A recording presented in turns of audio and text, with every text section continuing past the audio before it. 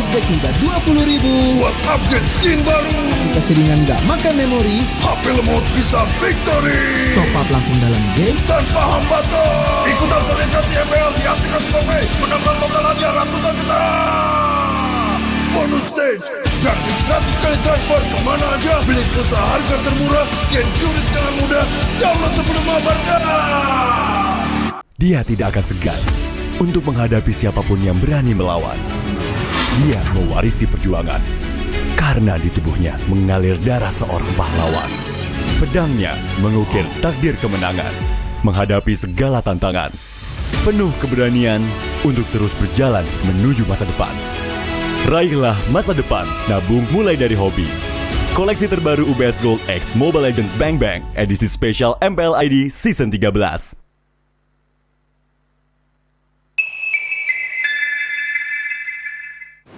Main Mobile Legends memang seru. Mabar sama temen makin epic. Apalagi kalau double kill. Tropicana Double Crunch, es krim karamel dengan lapisan coklat yang tebal. Crunchy-nya double. Main bareng, makan bareng Tropicana Double Crunch. Double crunchy level dewa. Rasa ini Gatot kacau. Ih, tombe basah. Bro, move on ke Head and Shoulders. 100% pede, ketombe basah dan gatal Wiped out. dapetin edisi baru Gatot kaca di minimarket terdekat. Head and Shoulders. Ini Gatot, ini kaca. Mas Gatot, benerin kaca.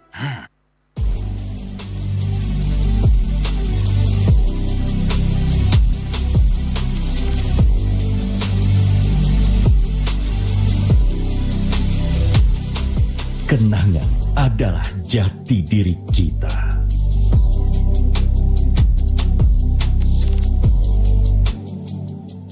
Kita adalah pejuang yang melangkah dengan penuh keyakinan, menghadapi dunia tanpa keraguan, karena hidup adalah arena pertarungan. Kita adalah pejuang yang tak akan gentar oleh segala tantangan, menghadapi lawan tanpa ketakutan, karena kita terlahir untuk meraih kemenangan.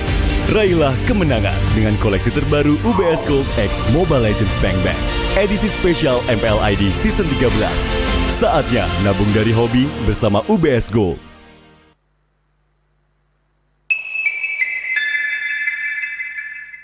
Bapak akan kehilangan ingatannya.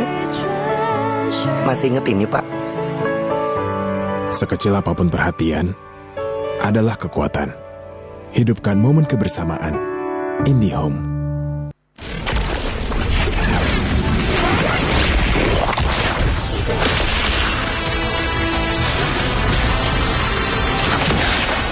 Strike first and without mercy.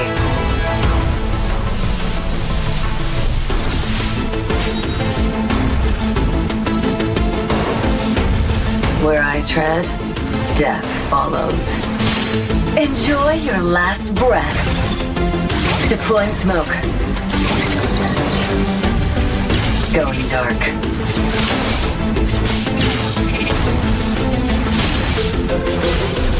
War is my trade. Death is my craft. Backup plan? I am the backup plan. My destiny is what I make of it.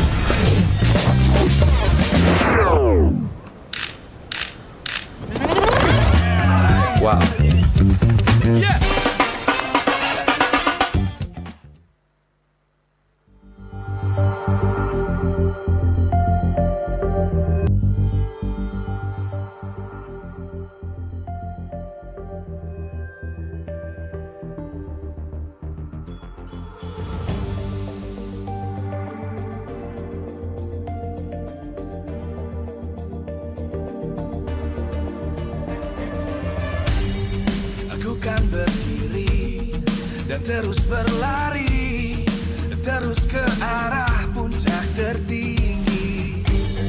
Ku takkan berhenti, hanya sampai di sini.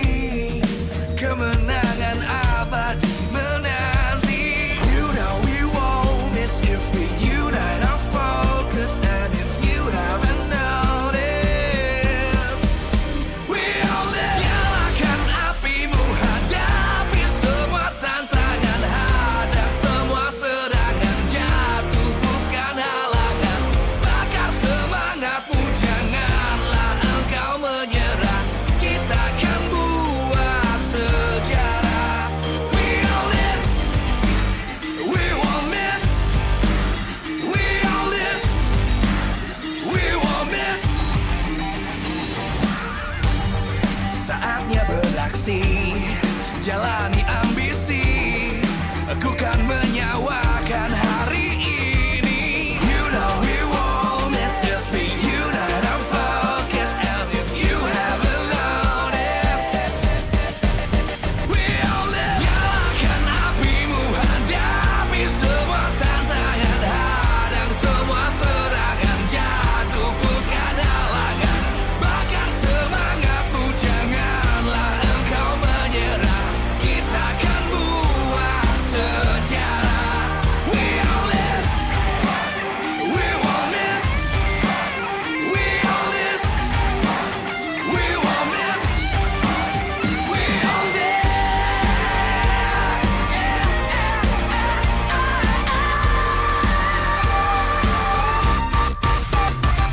Nyalakan apimu, hadapi semua tantangan, hadang semua serangan, jatuh bukan halangan.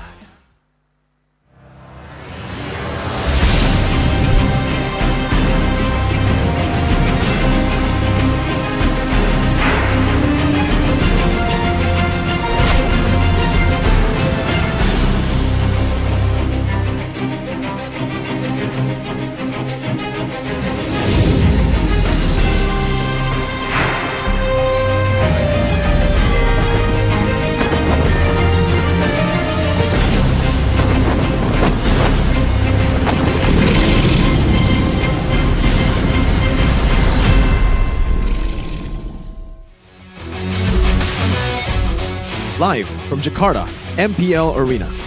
MPL Season 14 is powered by Munta.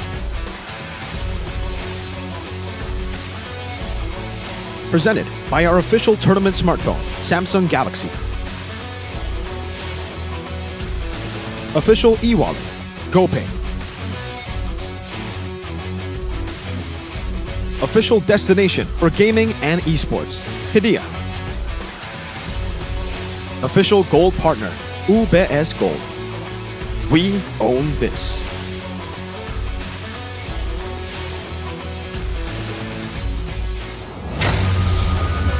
Moreno. Hei, di dalam rebutan apa yang akan terjadi? Dan Annabelle berhasil untuk bisa tadi menambah lagi 1 poin kill dengan bantuan dari rekannya. Sedikit lebih tersisa. Annabelle langsung panggilan dan Moreno mengkabuk di area tersebut. Cloud akankah menjadi satu korban terakhirnya, masih bersembunyi di dalam rebutan. Tapi Cloud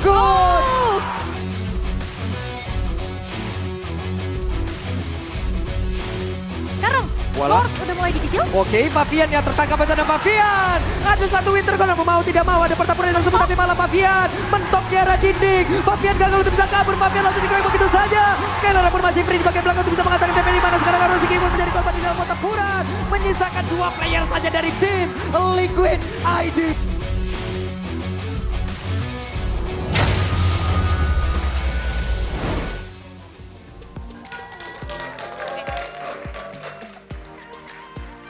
Tim akan kembali hadir untuk minggu yang keempat, di mana semua tim tak akan diam di tempat. Kita tahu bahwa semua tim berjuang untuk kembali naik. Dan di minggu ini kita semua mengharapkan yang terbaik. Inilah dia minggu yang keempat di MPL Indonesia Season 14. Senang sekali tentunya di sini Bude Clara bersama dengan seluruh super fans yang ada di MPL Arena. akan menjadi saksi seperti apa progres dari setiap tim yang hadir. Banyak sekali perubahan yang terjadi. Di transfer window kita melihat ada yang mulai naik, ada yang mulai hilang. Namun kalau ngebahas tentang 9 tim ini pastinya yang ada di rumah, yang ada di sini juga lagi ngelihat wow klasemen sementara bergerak terus. Dan tentu saja ada juga yang memberikan opini-opininya terhadap tim-tim yang bertanding. Tentu saja 9 tim ini mereka mulai di ranking-rankingin nih. Gak hanya mungkin dari semua super fans yang ada di seluruh dunia, namun juga dari para talent. Dan ini yang pastinya menarik. Semuanya mata akan memandang kepada Power Ranking by Mirko. Dia adalah English caster kita. Jadi kalau kita ngeliat Power Rankingnya, kita tahu di nomor 1 ada upper bracket, kayaknya kalau Bude yang jelasin nggak mungkin ya. Mending kita langsung panggilin aja dengan 9 tim yang sudah di-rank oleh Mirko. Langsung saja kita panggil Mirko. Mirko, sini Mirko. Halo Bude. Halo, tolong langsung dijelaskan ini. Kenapa kamu meletakkan 9 tim ini seperti ini Mirko? Sebenarnya kalau upper bracket udah ini ya, kita lihat dari performance. Sebenarnya ini kalau power ranking gua itu based on week-nya. Jadi kemarin tuh week 3 kan. Ini khusus minggu 3 doang? Khusus minggu 3, based on performance minggu ketiga. Dan di upper bracket memang RRQ paling solid sih menurut gua. Jadi makanya gua taruh di upper bracket bareng sama Bigitron yang masih ada mistake. Dikit-dikit di sini masih kadang itu overconfident, panik juga. RRQ paling stabil sih. Berarti sesuai dengan klasemen sementara ya kalau topnya untuk upper bracket? Yes. Yang menarik adalah Fnatic Onyx yang berseason-season, Budi udah sampai lost count, berapa season? 6, 7, 8, berseason-season. Mereka selalu upper bracket dan kamu meletakkannya tidak di upper bracket. Iya. Kayaknya mungkin bisa sih Bude, ini season pertama di mana mereka mungkin gak di upper bracket tapi highest chance-nya masih sih. Mereka juga masih konsisten banget, cuman lagi ada perombakan roster ganti-ganti dan so far memang Fnatic Onyx mungkin bisa dibilang agak inconsistent ya. Beberapa playernya lagi underperforming dan mereka bisa balik lagi ke form sih. Karena kalau Goni di rumah fans Onyx juga, dia biasanya itu bilang regular season itu cuma eksperimen sebagai untuk Fnatic Onyx gitu loh. Oh, tapi setuju gak sih kalau regular season untuk eksperimen atau cuma untuk Fnatic Onyx aja nih? Kayaknya untuk Fnatic Onyx gak apa-apa, udah menang 4 kali kan. Jadi regular seasonnya santai aja. Tapi yang lain itu pasti harus fokus sih. Apalagi yang RRQ, Bigitron, Geekfam yang ada chance besar upper bracket. Untuk mengejar ya, namun yang menarik adalah kamu naruh 2 tim no playoff. Bahkan posisi Dewa itu berada di atas tim-tim yang ada di mid table ini loh. Iya, kan balik lagi based on performance minggu ketiga ya. Dan kelihatan sih memang mungkin untuk Dewanya menurut gue itu minggu 1, minggu 2 itu bagus banget mereka mainnya. Tapi minggu ketiga kelihatan mungkin udah mulai kebaca ya sama tim-tim. Mereka template di gameplaynya, early game centric. Dan kalau mid to late itu lebih ke 50-50. Mereka mainnya team fight gitu. Jadi banyak tim yang di atasnya itu bisa out macro lah. Seperti Liquid sama EVOS yang baru kedatangan GOAT AG. Namun kalau ngebahas mungkin ini nanti kita akan menyaksikan match pembukaan. Ada Fnatic Onyx dan juga Dewa. Apa sih yang mungkin bisa membuat mereka naik nih? Sekarang kan top tier sama no playoff. Mereka kan bermain nih sesaat lagi. Apa yang bisa membuat mereka kayak mengubah pikiran Mirko? Wow, mereka bakal naik kasta nih. Mungkin dengan Res, kalau Res performance-nya bagus kali ini mungkin dengan improvement dari timnya, dari rosternya bisa bagus Fnatic Onyx. Tapi menurut gue kalau mereka menang pun gue gak akan naikin sih kalau dari match ini ya. Meanwhile Dewa itu kalau menang pasti bakal naik sih dari mungkin mid table lagi ambil spotnya lawan Liquid sama EVOS gitu. Itu kuncinya, berarti memenangkan match ini dengan ada player-player baru juga. Iya, Azura. Dia bagus banget sih. Menurut gue lebih bagus dari Watt. Untuk timnya ya, bukan secara individu. Sebenarnya karena timnya itu mainnya lebih ke arah XP. Jadi mereka top lane centric dan mainnya ke trio mid. Jadi butuh gold lane yang independen dan mungkin gak begitu banyak resource yang diberikan kepada dia. Jadi so far so good sih untuk Azura. So far so good. Untuk player-player yang anyar, regenerasi ternyata membawa hal yang baik. Namun ada yang, udah ini terakhir nih ya. Di paling bawah, GOAT. Rebellion Esports. Yes. Kenapa GOAT? Budi masa nggak tahu? Rebellion ya. Yes. Kita lihat selama mereka di MPL, mereka itu nggak pernah kalah di MSC, bahkan di M-Series nggak pernah kalah, Bude. Mereka belum pernah ikut, Mirko. Nah itu nggak pernah kalah kan, berarti? Iya sih. Ya udah. Kalian setuju sama Mirko nggak ini?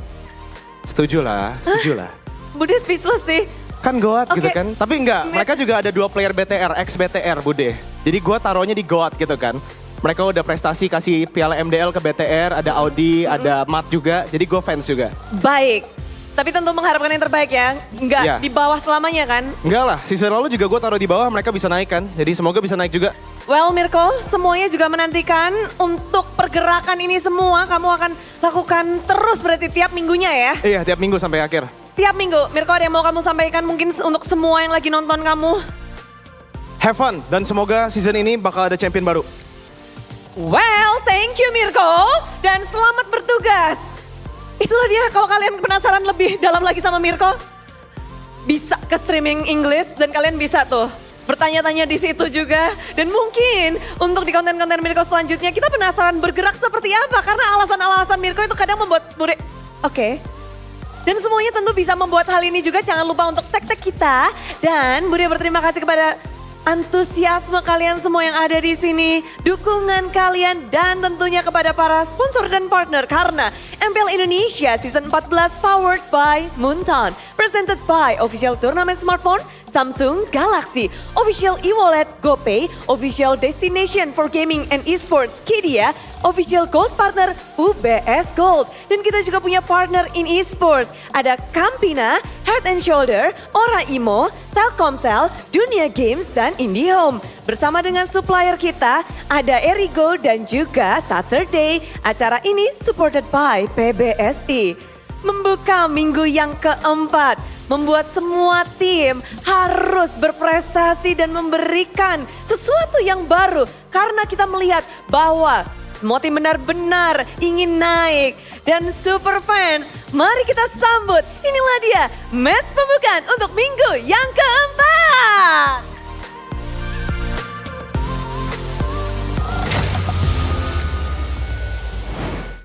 Two inhabitants of the stratosphere will battle it out in week number 4 of MPL Indonesia Season 14. Welcome to English broadcast once again with Sheffin, Mirko, and also Arashi. These two teams, man, they have two polar opposite stories. Dewa United. I'm not gonna snitch on the guy, Mirko, but there's a caster in the talent room that said that Dewa United had the worst roster going into Season 14. I wonder who that is. I think it was the fine man you saw on stage earlier, Sheffin. Bude Clark, no, I'm joking. Obviously, it was Mirko. Yeah, I think, obviously for Dewa United, it does feel like it was on paper. When we're taking a look at their individual stats, they're really good, right? Sorizo has been phenomenal. Hijime has always just been, solid in the mid lane. They have very, very good members individually, but it almost just feels like they were getting whoever wanted to join Dewa instead of trying to match a synergy or trying to actually capitalize on the winning conditions that they had previously with the Dixon lineup together with Lanaya and Kaze. But what I really like about them is the fact that they're not really relying on Watt and also Drian anymore. As we take a look at the day's schedule first, Arasi, match of the day, Fnatic Onyx versus Dewa United, BTR versus RBL. Sheesh! Battle, oof, man, this is gonna be a tough match for RBL. But we're gonna talk about the standings first here. Big Sean Alpha still standing strong in the top, only losing a single match towards the mighty Geek Fam. And also RRQ Hoshi in number 2, Rashi. Very close behind. And with that, Fnatic Onyx, and surprisingly, Dewa United. But we've seen this before, right? They can start off very strong, but can they maintain that kind of performance, that kind of consistency? And if you look at the matches today, I feel like it's so fitting because you see that for Dewa, this is a chance for them to kind of make a statement here to everyone, right? We're going to go up against Onyx. We're going to show that we're not just good in the beginning against the teams that are kind of preparing, that are still kind of building up. We want to be able to perform well against the bigger, stronger teams that are already established. Meanwhile, on the second match, Bigatron and Rebellion, same story kind of, right? It's time for Rebellion to really tell everyone that, we're in this to win this, right? We're not just here to participate. We want to actually have a real impact. It is tough for Rebellion. And I believe there's no MPL seasons just yet where a team is eliminated from playoff contention in the first half of the season. And Rebellion, they're on their way to that. I think the last time we saw that was Season 7, Season 8. Season 8 was when Rebellion also got 0 wins, I believe. Season 7, it was Aura. So it's been a while since we've seen a team actually, lose their playoff spot all the way into half season, like you mentioned. But I think we got to focus on this match, facing the Giants. Facing the Giants, your key boy.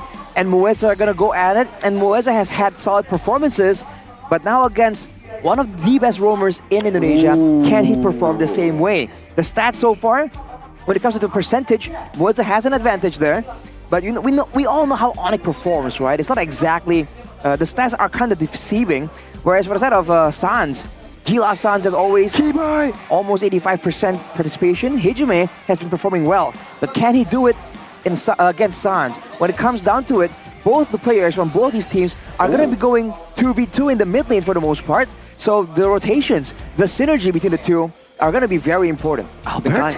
Albert? Adi? I think he looks more like Fabian than He looks like Albert mixed with Adi. I kind of see that the hair, right? Yeah. From Adi. Yeah, but yeah, this is the new guy from MDL, from Onyx Prodigy. It's Rez with the Riz. From Onyx Miracle, with Onyx Prodigy. He's going to fill the EXP lane if Lutpi is not going to play in this match. But Arashi, I want to talk about what you just said earlier. You've touched upon a very interesting point. One of the best roamers in Indonesia, and it's Keyboy in that case, right? From what you mentioned. Do you think Keyboy is still that guy in MPL ID? Is he still top 2 or top 3? Well, at this point, it's not really fair to say. Again, it's still very early on, all things considered. Who knows if they're actually saving some strats, waiting for a bit longer to actually try and show some of their hidden cards. When it comes down to mechanics and experience, Keyboy is definitely up there. And even if he has kind of fallen out of the top tier standings, I feel like he's still a very real contender right here, especially for someone like Mueza, who is a lot newer if you compare him to Keyboy, right? So the statement there is still gonna ring true for Mueza, whether or not Keyboy is considered top tier or so-so. By the way, this is just a whole lot of pressure for the young Rez to be making his debut in MPL, playing alongside legends, once gods of the game. I mean, when you make a debut, your debut, for a team like Fnatic Onyx, 4P champions, you're playing with Keyboy, Sans, CW, and Kyrie in the jungle, man. Possibly Albert. Oh, that's true. Possibly Albert. All big names for sure. Looking at a bit of the highlights here for Rez, the man in question here, you can see that when it comes to the plays, right? The plays are always available, but you have to remember, these highlights are coming in from a different league, right? With a different level of competition. And some might say that in some aspects, when it comes to the flexibility, when it comes to the adjustability, there's a bit of an advantage there in the MDL, but for sure, he's going to try and replicate the same kind of aggressive performance. You're seeing him here going in aggressively, just knowing the limits of the hero and making sure that for the opponents, it's always a tough call. Do they want to try and commit to punish him or punish the team? And in the current meta, where it's so aggressive, I feel like his playstyle can lend itself to Onyx really getting a great recovery from their so-called slump this season. And also the fact that he's also using Arlet, right? A hero that Lutpi really likes to use, especially this season. And so far, Lutpi, I don't think he performed as well as Season 13, especially on the Arlet. A lot of sapu jagat, as we would say in Indonesian. Yeah, what do you think, Mirko? It's been real unfortunate for Lutpi, man. He's literally just been the black sheep, the scapegoat. There's always going to be that guy with boots, then Lutpi, and maybe possibly this guy will replace him in a way that it could be better for Fnatic Onyx. Because I've been saying this for a long time. Fnatic Onyx, when they lost Boots, they lost a player who was selfless. They lost a player who was willing to just go 0-8, but enable for the team. Now Lutpi, he does add a new dimension to Fnatic Onyx. He can carry, but that's not what Fnatic Onyx need. If we take a look at their prime, it's always been play around the mid trio and have the side lanes as enablers. Even the pressure, right? I agree with the pressure. Even MPL also kind of agree, because there's a, thing there on the bottom of your screen. It's that air of the Sky Throne. Air of the Sky Throne. That is a huge burden to bear for a rookie, man. Straight out of MDL, and you're called that by the MPL, by the community? Well, I feel like it's tough for him, because now he's gonna feel the need to really live up to that nickname, right? The air of the Sky Throne. Like, wow, man.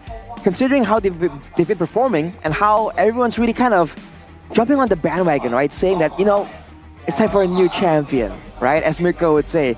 Now it's gonna be a lot more difficult for him to try and figure out what he wants to do. Does he want to just perform on an okay level, or does he want to go above and beyond and surprise everyone? Because considering the factors right here, that might not even be the best of answers, right? He might want to play a bit more chill because, like you mentioned, Mirko, sometimes you don't have to take the spotlight to really be like the star of the show. That's why I feel like this is going to be a good change for Fnatic Onyx. Maybe not at the start, remember, all right? Lutpi had a few games where he had to adapt to the team as well, and considering Rez is just making his debut, I'm not expecting Rez to come out just, you know, popping off instantly, right? Not a lot of rookies have that kind of, you know, performance in their first...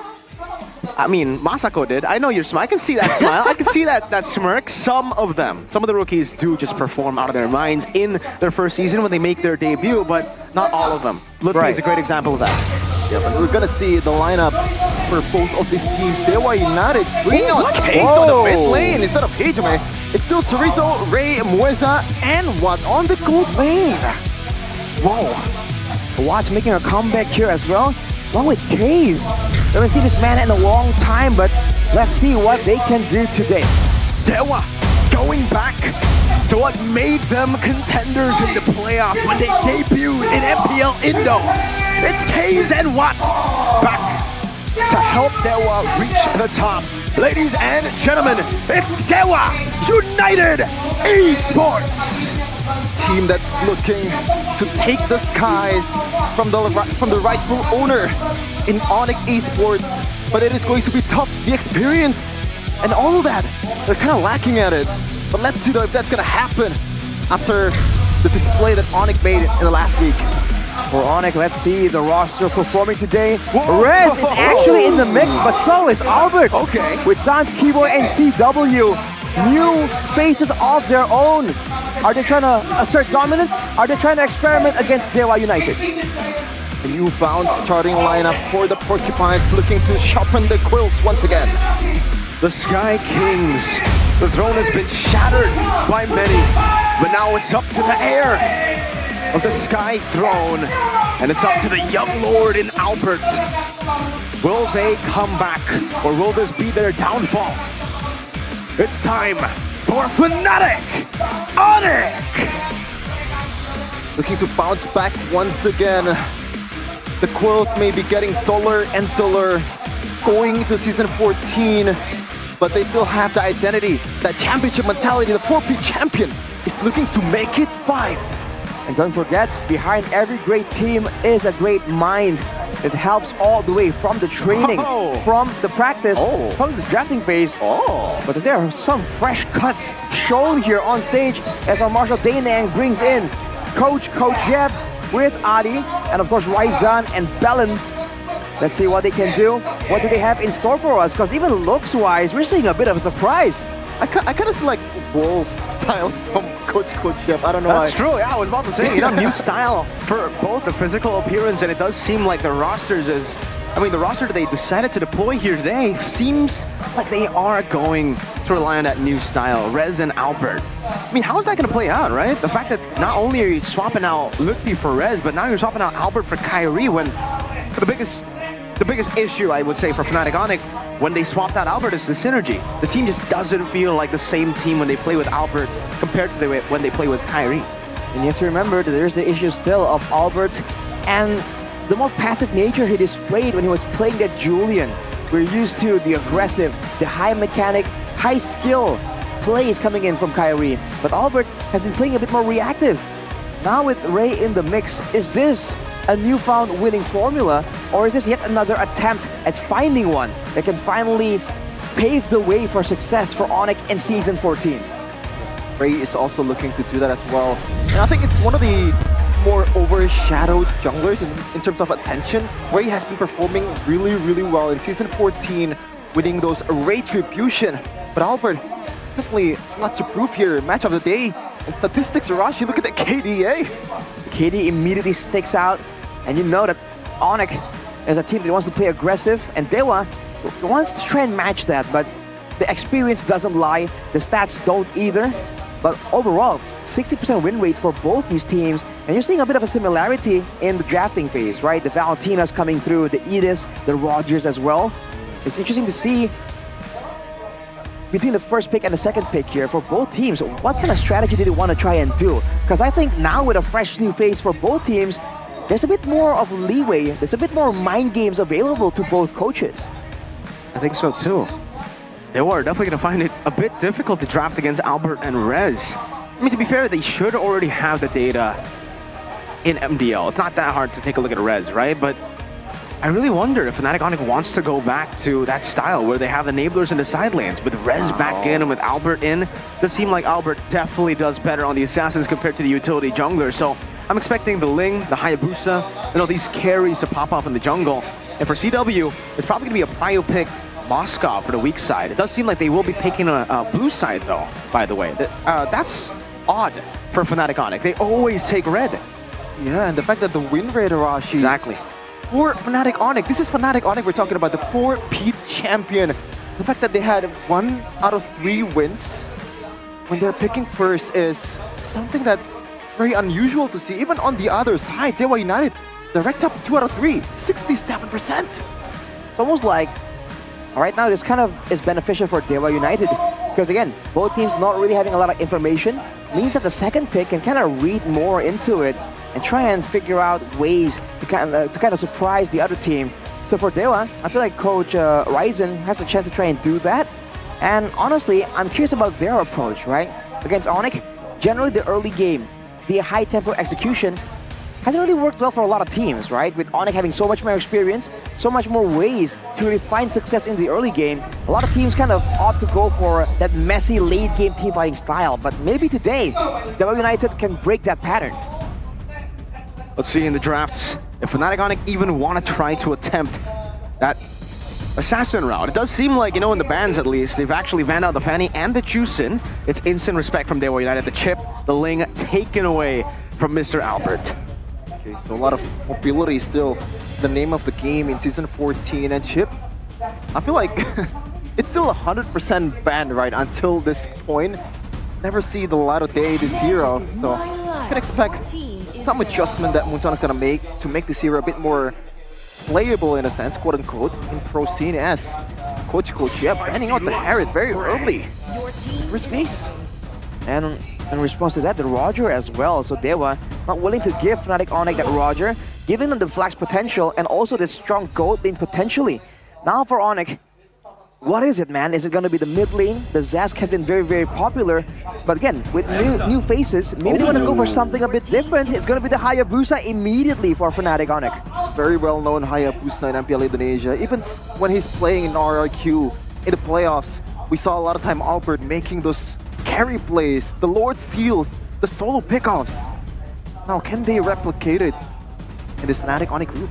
Well, you know what that means. Dewa better pick up the Terizla, take it away from Fnatic Onyx. They decide to go for the Edith and the Zask. So Fnatic Onyx have a chance to actually just go for Terizla.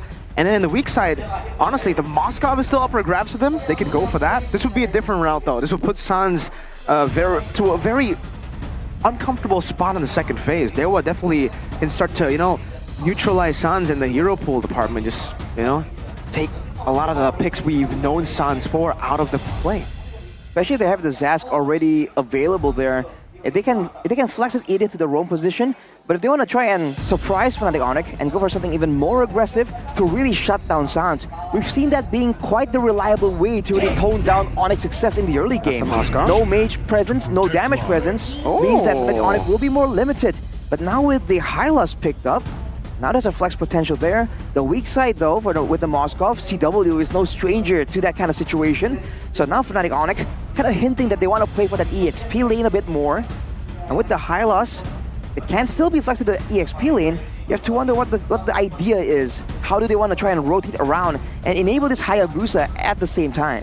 If they want to get Juan a comfort pick and it doesn't need to be like a carrier, these shredding heroes, they can honestly just get the CC. So Rizzo, very comfortable on that pick. We've seen him in Big Turn Alpha back then in previous season play the CC. It's not that good of a flex though, so they'll decide to actually go for the carry. At least they deal with the threat of the high lows instantly, right? It was either carry or CC. But now the kill pressure from Fnatic Onyx is going to be used to its utmost potential, knowing that What doesn't really have a lot of range to work with. And as long as you can layer the CCs, the damage towards Rod, I think Fnatic Onyx, they're going to be just fine.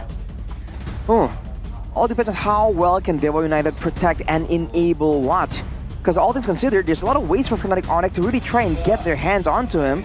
And there's a chance they can kind of go for a long-range mage as well. We've seen Sans perform really well with the strategy, and they can kind of zone away the carry and then make this Hylos just that much more of an oppressive presence. A lot of options there for sure, but for Dewa, they know that they want to have the guaranteed pick-off, the guaranteed shred down on one person, so the Faramis becomes their choice for the ban. Now Nolan as well taken away by Fnatic Onyx, so a lot of attention for that jungle. Is Luoyi gonna be the option here for Sans, knowing that they have this much kill pressure to work with? If you play early game, then I think Luoyi might be a good pick here, and it's also a good matchup against a Zusk. Yeah, I think the Aurora, though, definitely fits a bit better if you want to go for the full counter towards the Zusk. The Aurora has been left open. They banned out the Valentina. What else do they want to ban out here? The Nolan becomes a big problem for the Hayabusa because of how fast he farms out. Maybe another jungler that can actually clear real fast. Or they take away the threat of this Edith still being flexed, right? Oh no, they go Joy! Huh. Interesting. Ran away to Joy. All the fast clear junglers, so Fnatic Onyx, I think they're really hinting at a fast tempo kind of play. And if that's the case, I do believe that the Hylos can be put in the roaming position. Although if they do that, it kind of limits the possibility for Keyboy to really make those flashy plays. Now for Dewa though, exposing their first choice for the second phase, it's going to be the Julian immediately. More burst potential, great crowd control too when it comes down to the security, to protecting the backline here when they're trying to go in for a 5v5 team fight. But not really the greatest win rate out there. It's gonna be Sans bringing out the OG Lilia. Only one pick so far in MPL Season 14. Still 0% win rate, but this guy, man, on Lilia, he's a menace. He's playing Lilia in the front line, bro. Yeah, this is the signature, the old signature of Sans. If you guys remember when he transitioned from the jungle to the mid lane, he was only playing 2 picks. It was Lilia and Xavier. So it's back to a signature pick for him. Now to the roam position, up against his composition. What do you want to go for? Ruby? Oh, Terizla. So it is Hylos roam. There you go. They put in the Terizla in the hands of Rez. This is classic Fnatic Onyx. It's great teamfight potential. Great ways to catch up as well. Even though in theory the Lilia and the Terizla are going to be struggling to kind of keep up with the team when they go in forwards, the Glorious Pathway enables the whole team to move together. Dewa though, they have great amounts of peel already with the Edith, with the Julian as well. They want to go for something a bit more aggressive, some more damage, or just more AoE to layer on top, considering that their mid lane isn't exactly a crowd control powerhouse. Export comes to mind when you're up against this much frontliner, Hylos and Terizla. I think usually it's a standard pick for Coach Ryzon at this point, but let's see though. It's gonna be the CC just like Mirko mentioned, but I think they have enough damage at this point, so it's going to be a Chow. Oh, so is it gonna be a mid roaming Chow, or it's gonna be an EXP Chow? It is going to be roam for Mueza. Interesting. Mueza's Chow. Can't say it's top tier just yet. We haven't seen it go up against the better teams, the more experienced teams, but we've seen great mechanics, great opportunity spotting coming in from Mueza here on the show. If you look at the side for Fnatic Onyx though, the only real target I guess will be the Moskov and the Hayabusa, but that is enough. Deterring the assassin from going in without repercussion can be enough for them to really stop Albert, considering the concerns for Albert with the passivity that he has on these assassins. This could be the right solution here to discourage him from making any of those plays happen. Looking at the graphs though, I feel like it's a bit more of an equal draft from the draft index. But anything can happen in the Land of Dawn. Stats don't matter as long as you execute your A-OK.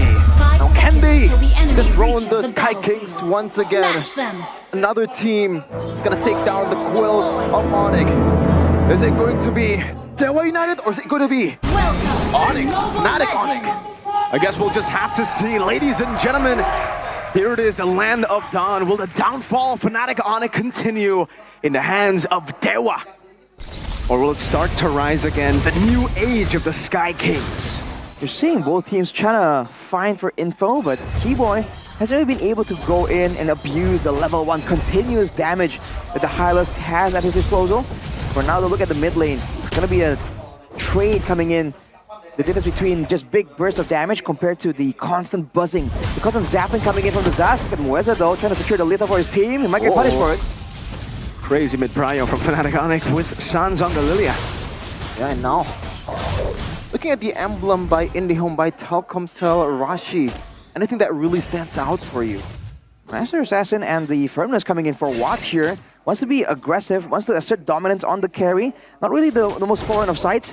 Keyboy going for full tankiness, of course, and Sans with the Inspire is trying to make plays, man. He wants that cooldowns as low as possible, more damage, more outplay potential, more Sans that we know and love. But Mueza, though, that's an interesting pick there, going for a thrill, so we know the drill, Rashi. It's a bit more damage coming through, helps with the wave clear, helps with the 1v1 technically, if he's gonna try and zone or fight for contest against the Hylos, right? Like he's on the Zaz, you can see how annoying it is when the Nightmare spawn is put so far behind the lines of the minions, kind of zones away your laning opponent. That is a strength that a lot of current mages in the meta have at their disposal, man. The Aurora, the Zask, and the Tsushin kind of operate the same way, and from there, they are going to go for the turtle. Keyboy opening up, getting the Sundown Res. Doesn't have level 4 just yet. No penalty zone Ray.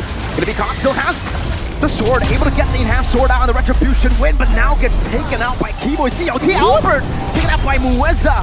Despite not having the way to Dragon, Keyboy still able to escape the penalty zone. Finally from Rez, the hammer comes down, and now even a spear. Mueza assassinating Keyboy in the back line as Sans continues his chase. But remember the thrill for Mueza. Doing a whole lot for them, but Rez is able to finally get that dub for Fnatic Onyx. And Rez doing also a whole lot for Fnatic Onyx. Looking pretty sound for its debut fight, 1-0-2. The penalty zone, Rashi, just punishes everyone with Deo United. And it's such a delayed penalty zone coming in there, because we thought the fight was over, and then it kind of restarted. Okay, Keyboy once again looking for Prio. Then we were able to get the turtle though in that fight, so maybe they would think it's worth it. Now it's back to the waiting game, where in theory, it should be Mueza looking around, trying to make the ganks happen with the more reliable, the longer duration crowd control. But Keyboy is doing a great job matching his movement, kind of zoning him away from opportunities. Talent prediction by Aplikasi Baru GoPay. It looks like it's a bit divided here. Interesting. For Deo United in the English desk. Now, I trust Deo United, but what's your reason, Mirko, in this case? Honestly, it's Rez's first time on stage. It feels like, for me, I think they want to have a chance to go for it, but I want to ask you, what's that 2-0 about? At least I gave it 2-1, to Dewa. Well, Onyx right now, they're not really in the best of position. I feel like it's going to be hard for them to bounce back, especially with a new rookie, just pretty much the same reason as you. Looking at this, ooh, CW, fancy feet. Oof. Big movements from CW. The Purify was still available. And from Mueza, the Purify on CW and Sans definitely makes Albert the main target. But look at this. Good Earth Shatter. The Quad Shadow connected in the back. He's forced to use a Dominator's Ascent. Mueza. No way the Dragon committed just yet. Just with the Gikundo. Keyboy taking low. The Dominator's Ascent just chunking them. Great setup for Dewa as they look towards the neutral objective. And already an advantage for Deo United, but Fnatic Onyx Rez already making an intelligent play here, dragging the turtle towards the side of Fnatic Onyx, so it can play out better for them. Sans just zoning everyone away. Putting the blooms down. Actually, great setup, Albert. No level 4 just yet. Mueza going to be caught in the shadow kill. And now on the turtle, Ray jumps in, trying to go for the Rex. The Albert wins it out. Mueza. Oh! Kundo into the shot. Post Spear Destruction! Sans gets the glooms. Picks up the kill. Cerezo forced to onward, backward. Great plays from Onyx there. The poke coming through, the AoE just winning them the fight overall. And of course, getting the turtle there, that's unfortunate for Dewa. They sent Mueza in to try and zone away Albert, but with the shadow kill, that is why the Hayabusa is just so much more difficult to try and zone out in the current meta. Here's a game fact though by our new application GoPay. Yep, throughout Rez's journey in MPL ID, he has 67% win rate from a total of 9 picks on Charizla, so it's pretty sound. Meanwhile though, good kick. Keyboy pops in Glorious Pathway, unable to survive right now as a shadow kill. Won't be used up just yet. Just the Quad Shadow Albert jumping to the back. Now back and forth now with the shadow kill too. No Quad Shadow Albert, can he survive? Gets knocked out by the chain, and Watt picks him up now. Whoa. Penalty zone in the flicker. Ray to be caught still though. Rez, does he have enough damage? He tries to go for Watt. A bit too greedy from the rookie. Rez punished by Ray. Spear Destruction. I don't think CW will be taking that one though. And also a bit greedy from the whole team overall. Sans with a very uncharacteristic. And meanwhile, Cerezo is punishing them in the mid lane.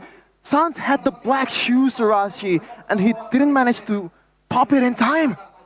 I mean, for Fnatic Onyx, they're really trying to go for a decisive fight right there.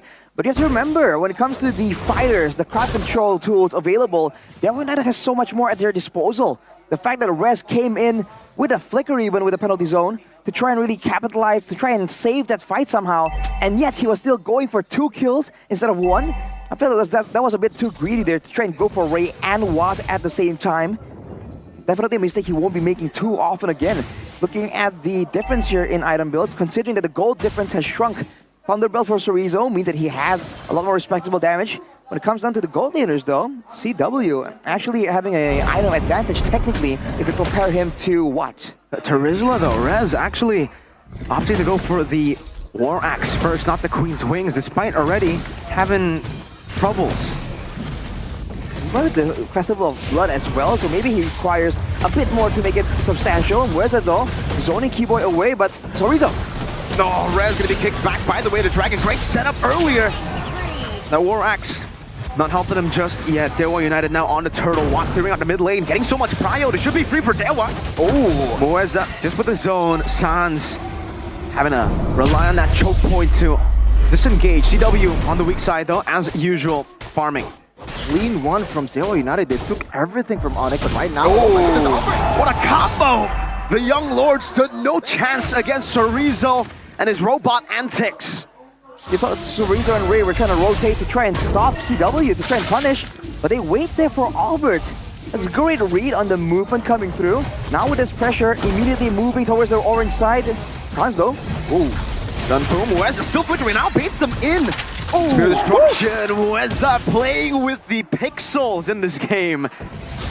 Oh man, just almost the margin of error in this game, and Dewa United right now 1k gold lead so far against Fnatic Onigarashi. Slowly but surely, Dewa United are getting pressure. There is a lot of wave here available for Fnatic Onyx, so the defend game is going to be still quite reliable later on. With no real long distance high ground, Dewa are going to struggle to try and crack open this base, so Fnatic Onyx definitely can stage some kind of comeback. They have great teamfight initiate tools as well. And of course, with CW being on the weak side, being on the Moscow with great global presence, he's definitely keeping up on farm. And looking at the items, he's still keeping up in gold with Watt as well. So don't count them out just yet. With a 3-item power spike completed, this Moscow definitely has damage to throw around. For sure. He already built that Tough Boots, a very important item against a Chow, against an Edith. So you can kind of dodge away some of the CCs that they're going to make. But right now, Fnatic Onyx, I feel like with Keyboy on the Hylos, there's not much engages that they're going to make. Two-man Earth Shadow created with the Dragon on Keyboy. Watt unable to disrupt enough damage. And that chain coming down as Rez is able to disengage with the team with the penalty zone. Keyboy's still very, very low. Pops in to conceal. The glowing one burning him down, but it'll end up being 1-0. It's unfortunate for Dewa there. There were low HP bars available for Fnatic Onyx, but they're unable to really find the one target to really burst down immediately. Whereas for Fnatic Onyx, they're just able to find the more reliable play because Mueza is just diving in so deep here in these fights to really find that extra bit of pick. Litho will fall into the hands of Dewa though, so Keyboy will be trying to make something happen. Look at Keys though. Whoa, good flick around. Throws it over to Watt, says, hey, take this damage from me, and he gets out. CW though, as usual, in the weak side. Just clearing the turret, now tier 2, he's on it. He's through the Spear of Destruction and canceled the recall earlier. Another free objective for Calvin Winata. Yeah, playing with the macros, something that Fnatic Onyx is known for in Indonesia over the past few seasons. That is why they were the 4P champions. But right now, what can they do? Dewa United might be this one. CW! Whoa! Mueza, what a read! CW gets a pin down though with the Spear of Misery. Jumps back away with a Mistwalker. Watt walking forward. CW tries to go for the 2v1 play, but it doesn't work out. 2 members down though in the bottom lane. They're going to be forced to recall. Great dishes out some damage. Puts down the chain. Rez caught on the damage descent. Forced to use the DPC. Chorizo in the midst of it all deals so much damage with a Primal Wrath 2. Dewa wins out in the fight. The Lord, though, goes to the hands of Fnatic Onyx, but look at Rain. Still has that red tree. Albert on the high end. No purple buff for him. Oh, man. Fnatic Onyx, they got the Lord, but at what cost? Everyone is dying left and right for them. They still have the waves available for use, but with 3 members down, actually CW already back up. Dewa can try and clear this Lord very early on, but they have to be careful of Fnatic Onyx response. Mueza waiting for a chance to try and go for a trap, going for Suns. Whew. Forces out the black shoes. He's not gonna risk that one. Yeah, he doesn't have Purify. Not right now. Dewa are gonna try and clear the ways for a bit. Fnatic Onyx still have the top wave to play around with, and CW, of course, with the Spear of Destruction, can still make the split push play once more. It's a great play by Dewa to get the 3 kills to kind of stop Fnatic Onyx from capitalizing on that Lord play. All things considered, though, it's still a very, very close game. Yep. Also considering that the audience prediction is definitely favoring Fnatic Onyx 78 to 22.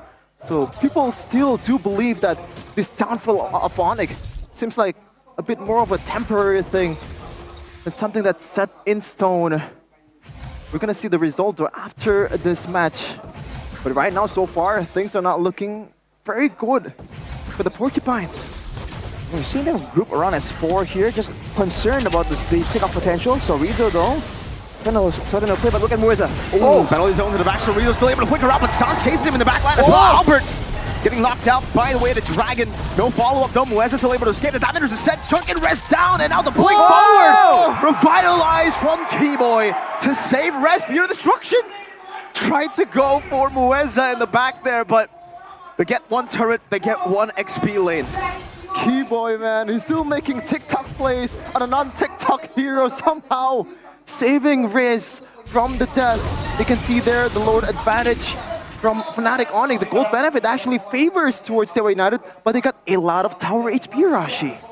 So far, again, still very, very equal, but Keyboy, man, Go-Go Gadget, the health dispenser, coming through with a Revitalize. Now for both teams, it's with the waiting game. Fnatic Onyx kind of broke the pattern by being the aggressors there, sending Rez in aggressively. And you can see that Dewa, they're struggling to really output the damage because he has the items, even the Wind of Nature now, a bit more security compared to CW who went for the Malefic War for more damage. But Watt is still consistently getting zoned away because there's so many ways for Fnatic Onyx to kind of threaten him. On the flip side, Holy Crystal for both the Zask and the Julian. Dewa has a lot of burst damage available, but if they can only lock someone down from Fnatic Onyx, with Onyx being so mobile, especially with Rez having the Queen's Wings now, the damage reduction can be critical in deciding how this next fight goes. And speaking of that, you know, Rashi, the item for Keyboy, the items for him, very greedy. Actually, just opting to go for components. He has 3 components. Doesn't know. I actually don't know what he's going to go for. First, he's on the way to a Queen's Wings, it seems. He's on the way to an Anti-Cuirass and even an Athena Shield. Or maybe a Radiant Armor. Or even a Clock of Destiny, so he is going for the full component build. No real, I guess it doesn't feel a big threat from a single hero from the side of Dewa. So he wants to be a great all-rounder. But even then, not even the Oracle available just yet to really boost the Revitalize healing and the Glorious Pathway healing. Now look at Onyx though already setting up. Dewa, if they don't want to fall victim to CW's plays, they should try and make something decisive happen. Mueza going in with the Jikundo with the Dragon One. Pops in ultimate, tries to go for the trend as well, but it gets caught in a penalty zone. So able to escape. Rez isolated, the rest of the team wasn't there to follow it up. The Dominators are already there. K's flickering out, but Sans picks him up. Meanwhile, Albert with a Crash Shadow back. It is a 1-for-1. The XP traded in for the mid lane. That definitely favors Fnatic Onyx. That definitely Sans that we know and love. Just the gal to just walk in front of 3 people from Dewa United with no threat whatsoever, knowing that he has the black shoes, and he did just that. And now Fnatic Onyx, with Case gone, they can make something happen here. Yeah, this has the Purify. Also the black shoes, the Lord. Already getting started by Fnatic Onyx, but they can't stay too long here. Keyboy walking up, trying to go for the Glorious Pathway. Ray will be the target, pops out the chain. Cereza walking forward, sword. Enhanced Ray with the red tree. No, it's Albert who wins it out. Now an all-out foul with the Shadow Kill place onto the back as well. Wow, with nature, the way the Dragon locks him down. Wow, picks up the kill. Ray is an absolute beast in this team fight. Gets 2 on the board, and again, deja vu. Dewa win the fight. Fnatic Onyx get the Lord. Oh no. Restart on the bottom side for Dewa falls in that engagement, and the Lord is still available. The death timers at 15 minutes is quite punishing, but not quite enough to make losing a base tower worth it. Ray, though, in these fights, not really getting focused down, so he's using a lot of these spells aggressively. Usually you see Julian's kind of save the enhanced sword to really get out of a sticky situation, but for Ray, he's going all in these fights, knowing that the attention is going to be on Keys and Watt. So he's playing through the spacing very, very intelligently here. For sure, on his ass as well. It'll be hard for him to get catch, and even Albert, multiple times he went to go for the quad shadow combo towards Keys and didn't manage to get it because he has the flicker.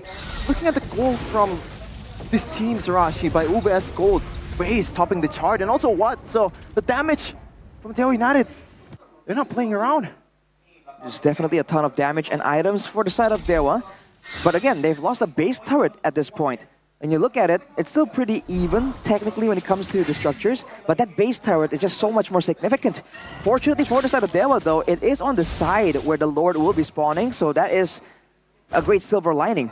But Mueza, on the Cho, you're seeing him struggle really hard right now. He's getting zoned out, he's getting slowed, he's getting crowd controlled to high heavens here when he's trying to go for Sans and CW. And even if he does find the pickoff, the Purify just makes it such a difficult situation. And look at this, CW immediately taking the turret for free.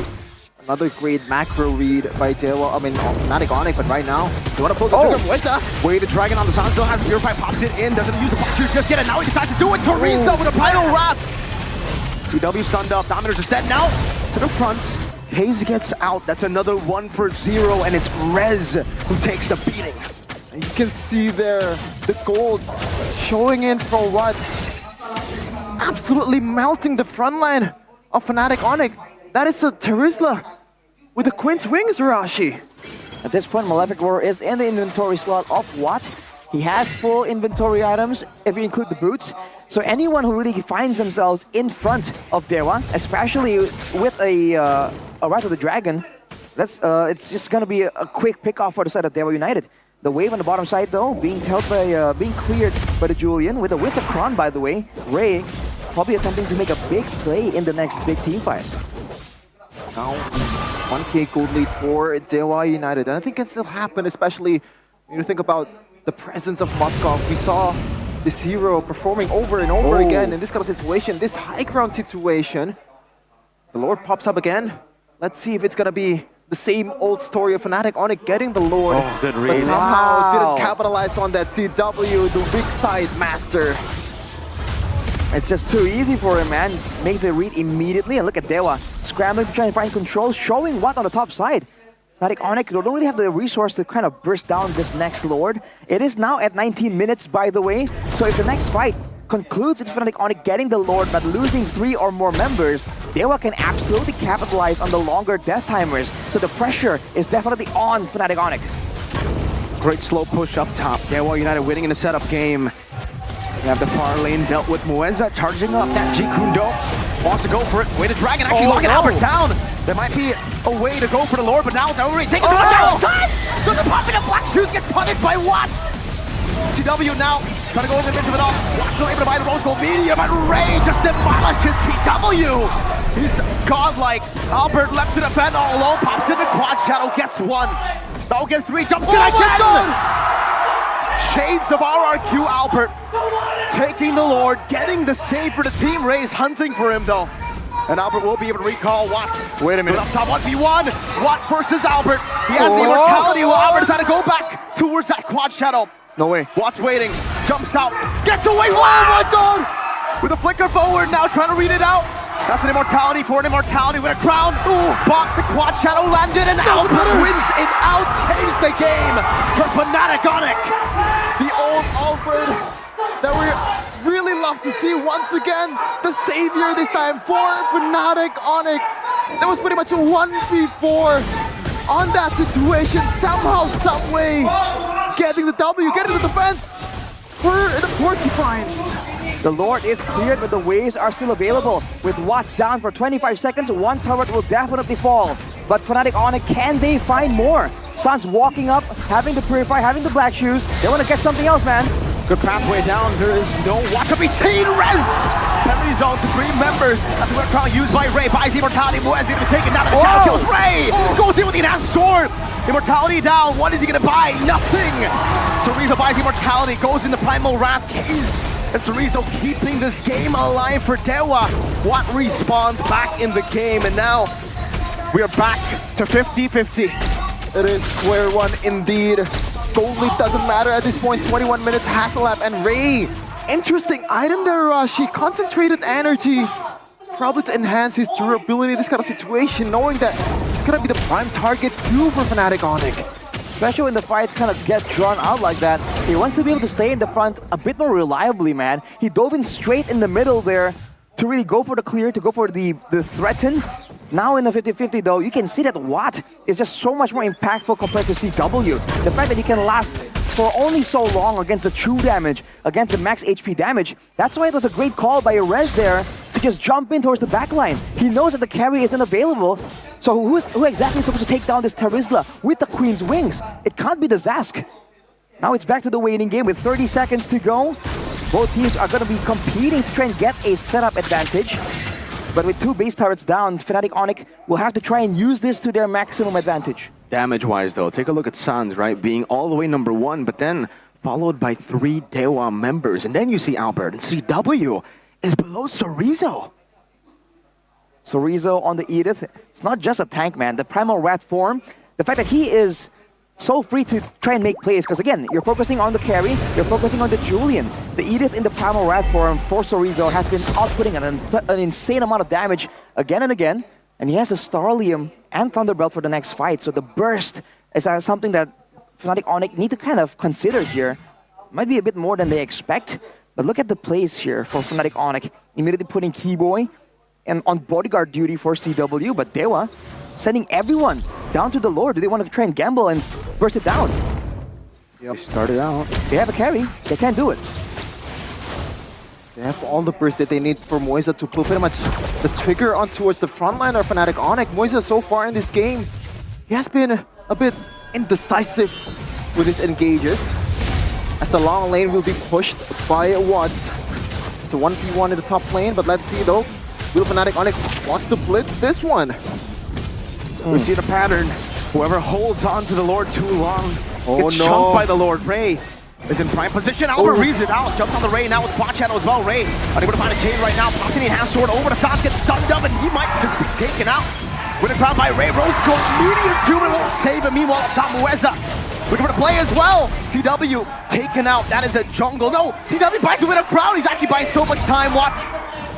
Gets him down for that, and it reset the Lord! Oh no! They tried to go for the save perhaps on CW. This hesitation might have just killed them. And Albert is very, very low. I don't think it's a good or a wise idea for Fnatic Onyx to go for this one. They have enough damage to contest for this. Albert buying the Haskell, seems like. Albert, can he do it right now? It's gonna be the chain CC onto him with a primal wrap there. Rez secures it. Whoppers and Keyboy all alone. Mueza in the back line losing immortality. Wyatt gets the world all alone. Getting hammered down as Sorizo uses the primal wrap to try to take someone down. But Dewa could not find a trade. The retribution. The king is eliminated. Albert was eliminated from the Lord pit. But the rookie stepping up to the plate. Rez getting the Lord for Fnatic Onyx. In the depth of their despair, the rookie shines there. The heir of the Sky Throne, like we said, is it destined at this point? Because for Dewa, Watt is down for 30 seconds. There's a massive window here for Fnatic Onyx to force another catch, force another fight. You gotta be careful for the glorious pathway, man. For Keyboy, there's so many ways for them to try and make something happen. Rez also, no flicker, but the penalty zone is definitely a danger. There's only one way. Third pathway down. Mueza. No escape right now. The base is wide open. CW wants to go for it. K's unable to defend. CW now dealing some damage. You're going to go for the team fight first, but the penalties are locking them down. Chorizo buys the immortality, but it is too late. Fnatic Onyx come back to make it 1-0. Fnatic Onyx is still standing strong, saying, this is our domain, the skies is ours. Let's see though, it's a best of 3, Dewa United. A lot of potential shown in that game, but at the end of the day, Onyx gets the last laugh. It was looking so close at that final fight, man. Losing CW, kind of going all in with an assassin against a Cho, against an Edith. So many ways for it to go wrong, and yet, once again, Fnatic Onyx show that the odds don't matter when the Sky Kings are in town. 1-0. A way for them to bounce back from the miserable display over the past few weeks. You can see here the winning moment for Fnatic Onyx. CW had all the minions, all the time in the world. Kind of burst down that crystal. And Dewa United with what is not there. There's no way for them to defend from that one. And I thought maybe with the change of Watt coming back in, Hijume out 4Ks, that they might shift that playstyle, but Arashi, it's still early game centric. And then in the mid to late, they just go for team fights. Even though they had the pressure, they had so many more advantages, they decided to fight and fight and fight and gave Fnatic Onyx an opportunity to come back. And you know Fnatic Onyx take any chance to come back, to take the game. No stone left unturned with Fnatic Onyx trying to find ways to get back in it. For Dewa, man, there were moments there for sure where they could have taken out the Sky Kings. But maybe we can take a look at the highlights later on, because there were definitely some fights that on paper shouldn't go to them, especially that last fight. Like you said, Mirko, in the cast, Watt against the world. How did that happen? Right? You would think that moment, man. It's what? You know, like sometimes it's what in a good way, sometimes it's what in a bad way. And we got two sides of, we got both sides. Yeah, it's a very thin line between the two. What? What? What? Yeah. What? All the different intonations of what. Yeah, but I feel like when Watt is showing the damage they can output, even Moisa didn't want to pull the trigger towards the frontliner. Keyboy though, like we know that he can burst down everyone, Watt. Rez going the back line with the penalty zone, he has all the defensive items, he has that Queen Twinks and all that, and somehow he still gets bursted down by Watt. And Moisa somehow didn't want to capitalize on a lot of opportunities that's present, I guess. I think it's really tough for him to try and capitalize as well, because who exactly are you saying he should go for? Because we already highlighted the fact that the Purifies was just completely annoying, man. Because you saw Sans, in classic Sans fashion, walk up with the Lilia against 3 members, and he knows that, okay, you want to try and jump on me? Black shoes, Purify, all available. And you see Moisa going again and again to go in the back line, which is why I think, in the end, you saw Julian was the one who was kind of hiding in the back line there to try and find something, right? To try and go for a different conclusion. But this was that moment, the 1v1 attempt. It was looking so good for Dewa here as well, by the way, but they got picked up one by Albert, and that was just unfortunate. Look at the positioning here. Why were Dewa splitting apart so much? Right, with a front-to-back composition, with the carry of all things, you can see how fast Watt can shred anybody down. But they just did not give him the right kind of backup. Also smart itemization, I think, from Albert. He got, I believe at least, he swapped for Endless Battle in that moment, knowing that he has half HP. He knows that if he's that low, then he's very prone to getting picked off. And he just heals up right away with the Endless Battle. And this is the MVP of the game, King Bob, the Crown Prince. King Bob. Player of the game, presented by our official tournament smartphone, the Samsung Galaxy Z Fold 6 and Z Flip 6.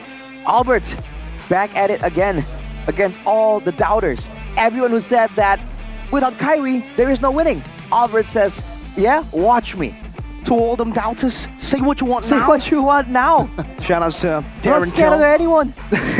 That's definitely what Albert is thinking right now. And after that win, after that 1v3, after that 1v3, man. Seriously though, I feel like if we take a look at the highlight again of that moment, that 1v3, I think we will get to see that again, Arashi, hopefully. Do you think if Ray had risked it together with Watt, they would have ended the game, right? That's the big question for me. Would they have been able to end the game if they took the risk? I feel like that's why it's a mixed call, right? If they want to go for the end, I feel like they should just put everything towards the end. Exactly. And if they want to back away and play it safe, then do that too. They play both sides. The fact that they tried to catch both chickens, they caught none. Here are the highlights that we were talking about earlier for the player of the game by our official gold partner, Uga S Gold. In the early game, you're seeing that damage potential, man, coming in. You can see Albert immediately getting zoned out. And for the side of Dewa, the sustainability, right? The Dominator's Descent along with the Primal Wrath. So many ways for Dewa to swing the fight in their favor. Overall, though, still not really as beneficial because they went kind of all the way in. And this is the aggression we've come to expect. And it's moments like this where you can see that they kind of get lost, right? When things don't go as planned, they don't really jump on the right person. There's a bit of chaos there, but in this fight, Watt was able to actually burst Sans down before any response was there. CW comes in to try and save it, but Ray deletes him. Here we go, though. Look at everyone from the side of Dewa. It's 4v1. Now it's 3v1. But where's the respect? Man. Where's the respect? This is Albert. Kaze just walked there. That was so innocent of him. He was just like, hey, there's a quad shadow right here, no problem. Cool shadow, bro. Cool shadow, bro. Well, they paid a price there, because here you can see, even there was a flicker attempt there with the Earth Shadow from Sorizo to really stop the Retri from coming through, but it wasn't enough. And in the end, the carry has a lot of damage, but without protection, what can you do really? Without the high DPS of the carry in the late game, how are they supposed to clear the Lord? How are they supposed to shred down Rez and Keyboy? It's just impossible, man. Absolutely impossible. We didn't get to see the 1v3 in this highlight, but yeah, I think, you know, we made our points clear. I think if they had chosen one, it would have been much better. And if they respected the shadow just lying around there, that would have been completely different, yes. There's no smoke without a fire, man. You gotta respect those signs of danger. Losing members one by one there, like you said, Mirko, one more person there to swing the fight in favor of Watt in the 1v1. One more guy to help with the pushing. And maybe this could have ended differently. But we don't do if, buts, and maybes. We only do absolutes. And right here, it's gonna be the first game for Fnatic Onyx. If you take a look at the stats, 4 Lords. This was quite the long game. And Fnatic Onyx, with a very tanky approach here against a carry, they were still able to find that winning solution. Sans back on the Lilia. Again, all the doubters for him as well. Everyone's saying that Sans isn't as aggressive anymore, isn't really showing off the same way he used to. Now back on the Lilia, you're seeing shades of the good old Gila Sans. Yeah, there's still some fix to be done though. I think I counted 2 moments where he had the black shoes and somehow didn't pop it in time. So yeah, they're still climbing back up there for the 5th throne in a row. But it is a process. So take a look at the statistics, more detailed one here. Gold per minute. It's gonna be topped by, taking a long time. It's Albert on the Hayabusa. Usually you see a gold laner there, but somehow King Bob is there. I was thinking that CW maybe could have topped it off because he was splitting so much. But I guess he was punished. And you have to like give credit to Dewa, man. They were able to adjust and find ways to deal with the split push. Even though when it comes to the direct macro tools, they're really outmatched with that Spear of Destruction. Showing again that they have kind of matured. It's all about the execution. And ironically, right, they were doing well when it comes to the mind games, the split push, the ambushing. But in the team fights where Dewa used to be so good, so reliable because they had what with the experience, with the synergy with the whole team. Now they lost because they had made a mistake in a team fight. Man. So now the question is, do you want to remove Wet from the equation and bring in Azura? You know what? I honestly feel like in that game, after looking at, you know, these mistakes in the highlights again, it was more of a desync with the team. You know, Mueza should have played with Watt instead of going for that big play. I understand why he went for the play, but again, you have so much damage. And Watt in the late game, I really felt like if you play with him, you would have more success. And again, also, when he tried to go for the push up top, Ray didn't join him. So it's been unfortunate for Watt, at least in game 1, right? But you know what? That's not unfortunate. No. It's head and shoulders. Oh, hey, stop stuttering. I know it's really tough. Yeah, there's also a version with Tigreal on it. Exactly. And that is the mid one. As, is it realized or Goni would say, mental flavor. Mental flavor. The way. Yeah.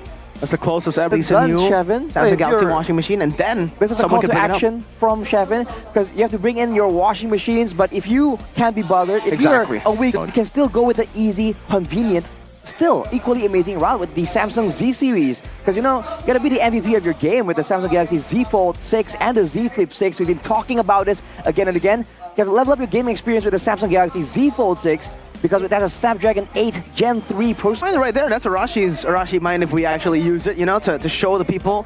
Valued up to 2.3 million IDR, and all you need to do is check out the website samsung.com/ID or scan the barcode below. If you guys want to tap back a bit, you can see that Shevin is using one of the features. You guys can take selfies with your the back camera, not the front camera. Like the front camera is non-existent. I mean, it is still there, but for Samsung Flip users, why would you even use the front cam? Exactly. Look at this. Look at, oh my dude.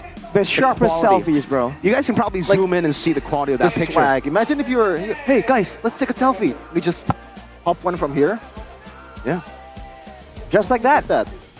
That's like 10,000 plus aura. That definitely is 10,000 plus aura. I mean, look at this picture. It's so good. Nice picture. Nice picture. Yeah, it's sharp. Okay.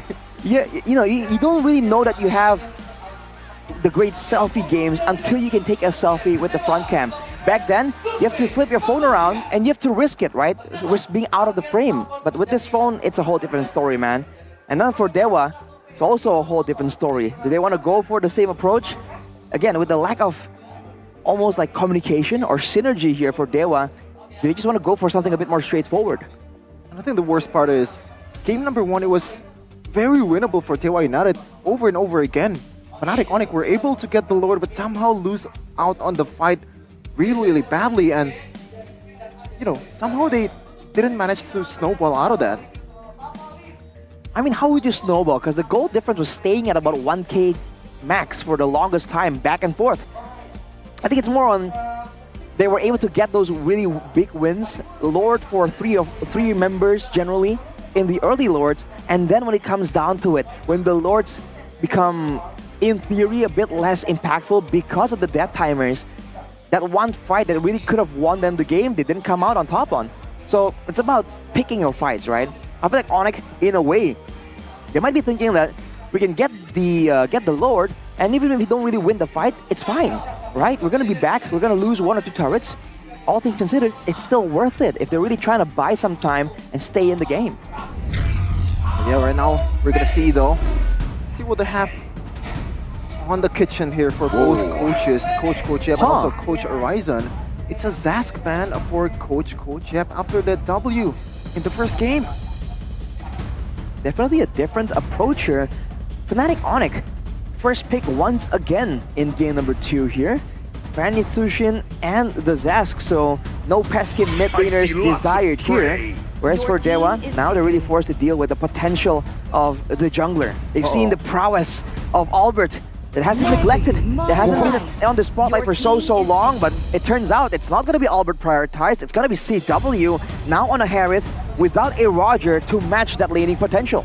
And this is going to be tough for Dewa United to respond over. Oh, the ulti take the Hayabusa, not difficult at all, and the high lows. All right, so they're going to take the opposite route. This is the same draft that Fnatic Onyx went for in game number 1. I thought for sure they would try to go for the Edith, but Fnatic Onyx also with the instant response. This was the ban that they went for after picking up the Hayabusa.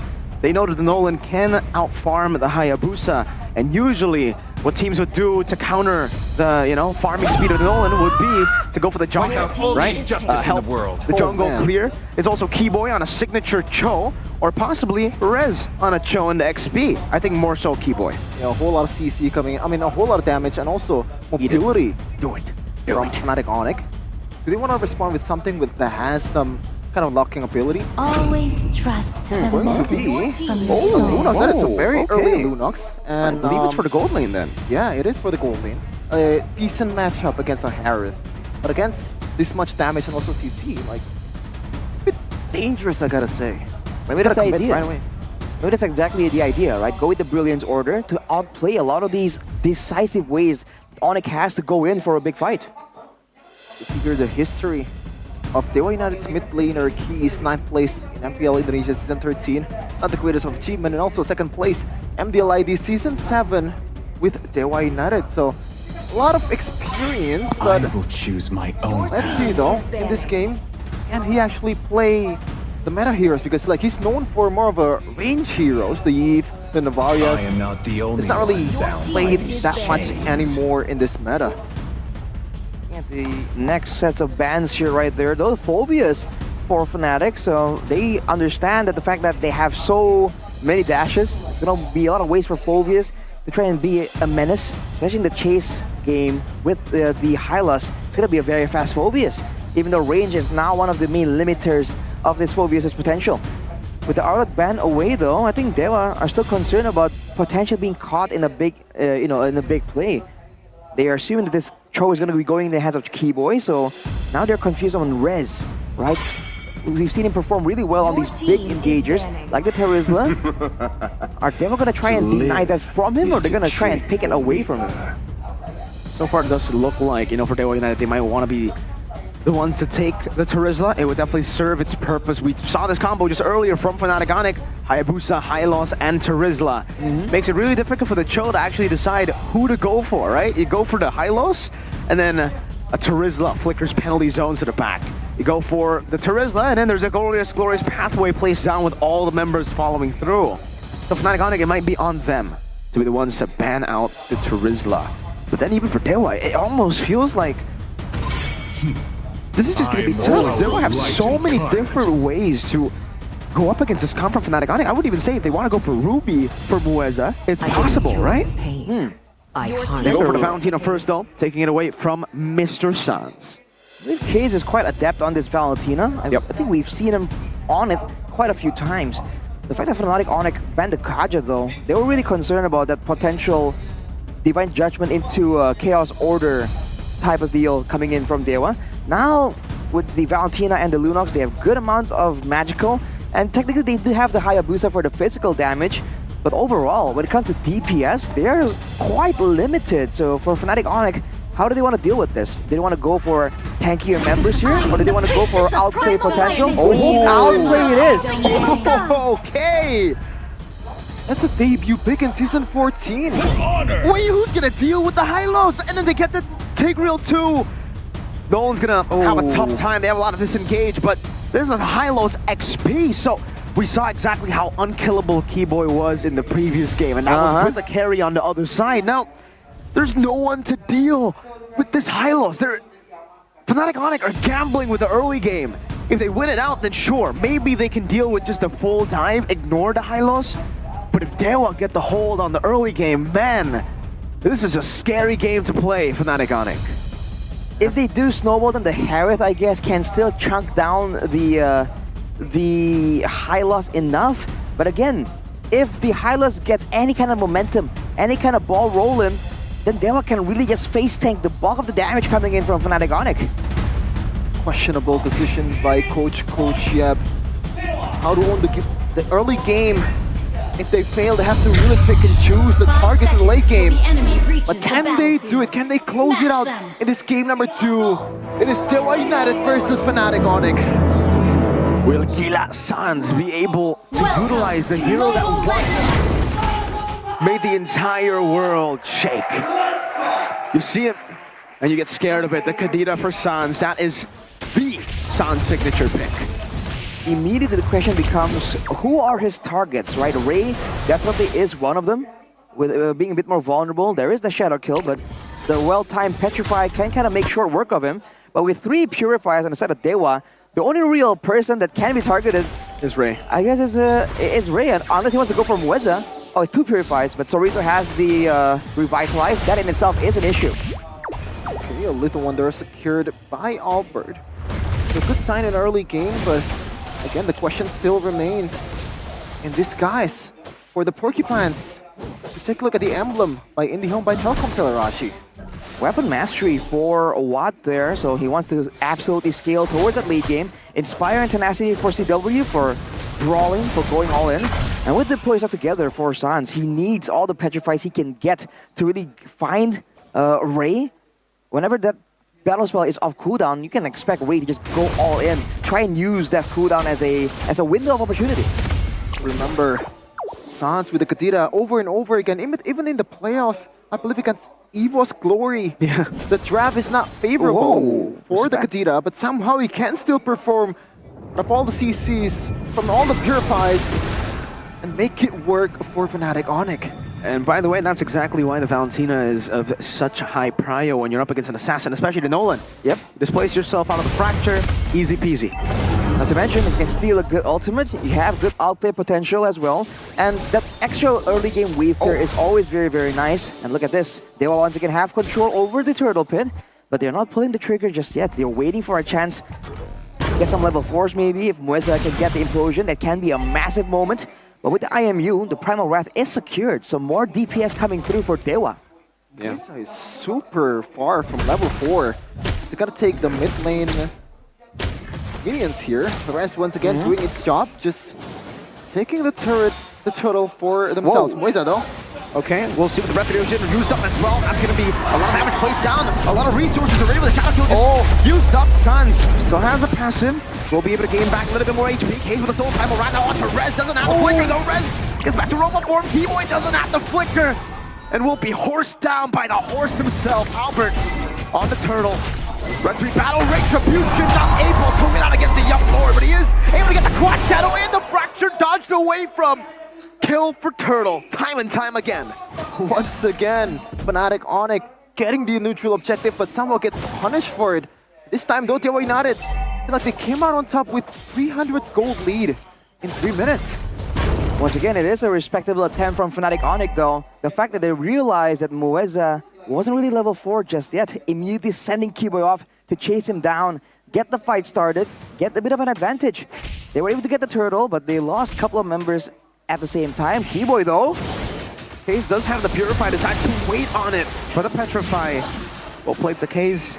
yeah, displaying the understanding of the crowd control, right? Fnatic Onyx tried to layer it, tried to bait out some of the spells, maybe making Case panic. Now without a Purify though, he's gonna be playing a lot safer. That's exactly why Mueza is on standby, man. Bodyguard duty, this Tigreal.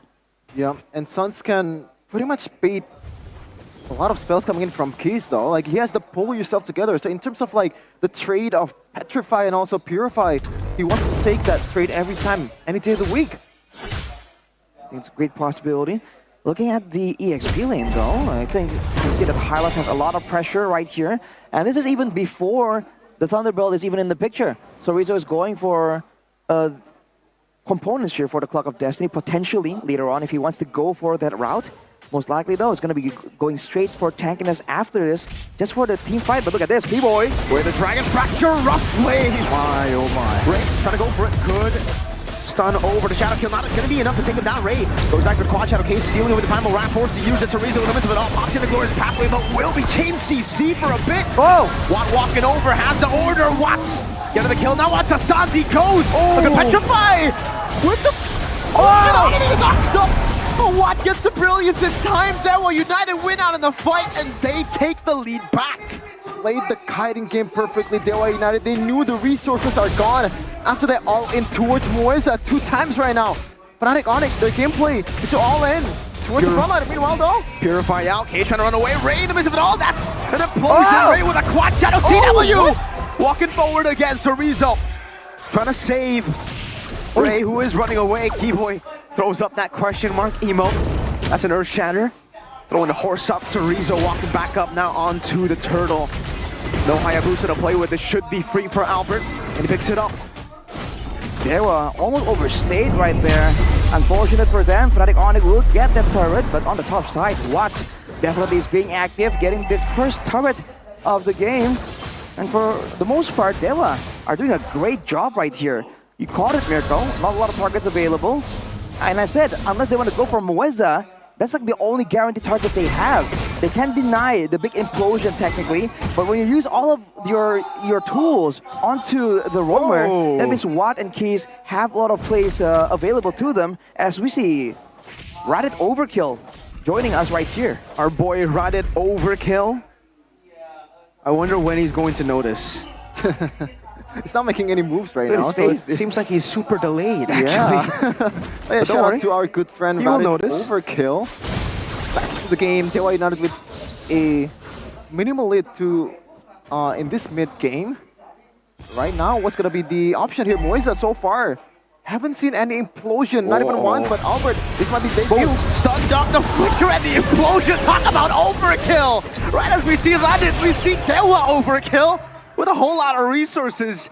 They lose a turret on top of that, but it's 2 kills. You know, it's Rez and Albert. That was a buy one, get one for Special Sans. Rough ways escaping. Keyboy getting some space for Sans to escape. That looks flashy, but he cleared the wave right there. Yeah. So turret gone on the top side for Dewa. And on the bottom side, finally, Ray will be able to equalize. As we take a look at the difference here, the biggest difference is still for Ray. Look at Keyboy. Oof, dashes out of there. He has a Dreadnought armor, so he's more concerned about Ray's damage, more so than Keys and Watt. If they try and go for a pickup onto this Cho, he's getting deleted real quick. Yeah, right now, Suns, at that time, you cleared the wave with the rough wave, so it is another problem, Rashi. With this kind of composition, you don't have the Moskovs. You don't have that mid laner that can pretty much clear the wave easily, dealing out TPS towards the minions. So Fnatic Onyx, another problem right now for them to solve in later part of the game. So Rizzo's gonna drag the turtle to Dewa United's favor. Moises looking for a chance to try and make something happen here. He has a direct beeline, goes for the conceal. Oh, this is going to be massive. CW has a Purify. He needs to find Albert. He knows it. He is only looking for Albert. That is the only man he can catch. Him and Sans probably. CW spots him out though. Good read from CW. Albert needs to be very careful. Onward down for this. Just to the horse though, so Reason is a sun down, forcing on the primal wrap. Mueza jumps in forward against an implosion ray. With a retreat power, it's a 3-man knockout. And Kaze gets the follow-up. A double kill. Sans is forced to just eat the dust. Kaze stomping on his head as he's unconscious. Porcupines are absolutely demolished in this part of the game. 4 kills and now CW is forced to retreat. Just give up the second tier turret. Even the top lane, they're winning in all fronts. 5k from what it was 600 gold lead for Dewa United. A catastrophic fight for Fnatic Onyx. Like you said, how are they gonna deal with the horse? Soriza walked in there, expending Rez's crowd control, and from there it's just history. Sans and CW tried their best to try and find an avenue to get to the prior targets, but with the implosion in the way, with the horse just unkillable, they're up against so many challenges. They've came back from a situation like this before, but can they do it again now? As they will pull forward, pull away in the gold lead, 5.5k gold. Territory that Fnatic Onyx is not really familiar with, at least in the previous seasons. Season 14 is not looking very good. That's why Raisin is in the lineup. Now Sorizo, look at that. He doesn't care, like 2 bushes in front of him. He knows he can take it. Oh, he knows. Even with his 5 members on him, he knows he can take it. This is why the high loss. Oh, Mueza! Implosion at the 2 glorious pathway ray with a shadow kill. Keyboy taken out by the horse. Rez gets assassinated. The rough waves deals nothing. The fracture tickles Mueza. The rough waves are not very rough, man. It's just... Those are some calm waves. Yeah. It's like just diving in a pond. Doesn't really drown them at all. And the targets are not really favorable for Sansa. At that time, it's hard for them to make a play out of this one. Those are waves you usually see in a swimming pool, Roxy. You know when you swing your hand around? You splash your friend? It wasn't a rough wave. It's more like a relaxing current. Man, Sans kind of limited to being a crowd control tool. Mueza stays in the front as well now. He has the Athena and the Dreadnought armor. So now, if he gets jumped on, if he does not immediately get bursted down, it's over. He will be the danger. He will be the one that engages instead. With the Lord available, wave in the bottom side is actually quite equal. But for Dewa, with so much of an advantage, with almost no way for them to really fall into a trap, all they have to do is send Sorizo in, and Fnatic Onyx will be forced to respect the pressure. And he's going to be very happy to be the sacrificial lamb or sacrificial horse at this point. As long as Moiza makes a play, makes the implosion to certain targets, it's A-OK for Dewa United as they get the Lord without any contest whatsoever.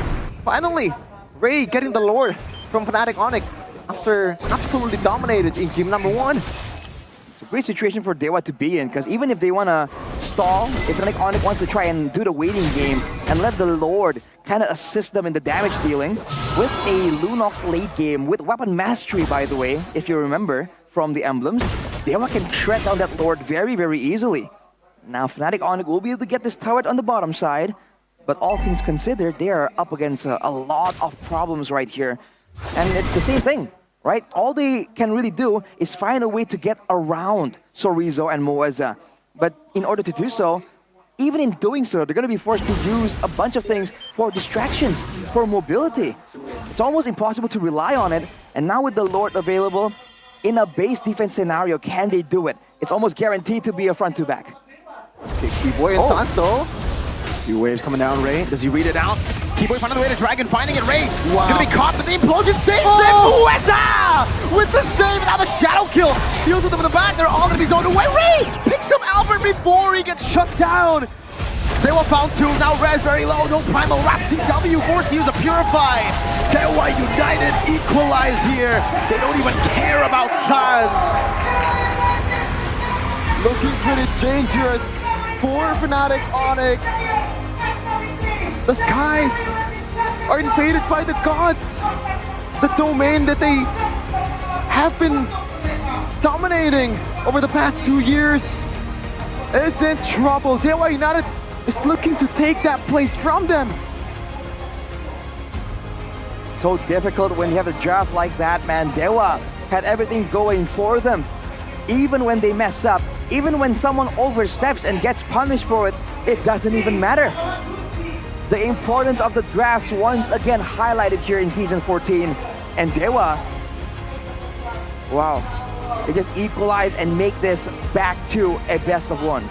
And look at that, a genius play by Keyboy and Sans, countered by the perfect peel from Moisa. Knows that as long as Ray's alive, they can make something out of it.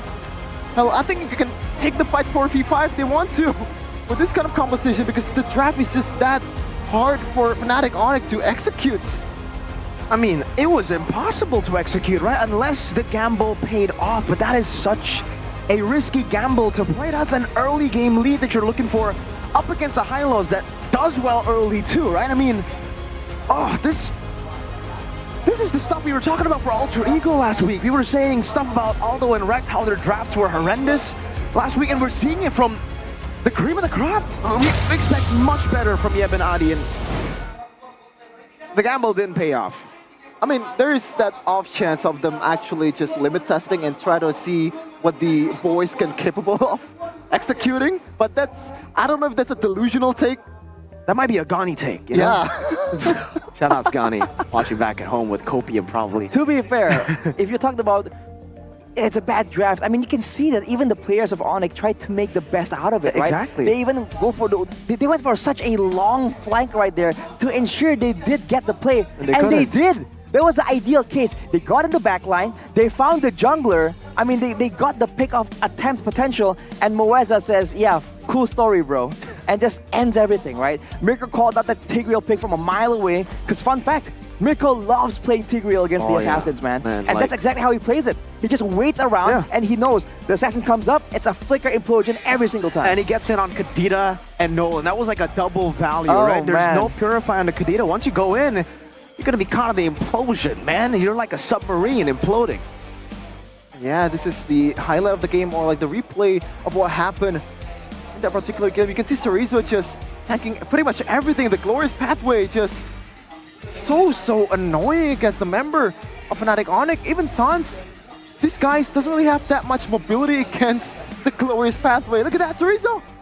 Against 5 guys. He doesn't care. Where's the damage? Ganking on them. I don't see it. Oh, and then Moeza comes in. And look, Moeza literally just stands there. He's like, oh, wait, there's no damage here. Even with the burst rough waves, that was a splash. Like Arashi said, that was a relaxing current. Yeah, not a rough wave. It's a relaxing current coming in from the Kadira. And that's why itemization is also so good. Because you saw that with the Dreadnought armor, with the Athenas, how exactly were they supposed to, quote-unquote, burst him down? Right? They're going to be forced to try and do damage overall, over time. And even then, in that department, they have a Harith. Right? So nothing really is ideal for Onyx at all. Player of the game, though, presented by our official tournament smartphone, Samsung Galaxy Z Fold 6, Z Flip 6. It's going to be keys on that Valentina. Just jumping around, doing the damage. And with all the attention taken away by the Hayabusa, by the Hylas, by the Tigreal, when you're a Valentina in the situation, you have all the cards in the deck, dude. Yeah. Any ultimate you want to take, any target you want to burst down. There are some moments where he was able to use the built-in Terrify from the Valentina to try and make the play happen. You can see that for Onyx, they understand the urgency to go for early game aggression. But even here, when things were going as planned, when they were the ones executing the play, they were barely able to make it work. And they were still forced to sacrifice Keyboy in the midst of everything. And even here, Albert gets it, but at what cost, right? Ray showing again that on the Assassins, he is definitely a force to be reckoned with. And from there, the longer we go into the mid-game to late game, it's the same story, right? Onyx trying to group, trying to find a way to make a play happen. And look at Cerezo just standing there.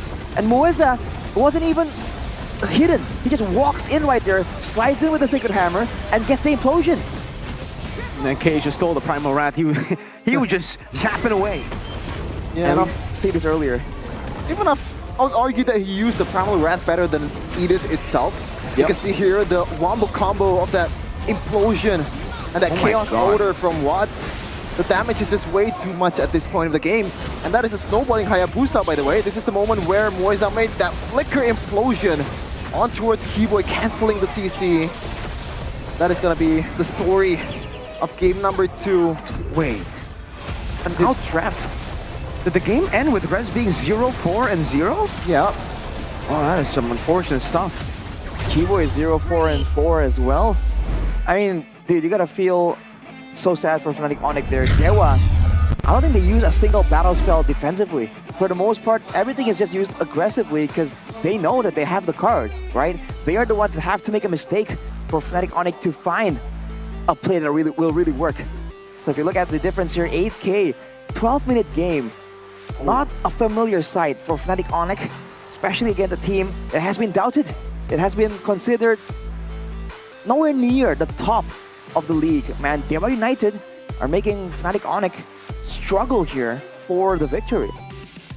Yeah, for sure. And it seems like for the course of 2 games, the one that has a Hayabusa is gonna win the game. And Ray played arguably as good as Albert in game number 1. I mean, look at the KDA. I don't think he died even once.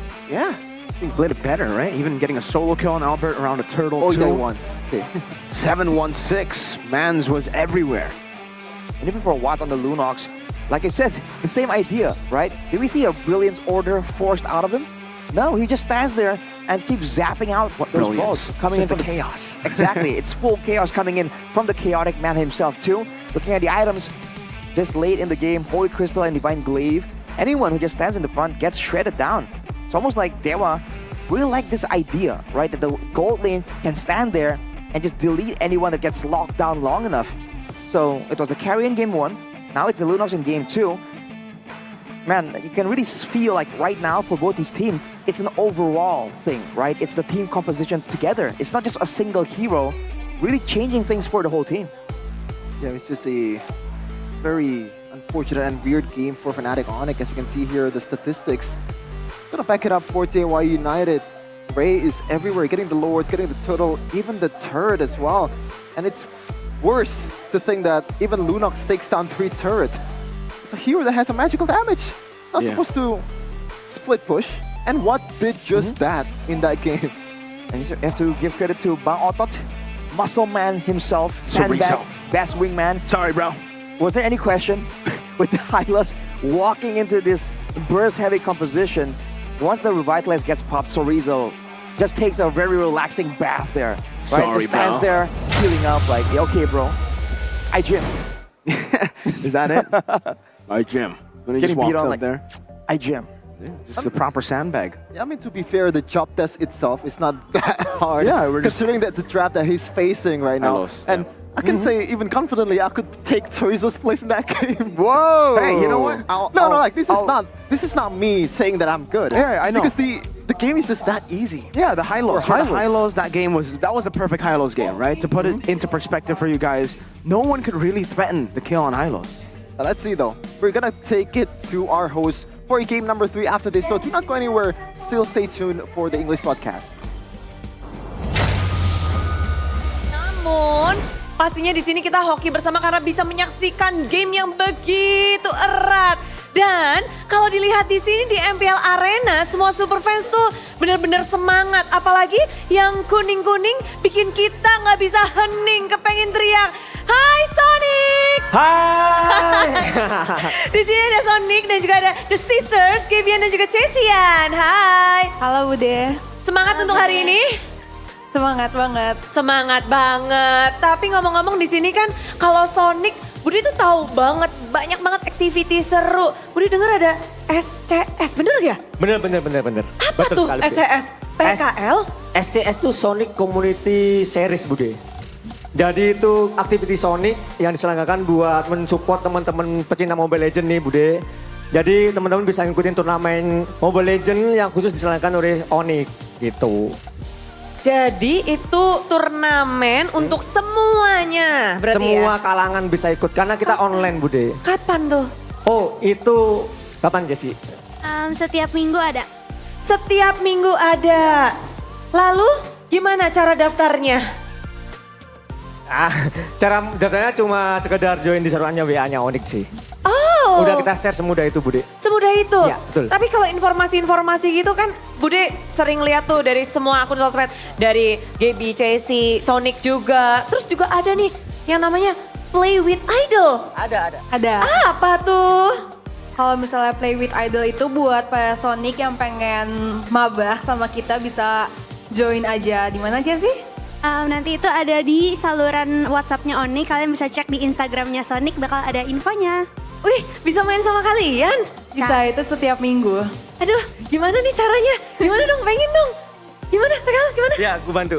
Oke, teman-teman tinggal join aja ke Discord-nya Onyx, ke servernya Onyx, ntar bisa kita infoin di sana.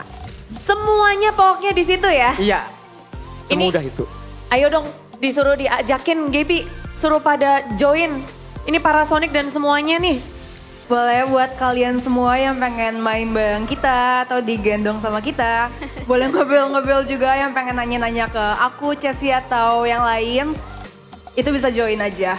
Bisa. Cesi, ada yang mau kamu sampein? Buat para Sonic, ayo join di Discord-nya Oni, kita seru-seruan bareng. Yeay! Seru-seruan pokoknya semuanya sudah di situ. Semua informasi sudah, Presiden? Presiden Sonic? Sudah kelar? Terakhir, untuk game ketiga. Kasih dong, kasih sesuatu. Ayo guys, kita pasti bisa menang. Sesimpel itu sih kita harusnya. Sesimpel itu? Apakah?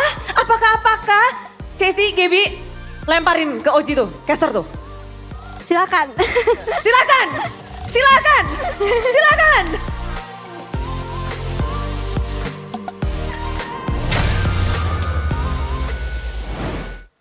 It comes down to the wire in game number 3 for Dewa United against Fnatic Onyx. And so far, these two teams, it's back and forth, man. Game number 1, it was anyone's game, and somehow Fnatic Onyx, with their macro plays, with their experience, comes out on top. Meanwhile, in game number 2, it was an absolute demolition, absolute domination from the gods against the Sky Kings. 12 minutes it took Dewa United, where in game number 1, it was a close battle, back and forth. And really, now it comes down to the adjustment, right? Game number 3, both players and coaches must adjust. But I think more so, especially after game 2, respect Hylos. Just respect it, right? Like the Cho pick early was questionable, was it not? Yeah, And then there's no Valentino ban as well. But what's not questionable though, if you download GoPay, is the best app in the business, the gamer's wallet that packs a punch with GoPay. You can vote for the winner of each game in MPL Season 14 match and guaranteed to get GoPay coins on your first vote. And 1 token with every vote. You can collect these tokens, Arashi, to exchange for free skins, GoPay coins, gaming smartphones, and even electric motorcycles. So motorcycles? Yeah, electric. Okay, wow. Just like that? Yeah. That's As easy crazy. as that. That's crazy As value. simple as that. So you just use the app just the way you would usually use it, and you can get up to an electric motorcycle? That's insane. Also, you get the fun as well to vote for your favorite team or the winning team. Looking at the camera here, Mr. Albob. Game number 1, Hayabusa, was incredible. Game number 2, Ray used the Hayabusa, and it was nothing sort of incredible too. So let's see if it's gonna be banned or gonna be contested in game number 3. Is it gonna be the adjustment that you said, Mirko? Well, I mean, if they want to look cool while doing so, for sure, they got to use that GoPay app and try and get those skins, but, you know, top up and for diamonds and pay with GoPay. You get up to 20,000 of those GoPay coins you're talking about, Shevin, in cash back. So, even more value. Wow. Yeah, as easy as that, man. You know, you get all the cash back, so much value. You can top up with GoPay, get GoPay coins. Lutpi seems to be standing. Is he going to be swapping in? Whoa. He seems to be ready. He's making a transfer with GoPay because you can get 100 free transfers per month without any admin fees, man. He knows the value. The value, dude. Look at this. Keyboy knows the value too. Well, I wonder what he's saying to the camera. He says, move the camera out away from me. Give it to Lutpi. Give it to Lutpi. And for you guys, the activity will be very, very soon. It will happen in a week. Every even week of MPL Indonesia Season 14, where you guys can download, register the GoPay app on your phone, then head straight to the GoPay booth at the MPL Arena. Participate in the lucky draw for a chance to win a golden ticket to play Brawl with a pro player. You guys can go and try to beat Kyrie if you want. Even I want that. Play with a pro player? Yeah. There's a brawl match, but with all pro players. No, I don't think all, but there's going to be a pro player. I see. I think at least 2 from each that sounds fun. side. Yeah, it is fun. Because you don't really get to see the pros play Brawl. Yeah. Well, what if they knows? just go Franco and Brawl? Then they just try to help people. Don't use Franco in Brawl, by the way. Yeah. It is something that you shouldn't do. Use like Joy or something. Who made you the expert authority on Brawl? I am a master. Brawl Yeah, what are you, a bro. Brawl, I play mythic Brawl rank match. Brawl player? But yeah, it's gonna be a lot of fun. If you can win against a pro player, you get bragging rights, right? Absolutely, yeah. Hey, I won against Kyrie, bro. I won against Kyrie. In a ranked game? In No, a fun it's on Brawl Brawl match. match. Hey, a win is a win, okay? weird A flex, W though. is a W. Yep, W, whether it's 2-0 or 2-1, it's still gonna be a W in MPL Indonesia Season 14. And this is what the two teams are looking for in this match. Because, oh man, Onyx, if they lose in this match, it is not gonna look good, man. They lost against GeekVamp. They lost against RRQ 2-0. 2-0 against your favorite team, Arashi. 2-1 against my favorite team. Okay. Chefin. Okay. And right now they're losing against And then Dewa tomorrow, United. they'll be going up against Bigatron Alpha. Yeah, and that is guaranteed, lah. Just kidding. Oh, what do you mean guaranteed? Nah. Wait a minute. No. Oh, Even This Geek guy's Fam- been talking big. Even Gunny's gonna be angry. winning against Bigatron Alpha, and Gunny, shout out to you, man. Your team is not looking very good right now. Whoa. Yeah, Is it a shout out or call out? Well, for Lim Kochol, his team is doing real good, right? Dewa. Oh, He's always just been supporting Dewa from its heyday. You can even call him Bang Dewa. Bang Dewa. Interesting. Why is that the case? If you know, you know. He just likes I don't that team a lot, man. Always has his full support behind them. But he always stays humble, Shevin. Unlike yourself, referring to yourself in third person. Dang. You think He's members Geek of Fam. Onyx speak that way? Yeah. Sans walking around like, oh, Sans wants to go out. I don't even think Ghani, talks about Hey, the way hey. you talk about Geek. Hey, if you're on top, you get to talk, man. On top. On top? Well, if you're winning. This man's straight if you're glazing. winning, if you're Man, winning. straight glazing. What's if going you're winning, on? you get All the right, right to Sheffin. talk. Let's get back into until this you game. get humbled. But yeah, Dewa won the early game in both games. What does Fnatic Onyx need in game number 3? Do they want to just bank on that late game, knowing that Dewa United will win the early game for sure? For sure. It does seem like Dewa has had a better hold of the early game, and that is, one of their strengths. Dewa have amazing early game, and sometimes when they get the amazing early game in the mid to late, they always go for fights. Sometimes it works in their favor. A lot of times it actually works in their opponent's favor, because we saw that in game number 1. They won out of the early game, and then Fnatic Onyx were able to just utilize that 50-50 team fighting that Dewa always like to go for mid to late to come back in the game. All depends on how they take those fights though, right? For Dewa, a bit more messy. And in fact, like we said, the macro has been quite improved coming in. So now it's a funny situation for Onyx to be in.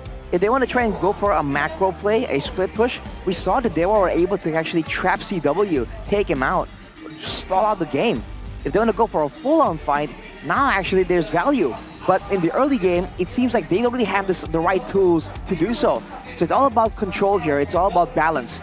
Do they want to go for the early game? And if they do, they have to make sure that they pick the right time, right? They just identify the right factors that's going to allow them to really come out on top. Because for Fnatic Onyx, they have a team that has always played more controlled, more calculative.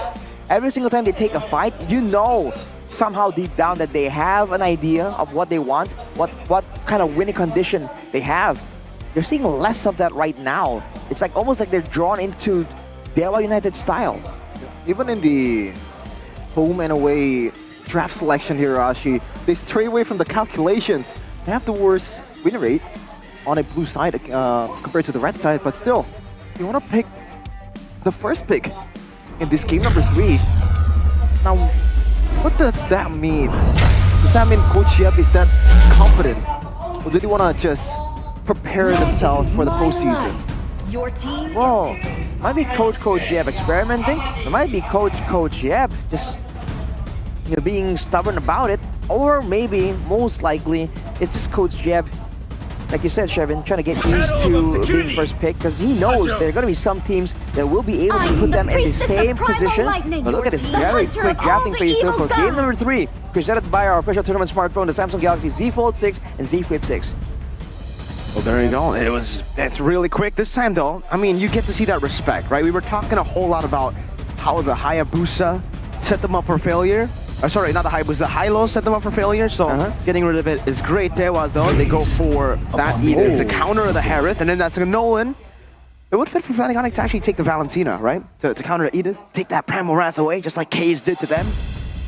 Yeah, but do they want to go Chow again after the Hylos is eliminated? Well, it's gonna be fair miss for San, so a whole lot of bailout mechanic here for Coach Yep. It's a good combo with the Harith as well. Well, both in both game 1 and 2, the Faramis was banned out, but only in the second phase. So now for Fnatic Onyx, they go for it.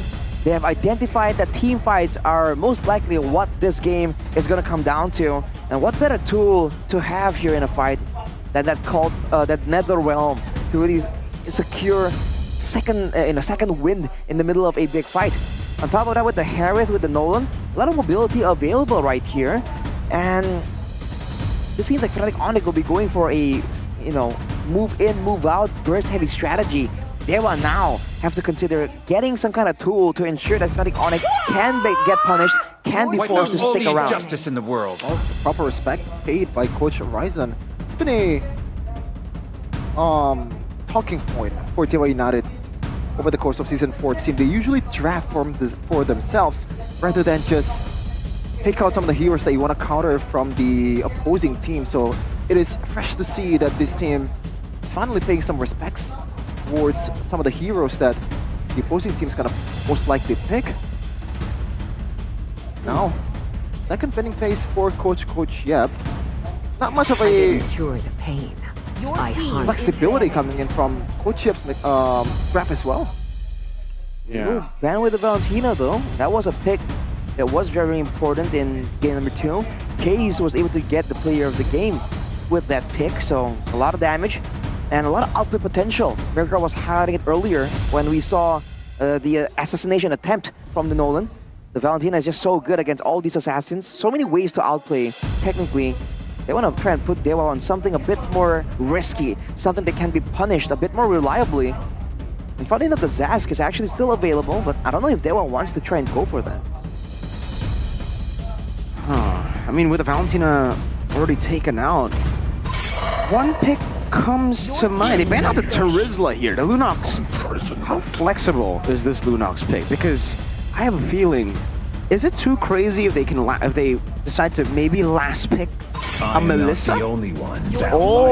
Right, because it finds a whole lot of value with the Harith there, and then up against the Faramis too, if they want to go for these clumped up team fights. How about a Ruby Gold Blade? For what? It's possible, it has potential. And that means the Lunox will be flexed over to the mid lane. And we've seen that before. Lunox with the deceptively strong early game can be used by Dewa. Now with the Arlet already picked up there for Fnatic Onyx. They have a lot of ways for Dewa to really punish the clumping of the Netherrealm. They need something else to try and equalize here. It's gonna be a Grok. Oh man, Grok EXP! So we've seen this in MPL PH. And I believe this is a debut for MPL Indonesia, back again on the EXP lane. This time for Raze, the debutant for Onyx, so a whole lot of burden for this rookie. Front control immunity, good wave clear. When it comes down to it, it's only a wild charge available though. Comboed with the implosion though, it's enough to really gain an advantage, a foothold in the midst of a 5v5. Last pick though, you can hear Mirko edging on Coach Ryzen. Do it, Ryzen. Let the flexibility flow through you. I mean, to be fair, up against the Grok, it isn't really a good pick, but hey. It's really not that safe, right? They can obviously still go for Zask. I think that definitely is the safer choice of the two. It's time to go Lo and behold, they go Lilia. Oh, interesting. So a lot of cutting potential against here. Faramis, yeah. Yeah, it is a pretty good pick. So it is gonna be what once again on the Lunox. We saw this guy play this hero in game number 2, and it really paid off.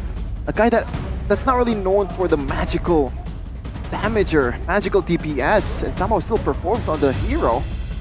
And Rashi, after the draft concludes, any takeaway here? Like, who do you prefer in this case?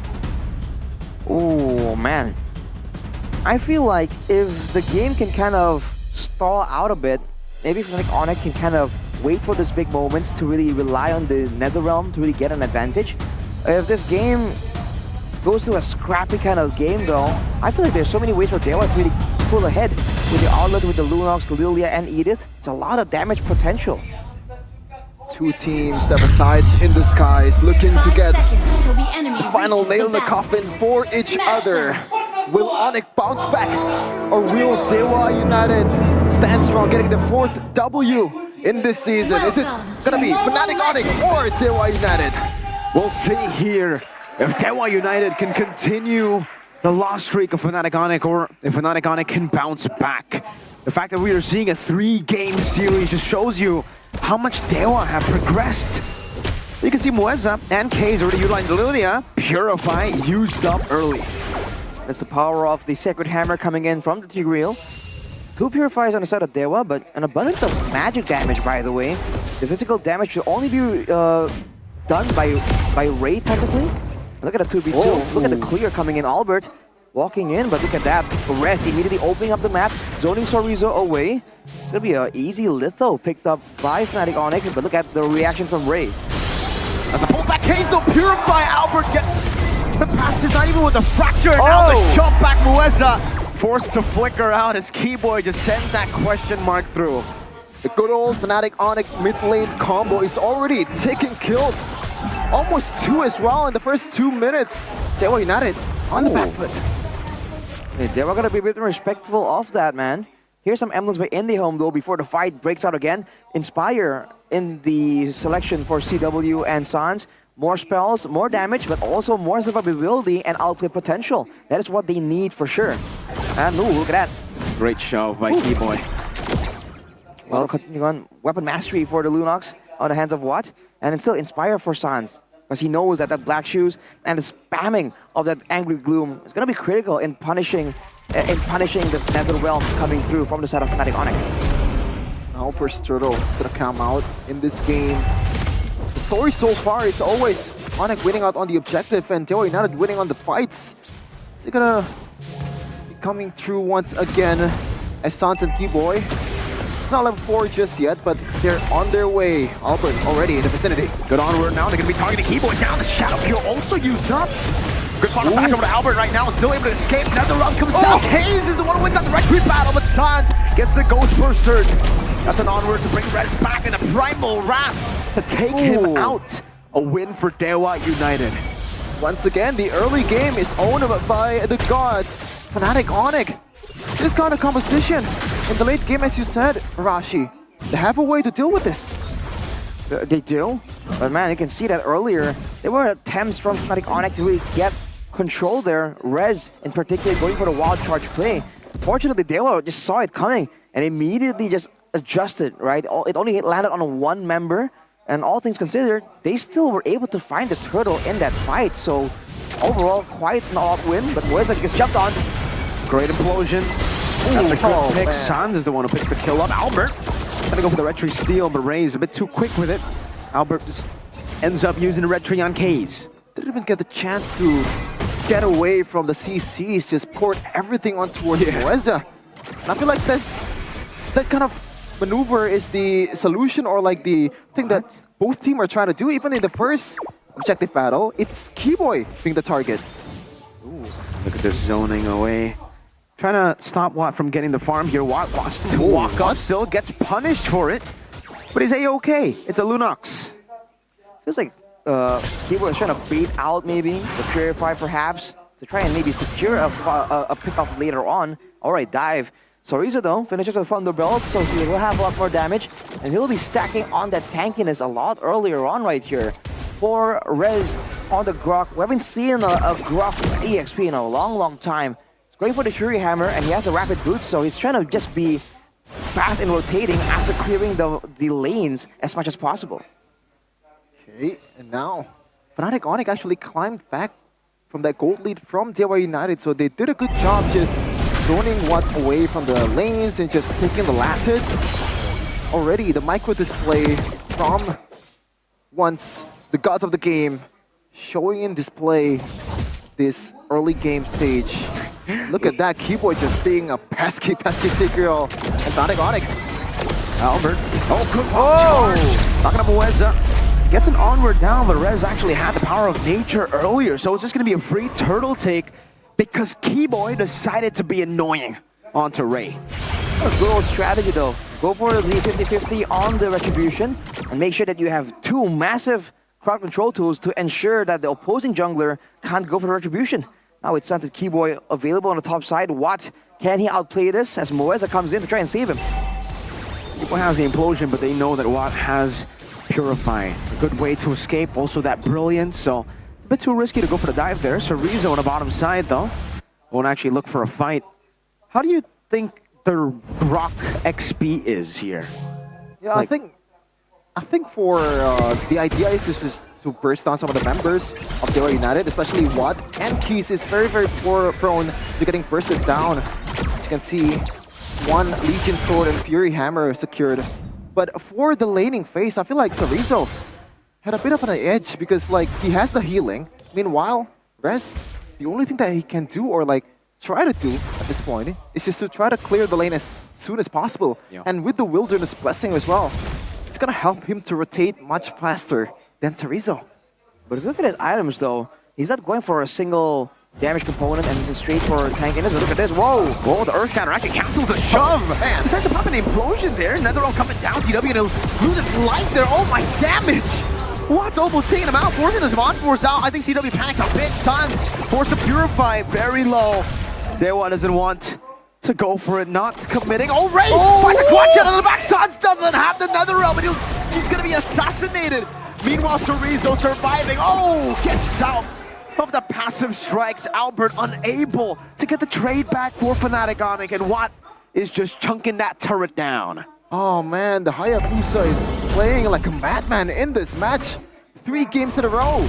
Ray, finally, this time, is able to get that pick off in the top lane. And now, a bit too far from the turtle. He's gonna come back with a lot of HP. Game plan is still gonna be the same. Weza jumping in first. Good shot, nice final slash there. Implosion catches both of them to Mon Force. Use up as well. Rez gonna be able to find a wild card.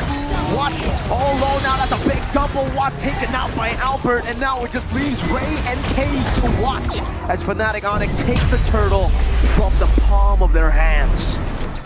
What the heck was the damage, my guy? Rez coming in immediately demolishing the backline. They were trying their best, but they clumped up a bit too much there. Cage gets on now. That's a black shoes. Mon Force popping already. Ray defensively walking back. CW still just walking under the turret. Dashes out towards a purple buff. Albert picks up a turret down below. Instantly capitalizing in that small window. You can see Mueza, if he misses, then he's gonna get punished right away. The same thing with Keyboy. So I feel like both teams. What? Both teams? It's just a matter of who can engage first and pull the trigger first and not a mistake in the process. And it depends on how both junglers play. Oh, never mind, Keyboy! The Chaos too, Keyboy getting a shove. Suns, Netherrealm sending out Albert. And the backline forcing a black shoes implosion used up on the 2 Watt. Still has the ability of CW, gonna be changed. CC, Chorizo, one more jump! And he gets it with Watt, getting the fade away. Good Watt charge to lock him up. As a killing spree as Rez walks out Albert. Gonna be stopped. Rez comes in with a big smack to the head. Mueza taken out by Chorizo. In a battle of attrition, dodges away with the fracture too. Ray has the bot, he needs to land and gets the quad shadow! And gets the kill. Landing that shuriken on towards Albert. And once again, Dewa United comes out on top. The gold swing is already very purple. Meanwhile, Chorizo is looking to make that play. The final slash. Oh, Chorizo dodges away pixel perfect from the Ghostbursters. Where have you seen Sans slip up, not land the spell right there? Unfortunate things happening for Fnatic Onyx. Not really getting the control they want, losing it the longer the game goes on. 10 seconds until the next fights begin, and they will have all the better tools, more burst, more potential crowd control tools, and more outplay with the dashes, with the survivability, especially with Chorizo on that Arlet. It's definitely making problems happen for Fnatic Onyx. Oh, Dewa United. They might make this happen against Fnatic Onyx. The debut from Rez is gonna be ruined by the gods. Dewa United, they have the map, they have all the pressure available. Can they actually do it? Can they finally be that consistent team in the late game after this already really good early game. Look at what's going on right now. So Rizzo matching Rez, not allowing him to get the free clear with the roaming boost advantage.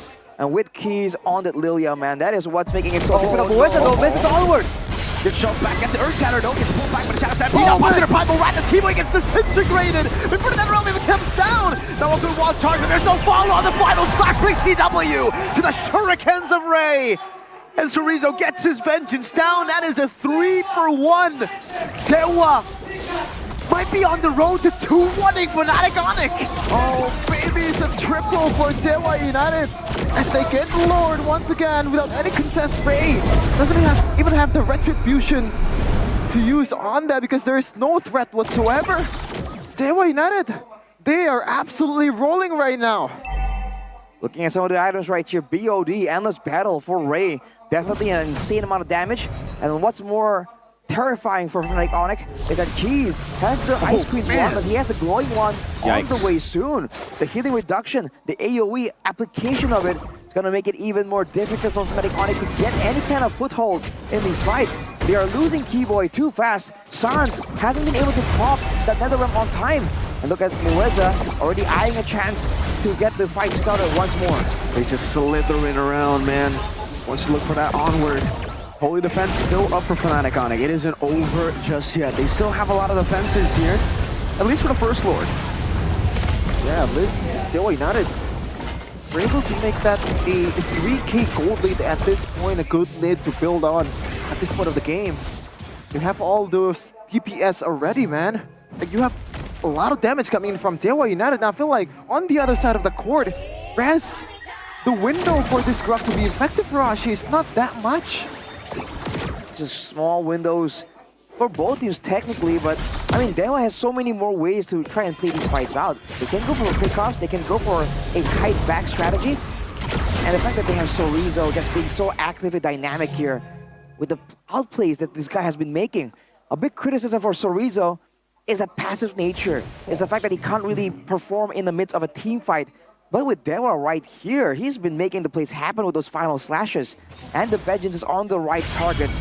It is difficult for Fnatic Onic to find like a moment of control in these fights, man. CW, Sans and Albert just not allowed to really stand around at all. Always pressured or forced to use some kind of spell defensively.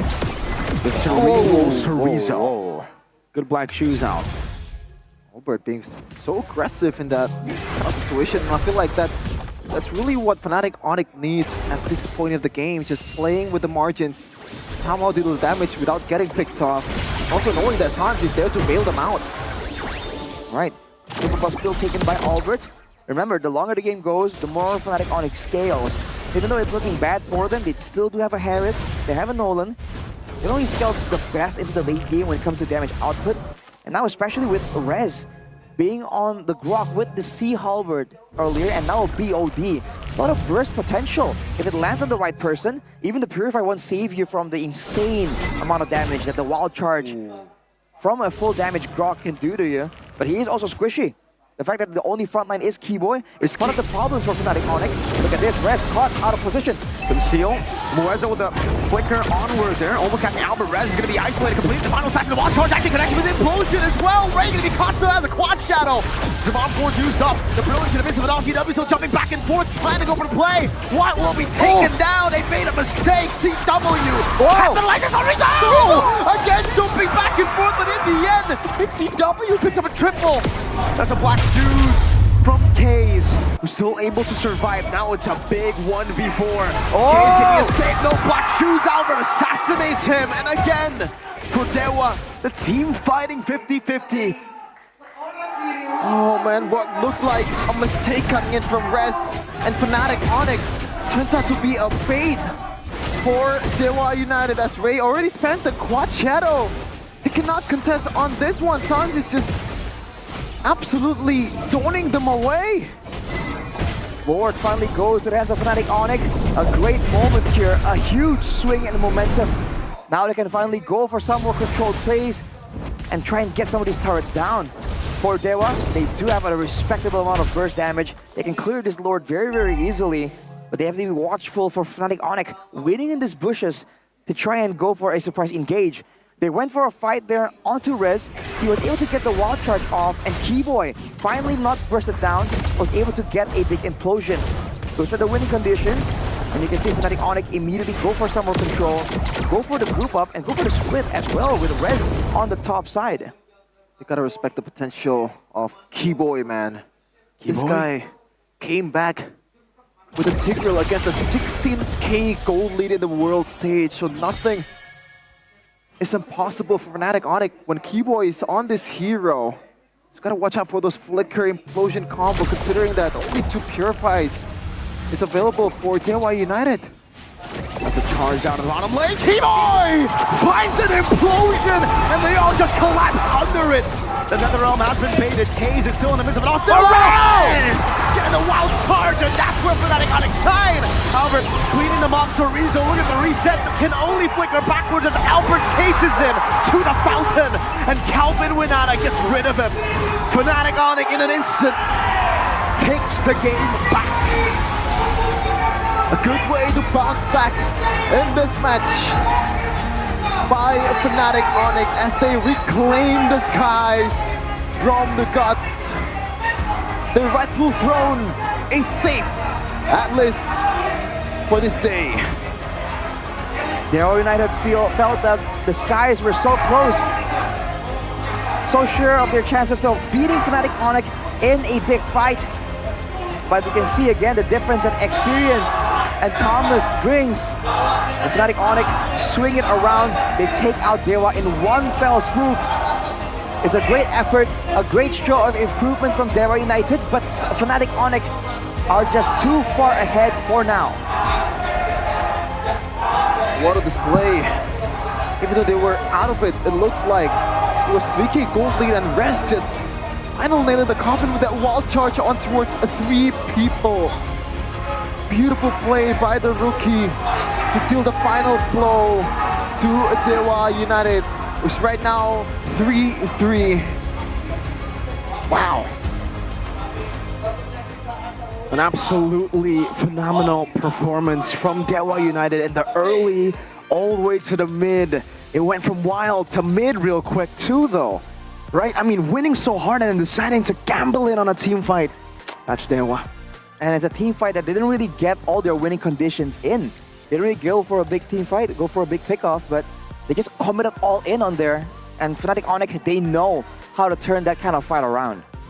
You can see here the stage that they didn't really visit that much often in the previous week, and now they're back here. Gonna get interviewed to see what they have to say after this W against Dewa United with Bude Clara Mongstar. Dengan kemenangannya yang pertama di minggu ini, tapi Bude mau langsung nih ya, mau foto bareng Rez. Selamat datang Rez. Kita foto boleh nggak? Boleh ya. Nih Bude bisa foto di sini karena ini adalah perdana Rez di MPL. Boleh gayanya Rez? Boleh dikasih lihat dong? Yeay! Rez gimana main di MPL? Menjadi regenerasi terbaru dari Fnatic Onyx. Gimana ya? Ya gitu sih. Ya gitulah ya, ngerti kan? Sonic tahu ya? Iya tahu. Senang. Oh senang. Ya. Lalu ini kan berapa lama persiapanmu untuk bermain di panggung MPL ini? Berapa ya? 4 hari kayak. Ya 4 hari sih. Baru Rez naik gitu? Ya. Lalu responmu? Apa? Responmu bagaimana? Ini kan bisa dibilang meregenerasi. Season lalu ada Lutfi, season ini Rez hadir. Tentu ekspektasi itu sangat tinggi. Bagaimana kamu menghadapi ekspektasi itu Rez? Ya main aja bagus sih, main bagus aja. Main bagus? Ya. Kunci main bagusnya Rez apa? Apa? Apa ya? Ya komunikasi kayak gitu-gitulah. Semuanya, bagus, tapi ya, lancar 4 hari? Ya, lumayan. Lumayan. Lawannya Dewa United hari ini, tapi menarik di mana kita melihat, buset kayaknya kalian menang comeback mulu. Siapa nih? Siapa Rez? Kasih tahu Bude, siapa yang menurutmu di antara kalian berlima yang menjadi kunci dari comeback kalian? Siapa Res? Semuanya sih. Semuanya. Ya. Namun, Sans, Halo Bude. ini kalian menangnya comeback gitu. Kepengen bikin Sonic deg-degan atau gimana? Ya kita ada beberapa emang menang di awal, cuman yang pas di mid gamenya kita nggak terlalu bagus untuk eksekusi buat warnya, jadi ke bawah late game. Ya. Ke bawah late game. Iya. Dan ini yang nggak biasanya kita lihat dari Fnatic Onyx nggak sih? Kesusahan di gamenya? Nggak apa-apa sih, mau susah mau gampang, yang penting end gamenya menang. Ya. End gamenya menang. Tapi gimana mental Sans di 3 game tadi tuh? Sama seperti biasa sih, main biasa aja sama tim. Agak panik dikit nggak waktu base-nya kepengin hampir ke end tuh? Game 1, lalu game...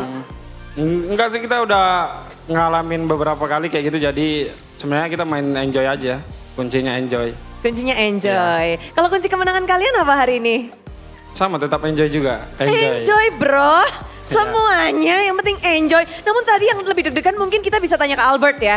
Albert, wadaw, ini kamu melihat dari game pertama, bagaimana kamu bisa, kita ngelihat ada 1 lawan 1 bersama dengan Awat Super Supriyadi pada saat di base. Coba ceritain game pertama itu, gimana kamu bisa endingnya defense dan bisa ngebalikin semuanya.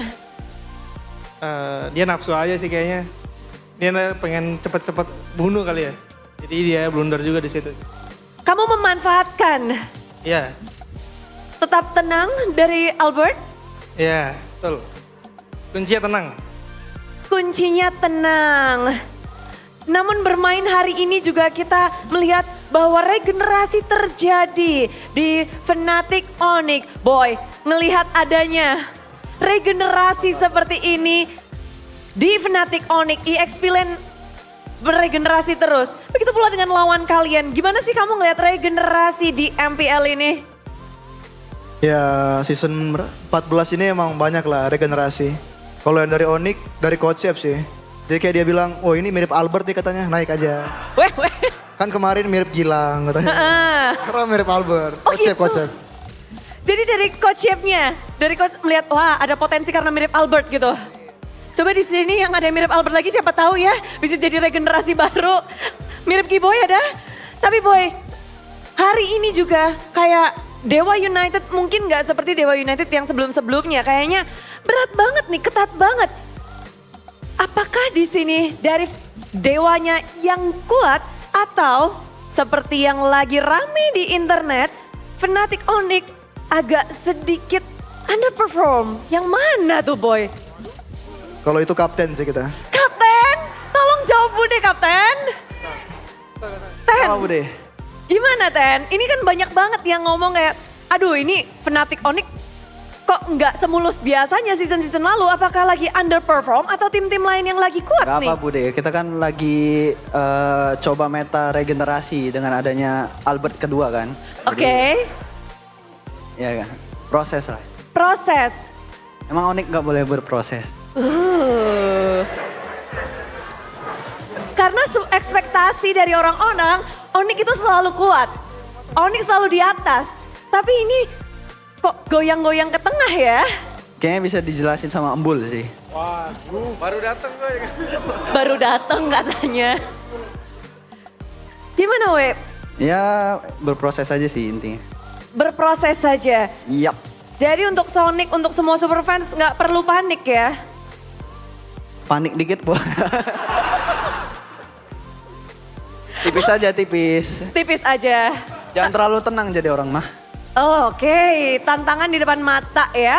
Betul. Tetap percaya diri dari Fnatic Onyx. Tapi untuk hari ini, kemenangan hari ini. Ayo dong We. We, kasih kita Gak ada, sesuatu. Bude, sumpah. Ini tanpa disetting emang gak ada Bude. Udah. Karena emang kita, gua mau ke toilet sih. Oh ya udah, ini aja ya. Rest aja ya, rest. Rest. Kata-kata untuk hari ini, mungkin ada yang mau disampaikan?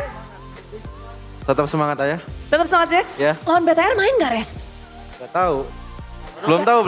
Nggak tahu. Iya. BTR lagi di pucuk nih, gimana nih? Ya udah lawan aja. Lawan aja? Iya. Apakah ada persiapan khusus melawan tim yang sekarang buset kayaknya di atas? Apa yang ingin Res lakukan nih untuk persiapan? Semuanya sama aja sih persiapannya. Ya kita harus siap lah. Harus siap? Ya, Res siap? siap. Teman-teman siap nggak ini? Abang-abanganmu siap nggak nih? Tahu nih? Tahu nih? Siap nggak pada? Siap gak? Lawan BTR besok? Siap, siap. Oke, yang penting Res bahagia ya, itu kuncinya. Oke, kunci. Itulah dia. Ada yang mau disampaikan lagi? Ayo. Untuk melawan Bigetron, mungkin mau request drum band atau apa? Enggak ada sih, ya cuman bilang terima kasih. Kita masih ada match lawan BTR besok. Kita bakal kasih yang terbaik besok lagi. Ya tetap dukung kita, ini masih panjang juga. Kita pasti kasih yang terbaik aja terus.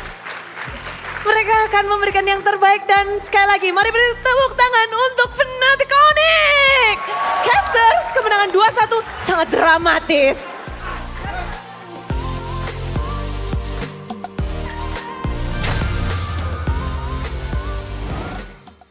Rez's rookie debut ends up with a victory for Fnatic Onyx after that beautiful wild charge on towards 3. The final blow towards Dewa United by the rookie. The final blow was more of a Benedetta thing. That was a wild charge. Final charge. There you go. It was really impressive, man. You know, to make your debut on stage and already have a performance like that. We don't count game 2 because obviously, you know, that was more of a, as Gandhi would say, we were trying. We're testing our limits, man. Yeah, Let's go on it. You gotta experiment sometimes. You know, keep the game interesting, huh? Let's go. Gandhi always says that for sure. That's true. But let's look at some of the moments right here. This was one of those fights, right? They were jumping on. They spent so much to try and get res. And unfortunately, that allows Keyboy, for once, to actually get picked off. Again and again, Keyboy kept getting deleted. And Sans tried his best to try and save him with another realm. And he kept failing. Keyboy kept getting taken off. And in this fight, you can see it, even the damage sources, right? Watt and Keys weren't really working in tandem with the team. They weren't really able to get that combo, that AoE running. And you need that to really win against a team with a Netherrealm that's just so impactful, especially in the hands of someone like Sans with all the experience in timing it, right? Using it in the right exact moment to get the best benefit. Yeah, it really does feel like they kind of forgot that the Netherrealm is there to kind of bail out the entire team. As we take a look at the player of the match, presented to you by Samsung Galaxy Z Fold 6 and Z Flip 6. It is Keyboy! Keyboy? Keyboy? Keyboy? That's the way Poisey says it, right? Whenever someone flickers, gets an implosion, or actually doesn't get anyone with the implosion, you hear Poisey saying, Keyboy? Keyboy? What? Well, he has 0 kills, which is to be expected almost. Sometimes you forget that Keyboy just gets so aggressive and you kind of assume he has some kills, but 5 times taken out of the game, even with the Netherrealm, that is what Dewa were able to kind of force onto them. Here, the player of the match highlights by our official gold partner, Ube as Gold. And you're seeing from the early game, he was using that Tigreal Sacred Hammer in such a great way to just be oppressive. And here, you see it every single time. Keyboy gets jumped on, he gets saved here, but overall, look at how Dewa is playing, right? Together as a team, zoning out the real threats of the game, knowing that, you know, without CW, no DPS, if they don't clump together, no real way for them to get comboed, and they're using all that to their advantage. Fortunately, the longer the game goes, the more they kind of lost track of that vision, right, of how they were able to actually get some of these very good fights. And of course, Ray showing off against Albert, saying that, you know, we're not too shabby ourselves. Look at this. Moeza tries to go for a play. Fortunately, it doesn't land. The final slash already expanded. That's even before the implosion, before the Netherrealm. And Watt really tunneled in to try and get Albert there, diving in. And look at where he is, man. In the middle of 3 members of Fnatic Onyx. Small mistakes overall for everyone. It just did not go as planned for them. And eventually they get chased down. Keys gets taken out as well. That was the beginning of the end. And for Onyx, they know they need something decisive. Big implosion. Okay, recovery from Dewa. But look at Rez immediately eyeing an opportunity. Look at this. Oh man. Damage too. Orgasm. That was a certified Rez play. Yeah, for sure. And the fact that in that teamfight Arashi, when it all started to go south, but we're gonna see here the golden moment for... Motor ya? Tore. Sabar, Julian. Lihat belakangnya tadi. Kuda kick. Cancel, Bob. Masih bisa nggak, Pak? Bisa. Lo banget ya. Lihat kiri. Gue mati. Aman, Des. Bawahnya ada sih. Santai. Mas, aman. Kasih main. Santai aja. Harusnya dia takut sih. Dia mau fokus minion nggak sih? Enggak, sabar. Aman gua. Nice, Bert. Dia agak maju, dia bisa konsel. Konsel. Aman dong. Ulti, guys. Oke. Gue tarik sini, guys. Belakangnya dong, guys. Haya. Bisa. Ayo, guys. Lu saya. Bisa lurus saya. Gue mana? Sabar guys. Gua di bawah. Gak ada kuning. Nice, we. Kayaknya lo banget kok. Bisa lor. Sudah. Aman. Nice banget, we. Ada puring ada ya? Very poised display on that communications. It is, right? Pretty poised, but you can definitely see the excitement once they got that team fight. The last one we saw, you can definitely see that they recognize that is a swing in momentum and it's their time. But I'm comparing it to like Alter Ego. It's one of the calmest, man. Definitely, you know. Oh yeah, take a look at the items here, Rashi. You can see some of the items that these guys have secured. Res full damage, not even a rose gold meteor to kind of give him a little bit of HP or shield as well. Yeah, for those of you who aren't aware, Grok's passive transforms half, I believe, 0.5 of his attack, physical attack damage into defense. By the way, physical defense. So he has a layer of tankiness here. As long as he isn't retargeted by Keys and Watt against Ray and Sorizo, he actually can hold his own, which is why this EXP Groks usually go for those full damage builds. But this is quite late in comparison, right? It wasn't late game like game number 1, but 15 minutes, 16 minutes is quite respectable there. A big team fight and these time frames can kind of be fatal, man, with the death timers being long enough for at least several objectives to fall into the hands of the opposing team. Once again, the rich guy, Albert, with the Nolan this time, not Hayabusa. Even though he's going on this jungler, not a jungler, not a gold lane, still gets the gold and the farm quite well compared to the opposing junglers. Yeah, both game 1 and game 3, we do see Sandbag and the Wingman being Keyboy, right? On the Hylos, much more expected. On the Tigreal, wow, and you can see this massive dip, and that was definitely caused by that team fight that Dewa took. That's a trench in the bottom lane. That's a yeah. I don't really think it's a trench, just like a lake. It's deep.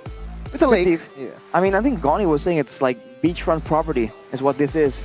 With a great view of the mountain as well. And then, prime real estate for Fnatic Onyx. And it's funny, you see a small dip in the front there? That's where the relaxing caravans are. Right before that massive dip where, it's a whole different scenario. Well, yeah, that is it. Game number 3 concludes with Fnatic Onyx finally bouncing back after that miserable display in week number 3. But now, they're back again, looking to make it a 5-peat. A feat that has never been done before. Even 4-peat has never been done before, and I don't think it can be replicated in the future, man. Yeah, it's definitely going to be very, very hard, right? We've only seen one 4-peat champion, and that is only an MPL ID, I believe. We really haven't even seen it from any other region before. Even in Malaysia, it was like back-to-back. I think the closest we got from a 4-peat was RSG SG. And then they didn't... Yeah, we don't talk about that moment. Oh, man. But that would have been the 4-peat for them. That would have been. I think they think about that every night as well, Could have been. You said something interesting in the pre-show, Mirko. Yes. You want to see a new champion. Oh, yeah. I've been saying this for like 5 seasons now. I mean, this is nothing new. Maybe I should stop saying that. You know what? 5-peat. Onyx, let's go. It's always Mirko's fault, apparently. Hey, man. Well, now take it away from JP. Now he's going with the reverse psychology, though, so you never know, right? Goni back at home is like, oh, man. We're going to see here what they have to say after that loss from Dewa United. With Bude Clara Mongstar. Bude penasaran, Raizan, apa reaksimu tadi ketika game berakhir, match berakhir? Ya, sebenarnya sayang banget sih ya, karena ya semuanya udah kita plan, kita udah latih ya, cuman emang belum rezeki lah. Belum rezeki, memang kayak tipis banget gak sih? Ya sebenarnya masih banyak sih yang perlu diimprove sih dari disiplinan. Ya masih banyak juga miss juga ya. Jadi ya emang masih perlu banyak yang direview lah. Menarik karena kita ngelihat kuat banget untuk Dewa sampai mid game-nya, namun di late game kayaknya Dewa itu kesulitan untuk mengeksekusi atau menutup gamenya. Gimana tuh? Kalau dari yang saya perhatikan sih buat di late game ya memang mereka masih banyak miss lah, kayak dari decision masih belum on point. Ya masih banyak blunder juga, jadi kayak ya itu yang ngepanis kita, jadi bikin kita kalah. Ya mungkin ya nanti setelah kita balik ke GH baru kita review lah. Karena waktunya tinggal besok dan lusa harus bertarung lagi. Ya. Banyak yang harus dibenahi nggak dari match hari ini? Sebenarnya kalau dibilang banyak sih nggak juga sih, karena kita emang ada strat sendiri, cuman emang ya kerapian sama kedisiplinan lah yang menjadi PR buat kita. Dan mungkin juga adanya perubahan kah? Karena lagi dan lagi adanya pergantian pemain nih untuk Dewa United. Kalau perubahan sih enggak sih, karena kan kita emang udah ada textbook lah, jadi ada pattern juga. Jadi ya mau itu kayak kita coba mid lane lain tetap ya bakal sama aja sih kayaknya.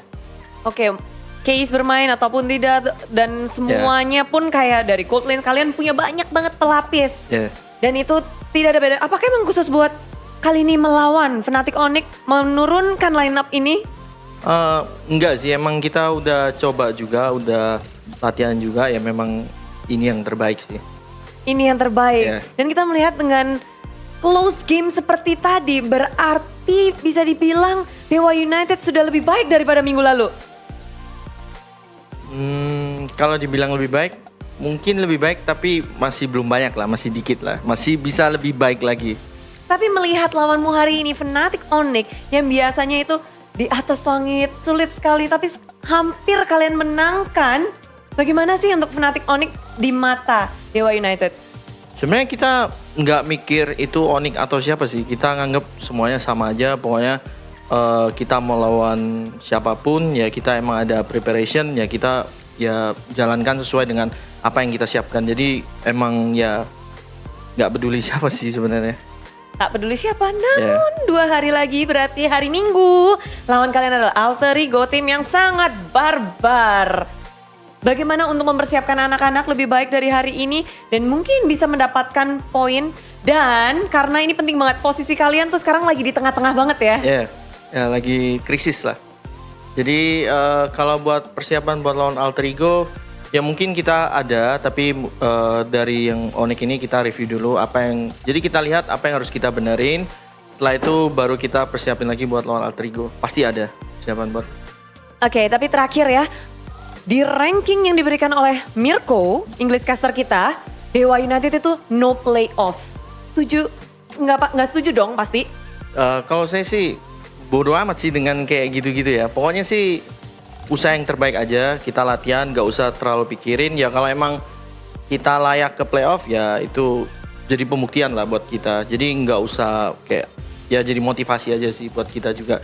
Mau membuktikan lah buat siapa yang bilang kita gak layak buat ke playoff. Mirko, tunggu pembuktian dari Dewa, betul? Betul. Betul, dan kita akan nantikan juga untuk selanjutnya di hari Minggu. Semoga gak ketemu di sini ya. Dan kita akan kembalikan kepada caster, monggo.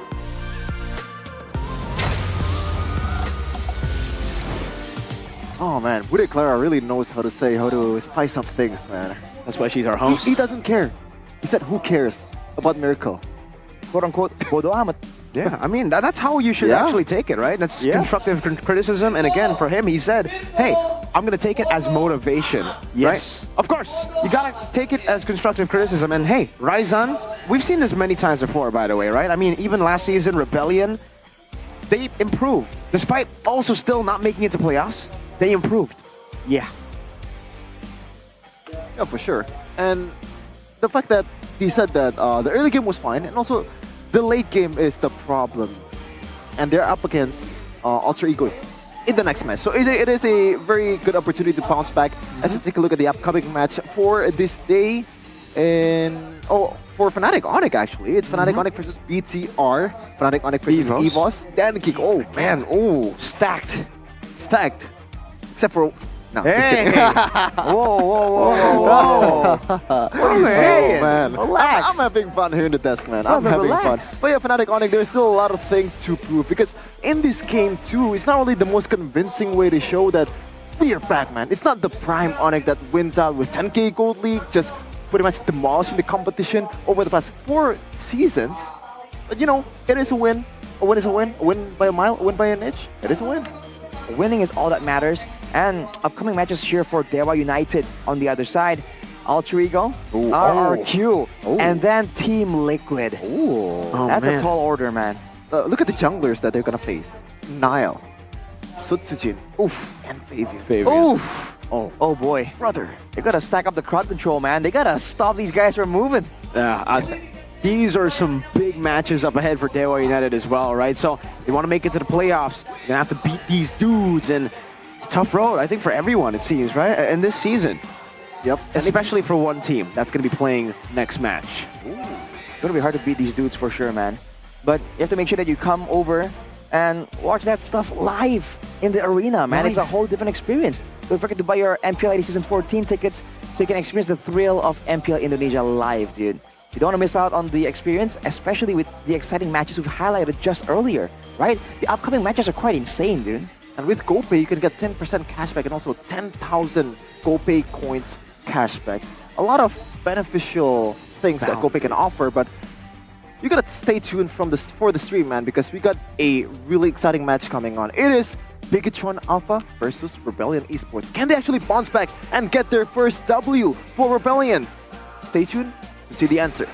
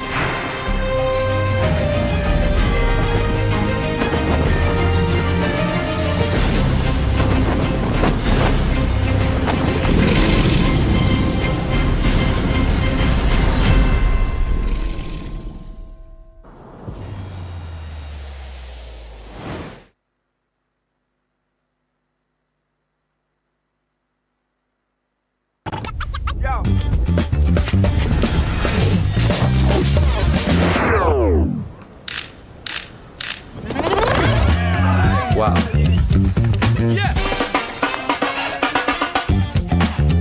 Okay, nature boy, what's that bird then?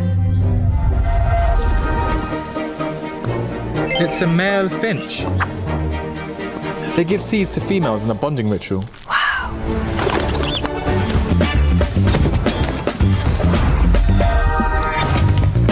Konsolidasi MPL di aplikasi GoPay menambah totalannya ratusan juta. Ya, mengukir takdir kemenangan, menghadapi segala tantangan, penuh keberanian untuk terus berjalan menuju masa depan. Raihlah masa depan, nabung mulai dari hobi. Koleksi terbaru UBS Gold X Mobile Legends Bang Bang, edisi spesial MPL ID Season 13.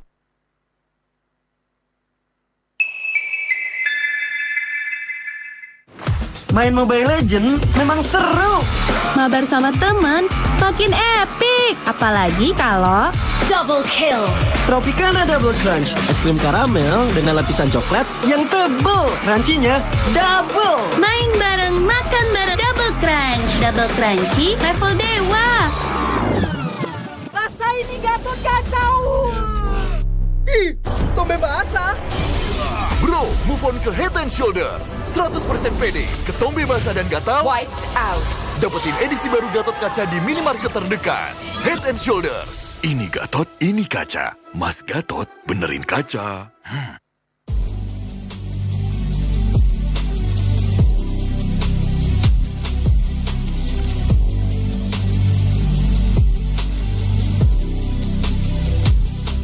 Kenangan adalah jati diri kita.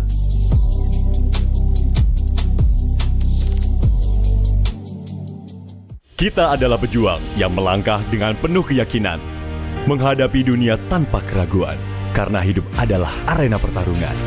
Kita adalah pejuang yang tak akan gentar oleh segala tantangan, menghadapi lawan tanpa ketakutan, karena kita terlahir untuk meraih kemenangan. Raihlah kemenangan dengan koleksi terbaru UBS Gold X Mobile Legends Bang Bang, edisi spesial MPL ID Season 13. Saatnya nabung dari hobi bersama UBS Gold.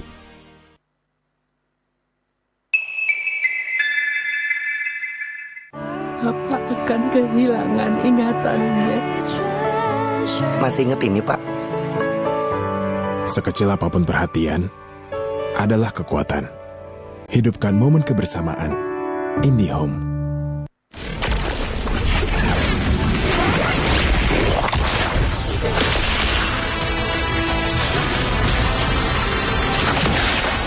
Strike first and without mercy.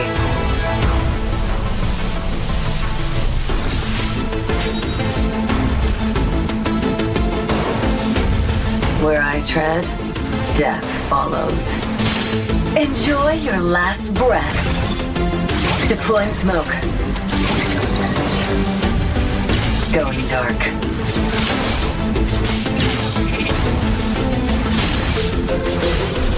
War is my trade. Death is my craft.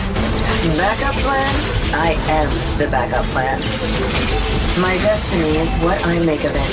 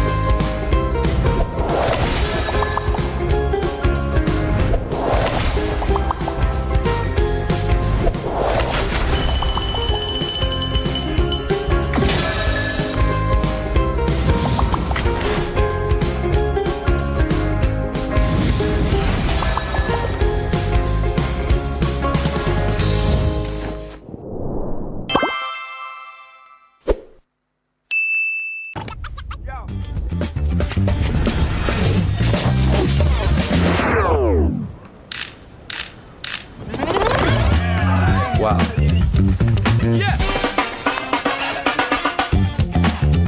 Okay, nature boy, what's that bird then? It's a male finch. They give seeds to females in a bonding ritual.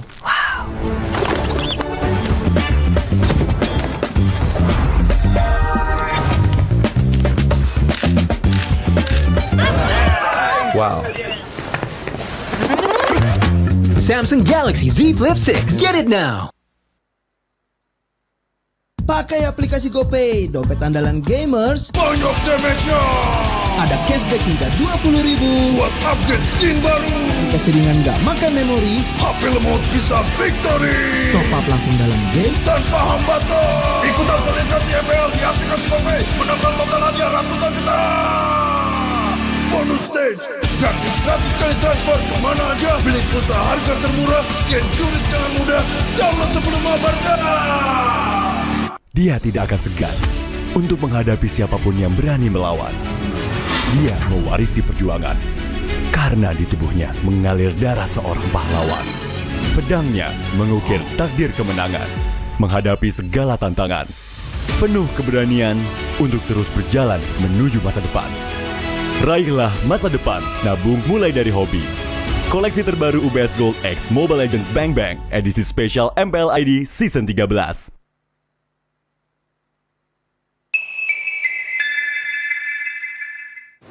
Main Mobile Legends memang seru.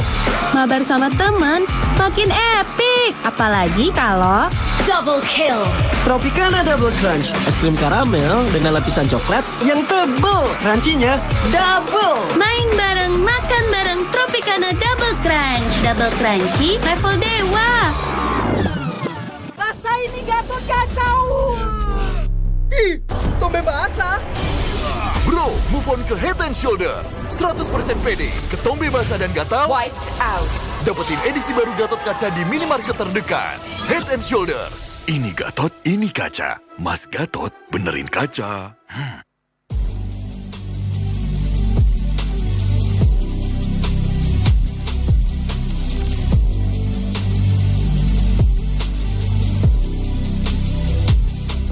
Kenangan adalah jati diri kita.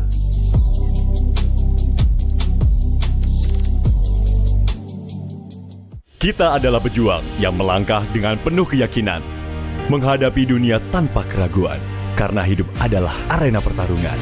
Kita adalah pejuang yang tak akan gentar oleh segala tantangan, menghadapi lawan tanpa ketakutan, karena kita terlahir untuk meraih kemenangan. Raihlah kemenangan dengan koleksi terbaru UBS Gold X Mobile Legends Bang Bang, edisi spesial MPL ID Season 13. Saatnya nabung dari hobi bersama UBS Gold.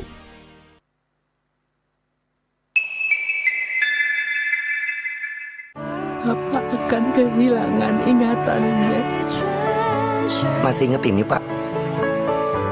Sekecil apapun perhatian, adalah kekuatan.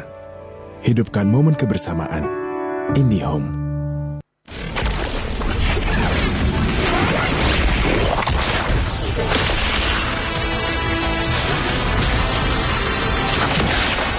Strike first and without mercy.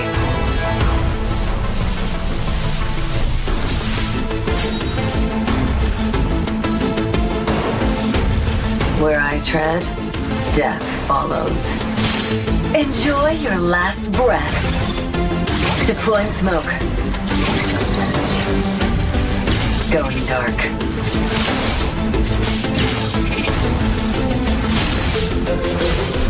War is my trade. Death is my craft. Backup plan? I am the backup plan. My destiny is what I make of it.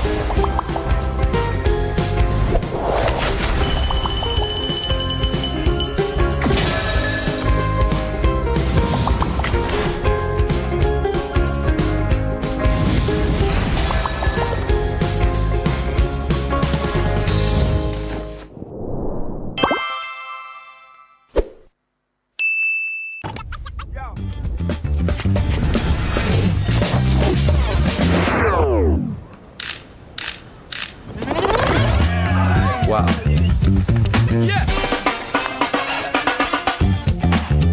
Okay, nature boy, what's that bird then?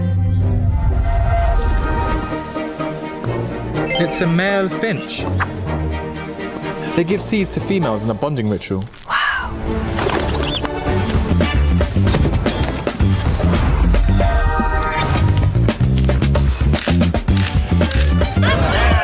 Wow. Samsung Galaxy Z Flip 6. Get it now. Pakai aplikasi GoPay, dompet andalan gamers. Banyak damage-nya.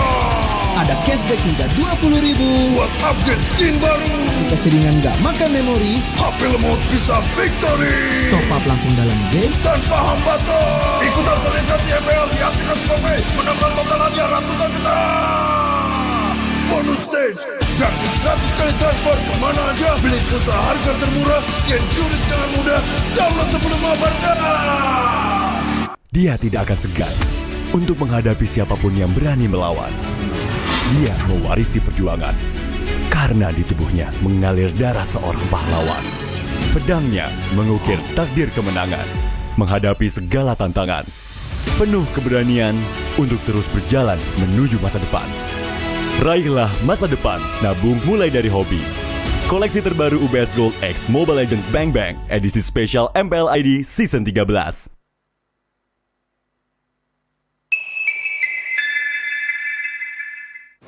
Main Mobile Legends memang seru. Mabar sama temen makin epic. Apalagi kalau double kill. Tropicana Double Crunch, es krim karamel dengan lapisan coklat yang tebal. Crunchy-nya double. Main bareng, makan bareng Tropicana Double Crunch. Double crunchy level dewa. Rasa ini Gatot kacau. Ih, tombe basah. Bro, move on ke Head and Shoulders. 100% pede, ketombe basah dan gatal Wiped out. dapetin edisi baru Gatot kaca di minimarket terdekat. Head and Shoulders. Ini Gatot, ini kaca. Mas Gatot, benerin kaca.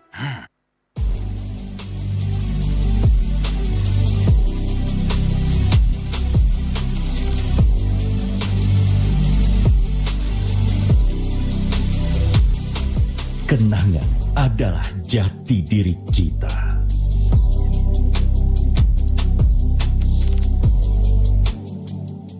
Kita adalah pejuang yang melangkah dengan penuh keyakinan, menghadapi dunia tanpa keraguan, karena hidup adalah arena pertarungan. Kita adalah pejuang yang tak akan gentar oleh segala tantangan, menghadapi lawan tanpa ketakutan, karena kita terlahir untuk meraih kemenangan. Raihlah kemenangan dengan koleksi terbaru UBS Gold X Mobile Legends Bang Bang, edisi spesial MPL ID Season 13. Saatnya nabung dari hobi bersama UBS Gold.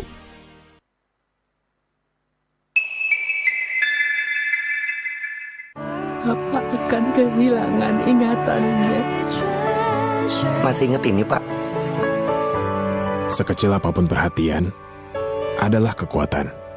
Hidupkan momen kebersamaan. IndiHome.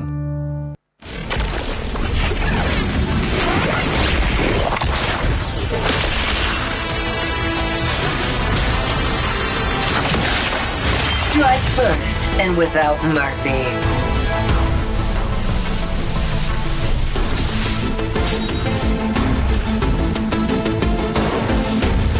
Where I tread, death follows. Enjoy your last breath. Deploying smoke. Going dark.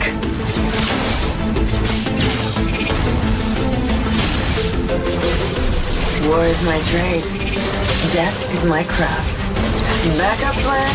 I am the backup plan. My destiny is what I make of it.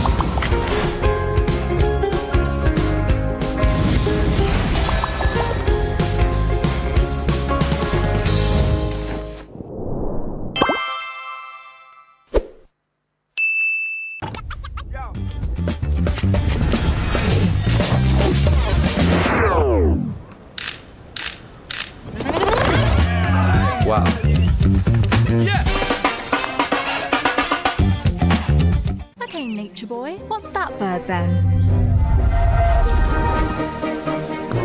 It's a male finch.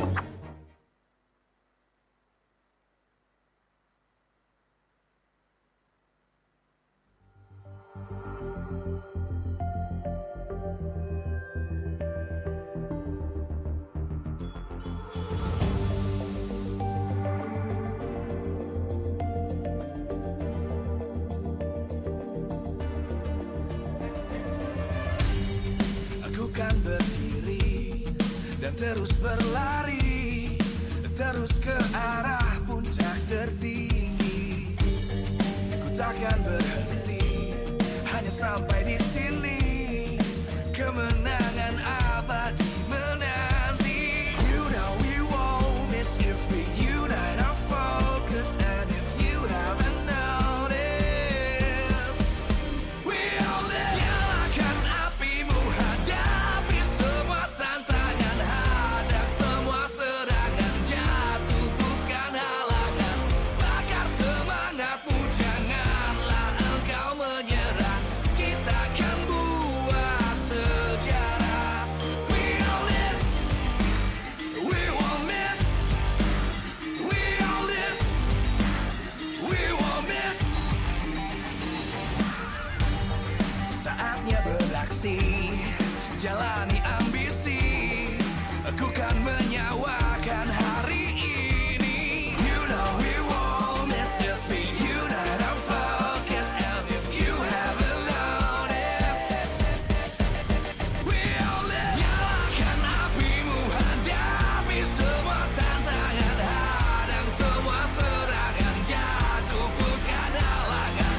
Bakar semangatmu, janganlah engkau menyerah. Kita akan buat sejarah. We all this, we won't miss. We all this, we won't miss. We all this.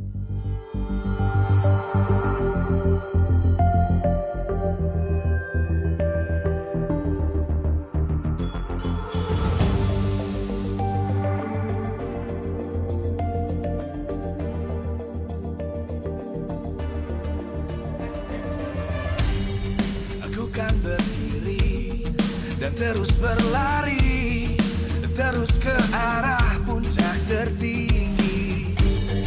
Ku takkan berhenti, hanya sampai di sini. Kemenangan abadi menanti. You know we won't miss if we unite our focus. And if you haven't noticed, we all live. Nyalakan apimu, hadapi semua tantangan, hadang semua serangan, jatuh bukan halangan. Bakar semangatmu, janganlah engkau menyerah.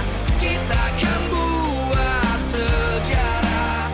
We all this, we won't miss. We all this, we won't miss. Saatnya beraksi, jalani ambisi. Aku kan menyawakan hari ini. You know we won't miss if we unite our focus. And if you haven't noticed, we all live. Nyalakan apimu, hadapi semua tantangan, hadang semua serangan, jatuh bukan halangan. Bakar semangatmu, janganlah engkau menyerah.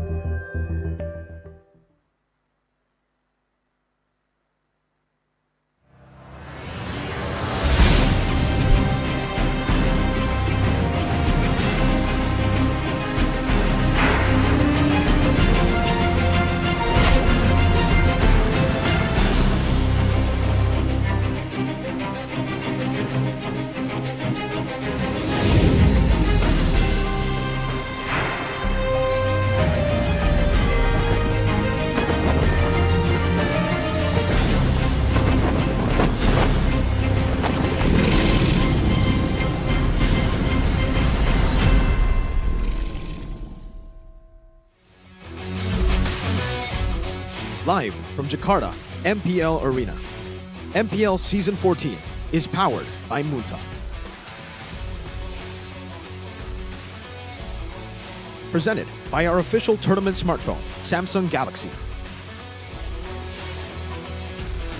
Official e-wallet, GoPay. Official destination for gaming and esports, Hidea. Official gold partner, UBS Gold. We own this.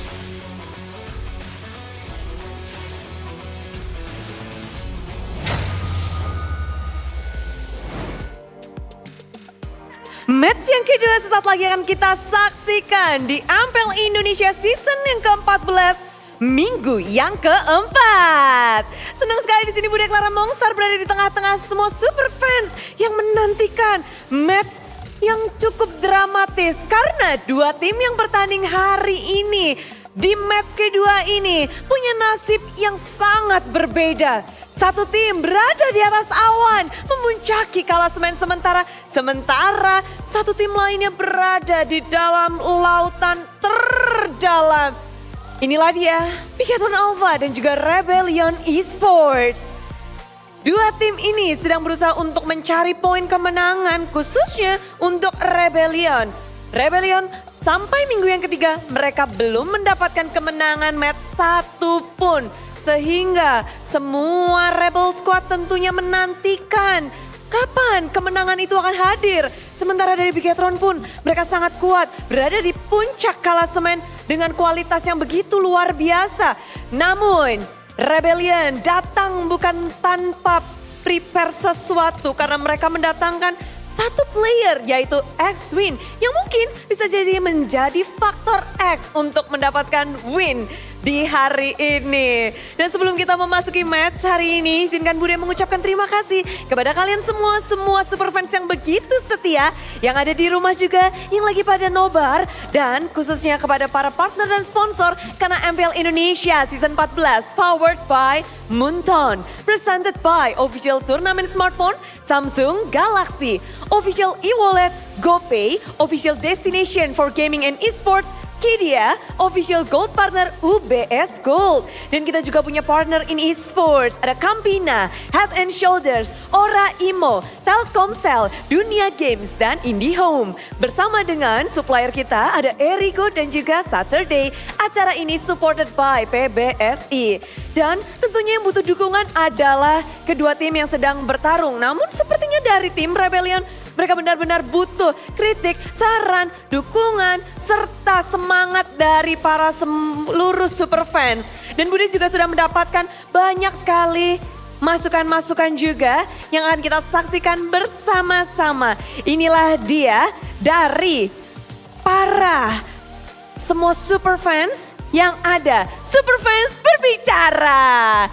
Ini dari Ardi Kusum 12. Kita bacakan bersama-sama ya.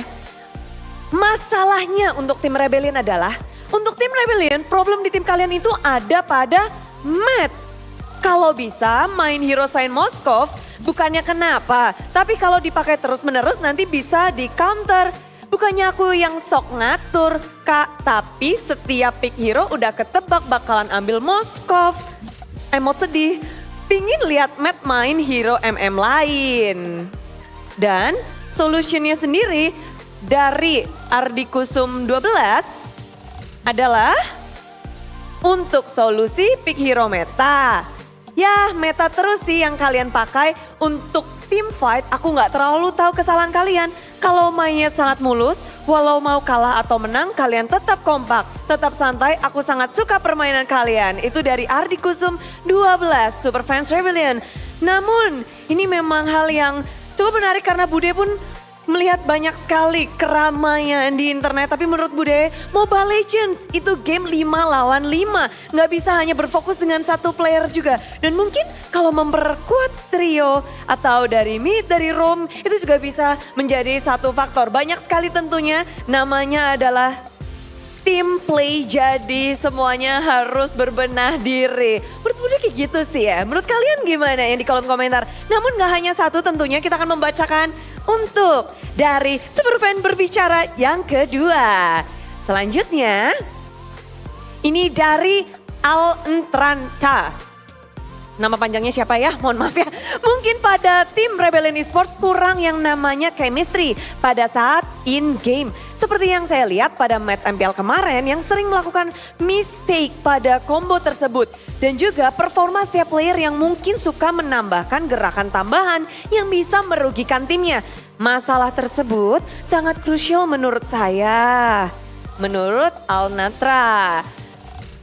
Kalau solusinya apa tuh? Solusi menurut dia adalah yang pertama.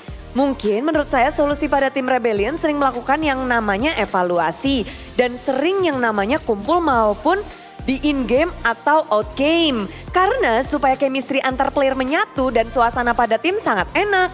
Yang kedua, menurut saya mungkin pada tim Rebellion harus membawakan gameplay baru yang mungkin tim lain belum tahu supaya bisa berkembang.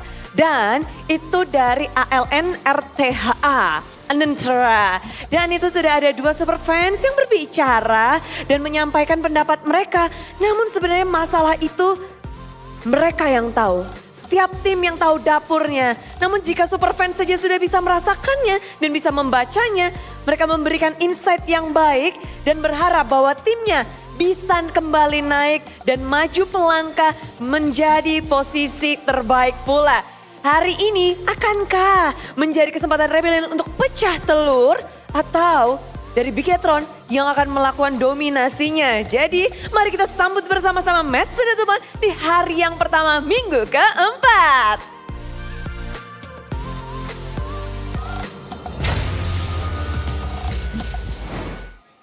Heaven and earth, a term that's probably the most perfect to describe what's happening between these two teams. Bigetron Alpha is, you know, for a lot of people out there, this team is the best in the league, at least overall.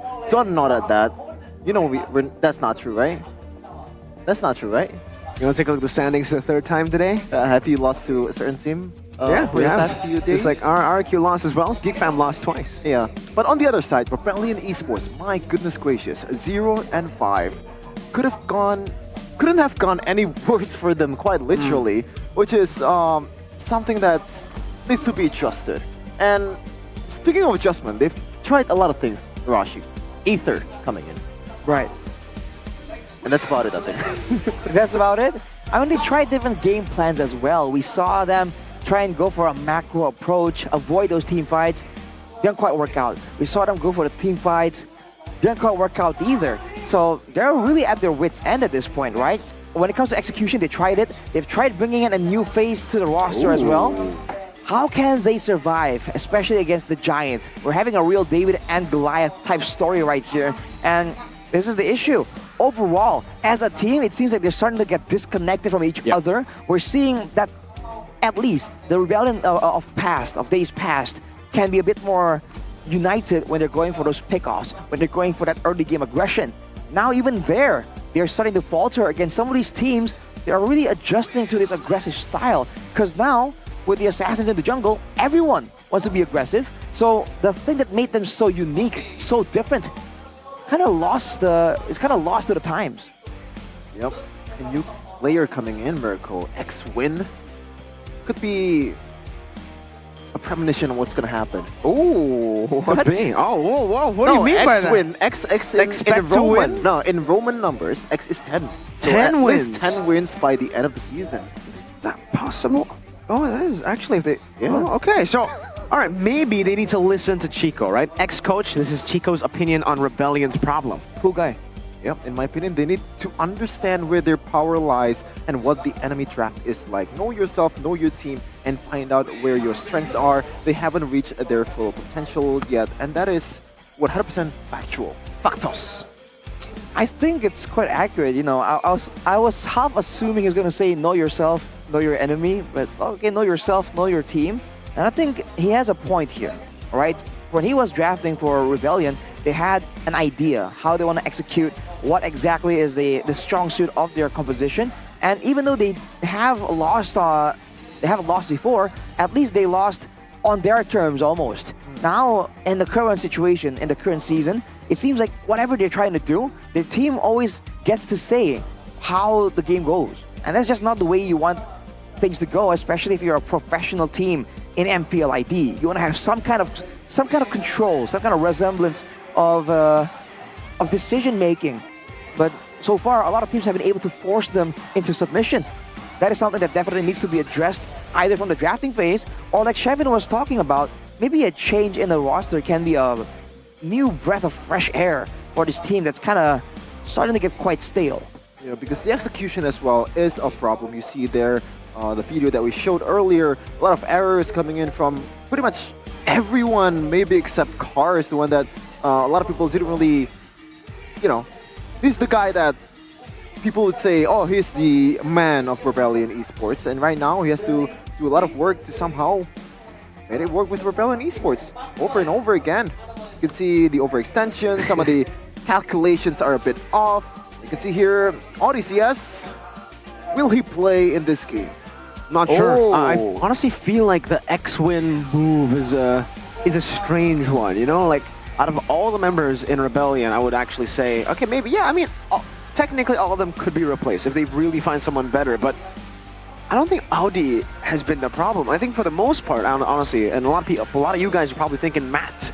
No, I'm thinking mostly the drafts have been the problem, right? I mean, if these players get plans and drafts that they are not comfortable executing, puts them in a hard spot. And the thing is, we have seen these players, the same exact players, shine in the MPL stage before. When Chico was the coach, he was literally setting them up for success for the most part. And now we don't really see that as often. That is, what we do see is El Mukbang. El Mukbang. The Mukbang god himself, Moreno. Made famous from his statements when he said, I'm gonna mukbang the Filipinos. He made that come through right before getting wrecked by Onyx. Hey, well, at least he stayed true to, he talked the talk and walked the walk. He would talk the talk, walk the walk, and then he even said, oh, King Onyx, no, I can't beat him. And then he talked the talk and walked the walk. He kind of spelled his own doom almost. Yeah. But yes, El Mukbang right here against Rebellion. When you have someone that is this dynamic, this dangerous in the mid lane, you have to feel for Rebellion, man. What is the idea? If they want to go with that trio mid roam style, where they can finally make use of Odysseus now, with his aggression, with his pickout style, they have to try and get a very solid matchup here in the mid lane too. And Moreno is notorious for at least going somewhat even in matchups that, on paper at least, should be kind of disadvantageous for him. Exactly. What's the take here on Moreno? Is he top 2? Is he top 1? I would say right now he's number 2. Number 2? What about you, Rashi? Moreno? Oof. I would say top 2 is, I think number 2 is actually very fair. Who do you think is the number 1? Oh, good to see that all my friends at the desk are not delusional and, really as well. Facts, brother. Yeah, facts. Usually the only delusional one is the one in the middle. Exactly. Called out here, but yeah. Because you're building man. And, it's interesting that I'm gonna talk about GeekFam just a little bit here. We're gonna segue into Bigatron Alpha. Sure. The fact that, who's the top 1 roamer right now? Baloyski. Okay. Top 1 roamer? Yeah? I'll go with Edok. Oh, okay. That's delusional take. Oh! Meanwhile, EXP lane. Come on. Luke.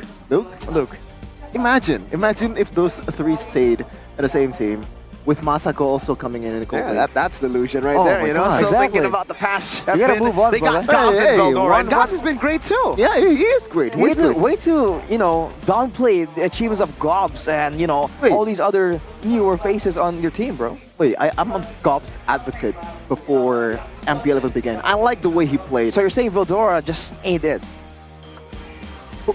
Sheffield, maybe it's time to focus on Bigatron versus Rebellion. Let's talk about Bigatron Alpha versus Rebellion Esports, because Rebellion Esports definitely needs a lot of adjustments, and they brought X-Win.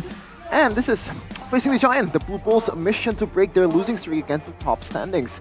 It is really, it does sound like a mission impossible, considering the fact that Bigatron Alpha is on top of their game right now. Yeah. You can also argue that Season 14 Bigatron Alpha right now, from what we see, is better than Season 13 regular season.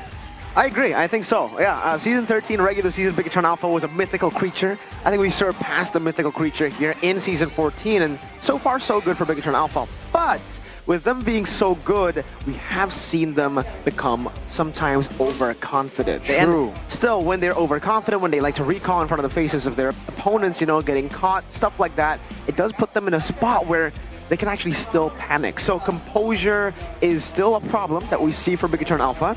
Though, for me personally, I'm glad it's happening in the regular season, right? So that means that these coaches will have a lot more time to actually adjust and remind the players, brothers, remember what happened in the last playoffs, all right? We don't want that Biggie Choke nickname coming back to haunt us in Season 14. I think that's a great point there, Mirko, because again, in the early seasons, early weeks of the season, I feel like it's great to actually find all these problems, right? Whether it's in the execution, whether it's in adaptation, whether it's in the mental state, right? Whether they panic when things doesn't go their way. I feel like it's great to try and get that all out of the way so that later on, when it comes down to the final few weeks, when it comes to the playoffs, you can focus solely on how you want to adjust and play against the other teams instead of still being worried about your team and how well prepared they are. Right now, looking at the lineup for Rebellion Esports, X-Win making its debut in Season 14, replacing Odyssey still with Cars, Ryota, Suelo, and Matt. The Blue Bulls, with 0 wins in the regular season, they pulled up a new player, and it's gonna be X-Win. Whoa, back with their old confidence. It's Baham, that means understand. You need to give them what it takes to understand Rebellion. I guess what the message is. Welcome, the Blue Bulls, Rebellion Esports. They want to give a Bigatron Alpha that Kasih Paham mentality. The first W of the season and turn the season around in Season 14 because so far it's looking quite bleak, to put it lightly. Man, you can interpret that message so many ways, but right here, up against them today, Super Luke, Super Ken, Moreno, Key, and Iman, the #1 team in the regular season standings. The Titans of MPL Indonesia, especially in the regular season, looking to fix their composure errors, looking to fix the panicking nature and overconfidence, this time still with the same lineup. It's the Red Robots, the Titans, Bigatron Alpha! The Ella Mukbang in the middle, looking to eat some bull stick tonight and also prolong their reign in Season 14, standing strong, #1 at the top. You see a bit of flair coming in from Moreno. He's kind of copying the pose of the members of Rebellion earlier, as if he's unfazed by it. The Mukbang God does what he wants. The Mukbang God? But now our Marshal Dainang brings in again the big brains behind the entire operation, which can arguably be even more important than the players in the Land of Dawn, Wura and Far, with Theonile and Vivi. What can they cook up today? Especially for Coach Far, he needs to look at the far side, man, and look at some options that might not be apparent at first glance. So Far road ahead for Coach Far and analyst Vivi, especially up against Wura and Theonile of Bigatron Alpha. And so far, it seems like Coach Far has been struggling a bit when it comes to being flexible, being unpredictable. But whoa, Moreno literally taking a page out of Rebellion's book. And they actually received the quote-unquote understanding. They actually Kasih Pahamed. Yeah, well, they're given a way to understand. In order to let Rebellion understand, the keys to victory here by the Samsung Galaxy Z Fold 6 and Z Flip 6 is to reduce overhype and add variety to the draft. That's what they're talking about. Variety, not going for the same strong picks. That is a weapon in the hands of Coach Wura. And on top of that, they can't be too overconfident. Keep it clean, keep it technical, and they can definitely get the win here. For Rebellion, bring back Rebellion's roam mid aggression like in last season. And Matt's hero flexibility should be as strong as it was in Bigatron. Mirko, weigh in on this a bit. Yeah. Matt, back in Bigatron, if you remember Season 7, he was the ultimate flex player. Yeah, he wasn't really like the special player in the team. He was more of a filler. But the way that he played in the team, every time you see a Cho pick, every time you see an Esmeralda or even an Alice pick, you would wonder, hey, is it going to go to the hands of Repo, Key, or Matt, right? That was always the flex there that they've been able to use in Season 7. That was the flex that Age, back in the day, when he was coaching for Bigatron Season 7, utilized to get Bigatron all the way to the Grand Finals. And that continued over in Season 8 for Matt. Then obviously he went down to MDL. He won with Audi CS. Ooh, that was MDL Season 6, I believe. And it was together with Audi CS, Matt as well. There he actually did play a flexible role. He just played the normal marksman, you know? He was actually known for his 1-1 in the MDL. Oh. Unfortunately, not really in the meta right now. We do see that the home team, Bigatron Alpha, has chosen, what was it, first pick? Yep, first pick. So most teams actually going for first pick, despite the fact that, oh, maybe this is why. We get to see the second pick selection, 25% win rate of Rebellion Esports. Hey, but on the other side, for a team as strong as Bigatron Alpha, they were only 44% for first pick. That is something that is quite interesting for the #1 team in the standings. 44%? They've mostly been relying on, you know, red side. I think most teams up top have actually gotten their wins through red side. Everyone except for RRQ, who love the blue side. So why is it that they are picking the blue side?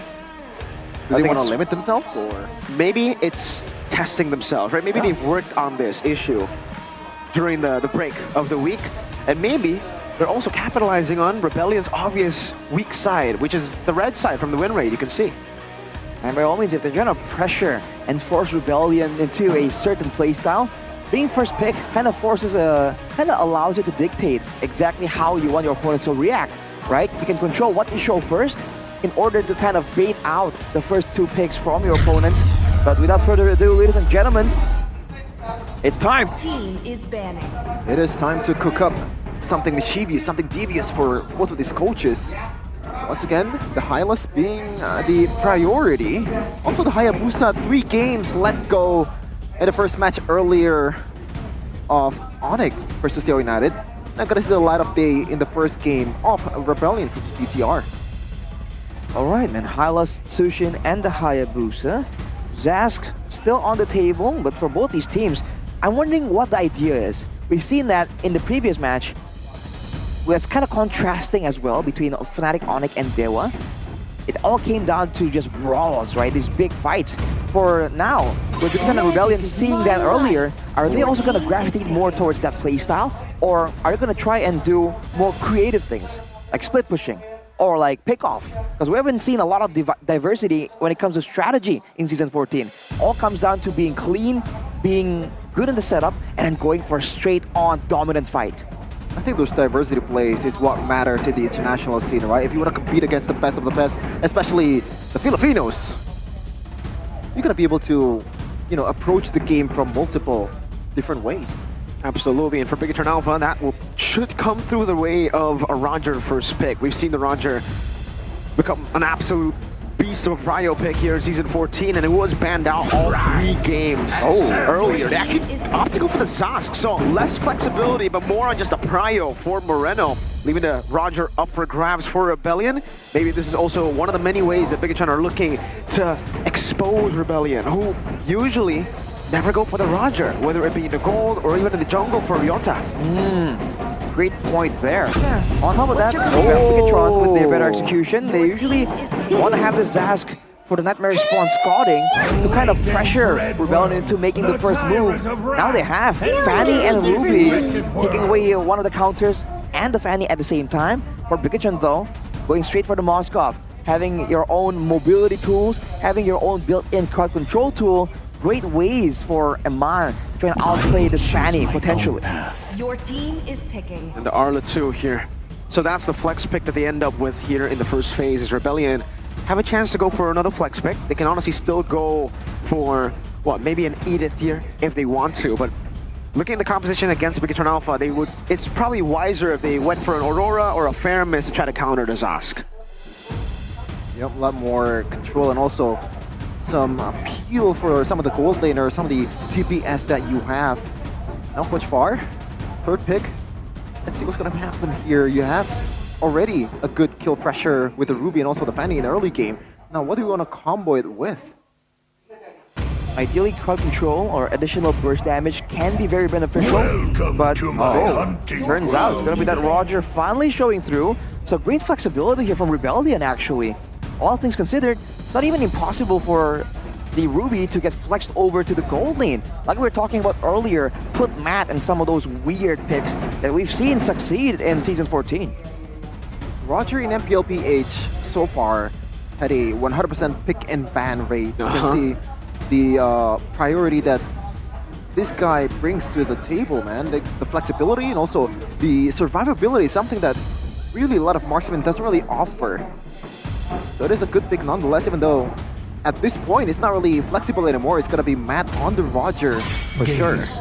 Upon it's gonna be Nolan of the void. ban for Coach Far against Super Ken. Alright, so no Nolan for Super Ken. For Bigatron, if they want to go for an assassin, they themselves have banned away the Hayabusa. That Nolan, the Joy is an option, but especially with the Ruby already shown out there, might be a bit too risky, a bit too dangerous. Super Ken has been known to brave those odds before, but, you know, we'll see. Maybe that's exactly what Bigatron are trying to threaten and force Rebellion to ban away. Imagine, Yin picked. It's a Aaron versus Mikasa. Oh, that definitely would be an interesting matchup to watch. But hey, we have a history for X-Win here. Yeah, 4th place in MPL Malaysia Season 13. And so far, the MPL Malaysia quote-unquote import back to Indonesia has been very polarizing. Matt, obviously one of them, and also Sutsujin has been having a really great season so far in RRQ, possibly one of the best junglers in MPL right now. And now X-Win is looking to recreate the story with a team that hasn't picked up a win at all in the season. It definitely seems like Bigatron Alpha, I mean, with the Vexana ban too, are they setting up for a possible Tigreal pick here? Gonna go for some massive initiations. Up against Rebellions, you know, Fanny, it would definitely make sense. The only problem really is the Ruby, right? If you want to go for the Tigreal, you'd have to be really, really crafty and intelligent. I think Key, El Momento, should be able to pull it off if they really want to go for it. It's definitely an option if they want to shut down the Assassins, but are they going to try and go for something maybe a bit more aggressive? Something they can go into the jungle of Rebellion and cause havoc there instead. Can be an attempt, but for now, for Rebellion, Valentina comes through. Usually Moreno will love to have this as an option, but now it's in the hands of Sway Low, the guy that used to be one of the more flexible players in the league. See what he can do with the final slash, with the Dominus Descent. A lot of ways for Rebellion to approach these fights now. Okay, so Assassin on the other side. I want to ask you a question, Arashi. Usually when we see an Assassin or a lane in seasons and seasons ago, it's an automatic Hilda. Was it not the case in Season 14? It's an automatic what? Hilda. Oh.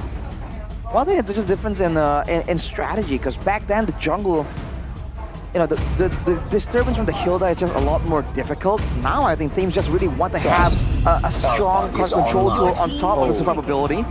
And for Bigatron, they're going with the Alpha to match the clear, and they have the Kufra as again, a good mix of defensive, cancellation on the steel cables, but also a chance for El Momento to make something happen and dive in straight out of sight from the Ruby, right? Catch him completely off guard in the way that the Hilda can't really match. Grok is an option here for Rebellion Esports, knowing that you have Kufra on the other side. It works well with the power of nature, and also Arlit. You see in game number 3, I believe, Fnatic Onyx NTY United, Res picked out a Grok EXP against an Arlit. It might not have been played in the XP this time of the game, but it's still gonna work a bit well this time. But it's gonna be Tigreal. I'm just yapping. Yeah, that was a great pick for the Valentina there, Rebellion. When they picked up the Valentina, it kind of erased whatever Bigatron Alpha was planning with the Tigreal. So they ended up leaving it open, and Rebellion takes that chance up against the Alpha. It's a really good pick. The only problem being, you know, for the Arlit, it could be a good way to cancel this. So really, it's a battle of execution with that Tigreal pick from Rebellion Esports. Bigatron, though, winning in both counter index and the lineup rating for match number 2. There's some light from Rebellion Esports' composition. Early to mid-game potential differs by 2 points, which is quite high in this draft index, even though Bigatron Alpha overall does win out on the overall statistics. Now, let's see if the Blue Bulls can make it happen. Mission impossible against the top of the standings, the apex predator of season 14 so far. Is it gonna be Rebellion Esports or Bigatron Alpha? First place up against ninth. Heaven and earth, the battle begins now. As we enter the land of Dawn. Super Luke on the Arlet, Cars on the Ruby. It does seem like this is going to be the Matt versus Eman battle. The battle of the ages. Let's see how this plays out. Oh, hey. Immediately, short break in the action. Exactly. I gotta say, man, what Keep you really on your caught my toes. eye in the stats earlier was the survivability. For Rebellion, it was like 2 points higher, and that's great and all, but if they can't really put themselves in position to benefit from that survivability, then it will be for nothing. It's only a matter of time before Bigatron shreds them down. So the execution needs to be great here. They have tools available, they have strong picks, but they have to make sure that they put their focus and their priority in the right places. Yep. So, technical break with Campina. Don't forget to drink your ice cream at home with Campina.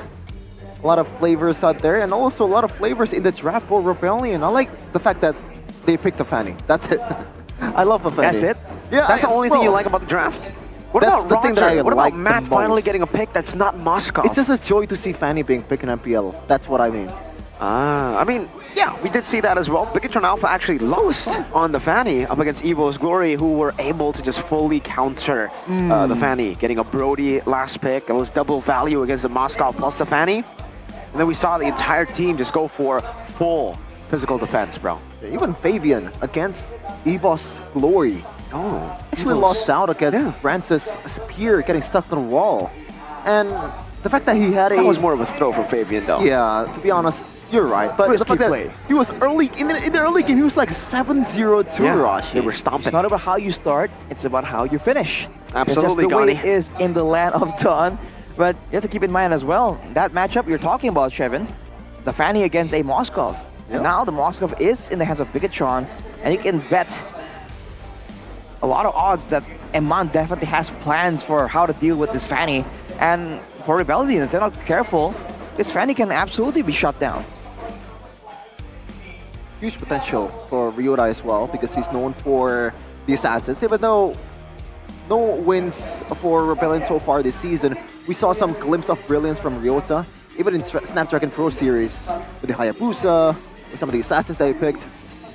Now, like, what's gonna happen here with the Fanny, considering that a lot of counters has been picked, even the Kufra, and in a way, Arlet can final slash towards the cables of Fanny, and it would be a problem on its own. Yeah. I wonder how the mid lane is going to look along with the roamers, right? Technically, it's a Zask along with a Zask. Oh, is it Zask Kufra? Good clear so far against a Fanny and a Tigreal. So definitely not playmaking tools for the side of Rebellion, but looking at the player head-to-head here, I mean, Emma has Matt beat on everything, but the average KDA is definitely where the biggest difference is. Whereas if you look at the hero pool, Roger and Moskov are actually both there, and you can see that it's just a huge difference, right? And I don't think it's comparable to compare the both of them right now. When it comes to the typical gold lane picks, I feel like Eman definitely has Matt beat by a long shot. Or dare I say, like by a far shot. By a far shot. It's a Shepard, tricky... I have a question for you now. You think X-Win will be able to get Rebellion their first win? He has win in his name. I trust in them. You trust him? Okay. Okay. I guess we'll Also see how good he can be, you know? Like, I mean, never mind. We're going to get into the game. Boom. Right away. Let's see what happened earlier. No kills just yet. Only 1 minute elapsed, so we didn't really miss out on too many actions besides this high octane mage in the gold lane of Matt versus Eman. The stats doesn't matter, Rashi, as long as Matt is winning. Well, but hang on a second. We said a Tigreal kind of walked out of the base of Rebellion, so what happened there? Already level 4 for both junglers. The Super 10 tries to go for the SP buff. Ryota tries to go for a punish. Has to be careful about this though, with all the crowd control tools available. Ambulance for Indie Home shows that tankiness is the name of the game. Firmness for Cars and for X-Win. And for the side of Bigatron, 2 3 tenacities even. Everyone knows they're going to get low enough in these fights that the slightest bit of HP difference can make or break those team fights. 2 Bigatron gold laners, right? XBTR for Matt, both of them just flashing the emotes. Yeah. Interestingly enough, Rashi, Suelo getting jumped on. I don't think nothing's gonna happen here, just a bit of HP chunked up. But Supercan, X-Win is already in position. I don't think he's gonna do that much. This kid Whoa, doesn't have the implosion either. Supercan now gets a Spear of Alpha, gets a Retribution as well. X-Win gonna be able to knock him up. He looking for a play. Super Luke jumping in with a vengeance. Final smash was done now, connecting into the Titans of Ben, forcing the Dominators to send that first blood over to Luke. And I'm not too sure about this Dominator's descent. That's a stun over. Luke going for the chase and now just recalls in the face of Suelo. Just poetry in motion, man. Knowing that what your teammate can do, the combo Final Slash and also Tyrant's Revenge and Rage. It is just so beautiful. It looks like. Live. Well, yeah, I can dream, man. I can only dream. Well, he's on a different team, Shevin, but that's respectable from you. Give him a shout out. But yeah, like you said, Shevin, like the way that fight played out, the Final Slash into the Tyrant's Rage, into Moreno, even landing the stun with the Dominator's Descent form. Bigatron just have a full idea on how they want these fights to play out, and Rebellion, unless they really do something unexpected and force Bigatron to react differently, it's gonna go south for them, man. They have to take risks, whether they like it or not. Yep. Something is better than just a consistent, slow burn towards the bottom for Rebellion. Time bomb for Rebellion. They do have an insurance in the late game with Matt on the Purify, but overall, when you're playing with a Fanny, if you're not winning the early game, then when else are you gonna win it? Well, now with the Tigreal from X-Win, we're looking forward to see his impact right here, but he's kind of been stuck on escort duty for Ryota. But now with 4 members gearing up to take this purple buff away from him, X-Win goes in. Going for the implosion, gets cancelled instantly. X-Win trying to go for a big play, but ends up getting munched on instead. Dominator's Descent coming down as Ryota goes back and forth, finds the cables. Trying to go for the chase over again. Moreno will be able to escape. It ends up being 1-for-1. It's XP for Rome in favor of Rebellion. XP for Rome? We didn't quite catch who got the purple buff. Matt and Mando taking it out. But look at the turtle. Supercan immediately goes on it. The efficiency on this guy is definitely one of his strong suits. I don't think he got the purple buff in that engagement though. Cars won't be able to see anything about that turtle take. Bigatron with a 1k gold difference early on. And man, second gold buff secured as Key goes in. Threatens X-Win to back off. Knowing the exact damage that he can output with that Spear of Misery, man. Just the knockback 2 times, I believe. As you said, Arashi. Meanwhile, though, look at that. Just playing with his limits, man. Just getting all the golds that's available. And Matt is just absolutely dominated so far. Half HP. Iman's just having a good time now. Going to be able to shove in this wave. He's actually been soaking in some of the mid waves too. Rotating earlier. Luke doing the same thing. And some of the items right here. Thunderbolt completed for Luke already. Definitely a huge problem. Ooh. Matt, though, also has one of his own. Whereas the Heptacy is from the Fanny. Whoa! Great Final Slash. The Purify coming down. Matt able to use the Lycan for a dash out. Car's gonna be caught now. Moreno just going through that HP bar like it's nothing. It feels like Pikachu Alpha is pulling the trigger left and right, and Rebellion Esports just forced to respond on every occasion. And they have a Fanny. You should be able to make something, at least in the early game. Seeing it earlier, again, Supercan with the creative usage of that Spear of Alpha, using it to kind of drag a lot of the buffs away. Also using it, by the way, to earlier guarantee that X-Win won't be able to stop him in the midst of a turtle take. Now Suelo has a Dominator's Descent, but there's nowhere for him to actually use it on. 3k gold difference for Bigatron. And Rebellion are just taking the passive approach. They're just taking a lot of damage, getting poked down, and they're waiting for Super Luke or Key to make the move. And at this point, Eman, I think if he were to 1v1 Ryota as well, might be resulting towards Eman's victory, as he had that Demon Hunter Sword earlier, so the damage is still there, or already there, for this guy. The Turtle Swan. Now, can Rebellion Esports can make something happen? Here you go. Seal. Eman reads it out, doesn't even use the Purify. X-Win and Matt off position. The turtle will just be taken for free. There's no purple buff on the hands of Ryota. Even with the purple buff, it's difficult enough to try to contest an alpha. Now, no purple buff. Turtle taken for free, and I don't know if he can even go for the green camp. Look at Super Ken, just screening the Fanny. Standing there menacingly, he knows that he has the advantage right here, and the whole team is ready to back him up. Taking a play for the mid turret. Rebellion just back away immediately. And look at the jungle of Bigatron, untouched. They know that when they do have an advantage, they need to go in to the jungle and shut down this Fanny completely. Ryota level 10, already out-leveled by Super Ken on this alpha. It really seems like Pikachu's alpha is just taking Rebellion's lunch money and there's no response at all. Like, everything that they want, they get it. So far, the total, the turrets, even the kills, even Ryota is running away from the presence of Eman. Ooh, Luke is all alone. Right now going for a good implosion by X-Win. Down to Senti in the back, getting a Tyrant Revenge. Cars and Picasso able to escape with the donut. Won't be the stun and the final splash. Takes X-Win back.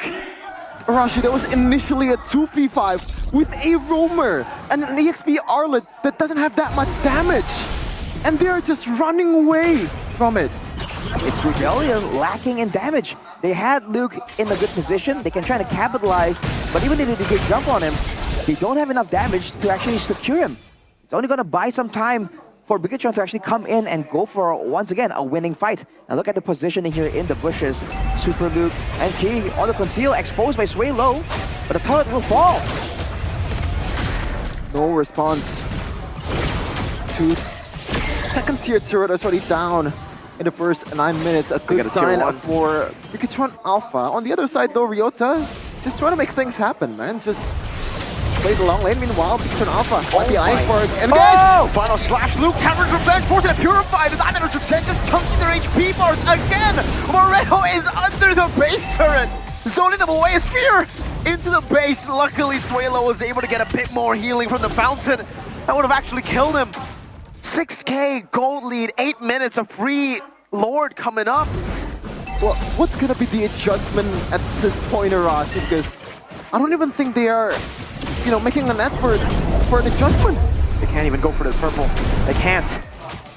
They have no control. No one can stay in the front in a safe position. If X1 does it, he gets taken out. Cars, at this point, too squishy as well. No one can stand in the front because they're still concerned about the dive potential. So it's a front to back essentially for Bigatron. And to make things worse, before the fight begins, the poke damage coming in from Moreno is just insane at this point. Already standing on a Divine Glaive along with the Glowing Wand. He's cutting down on regeneration, and Luke at this point also has the Dominus Ice, so he is tanky as heck. Oh, Cars trying to go for it, gets stunned up and then thrown back. Tyrant's Revenge. He finds one. That's a good final slash through, turning it over. But Moreno again, just dealing so much damage, zapping them back and forth. Super Ken gets a Spear of Alpha, slices them to bits. Ryota going back and forth, trying to save the game for Rebellion. 10 minutes and 3 seconds. The Titans, they didn't just stomp through, they tore down Rebellion to pieces. If that is not outclassed, capped, I don't know what is.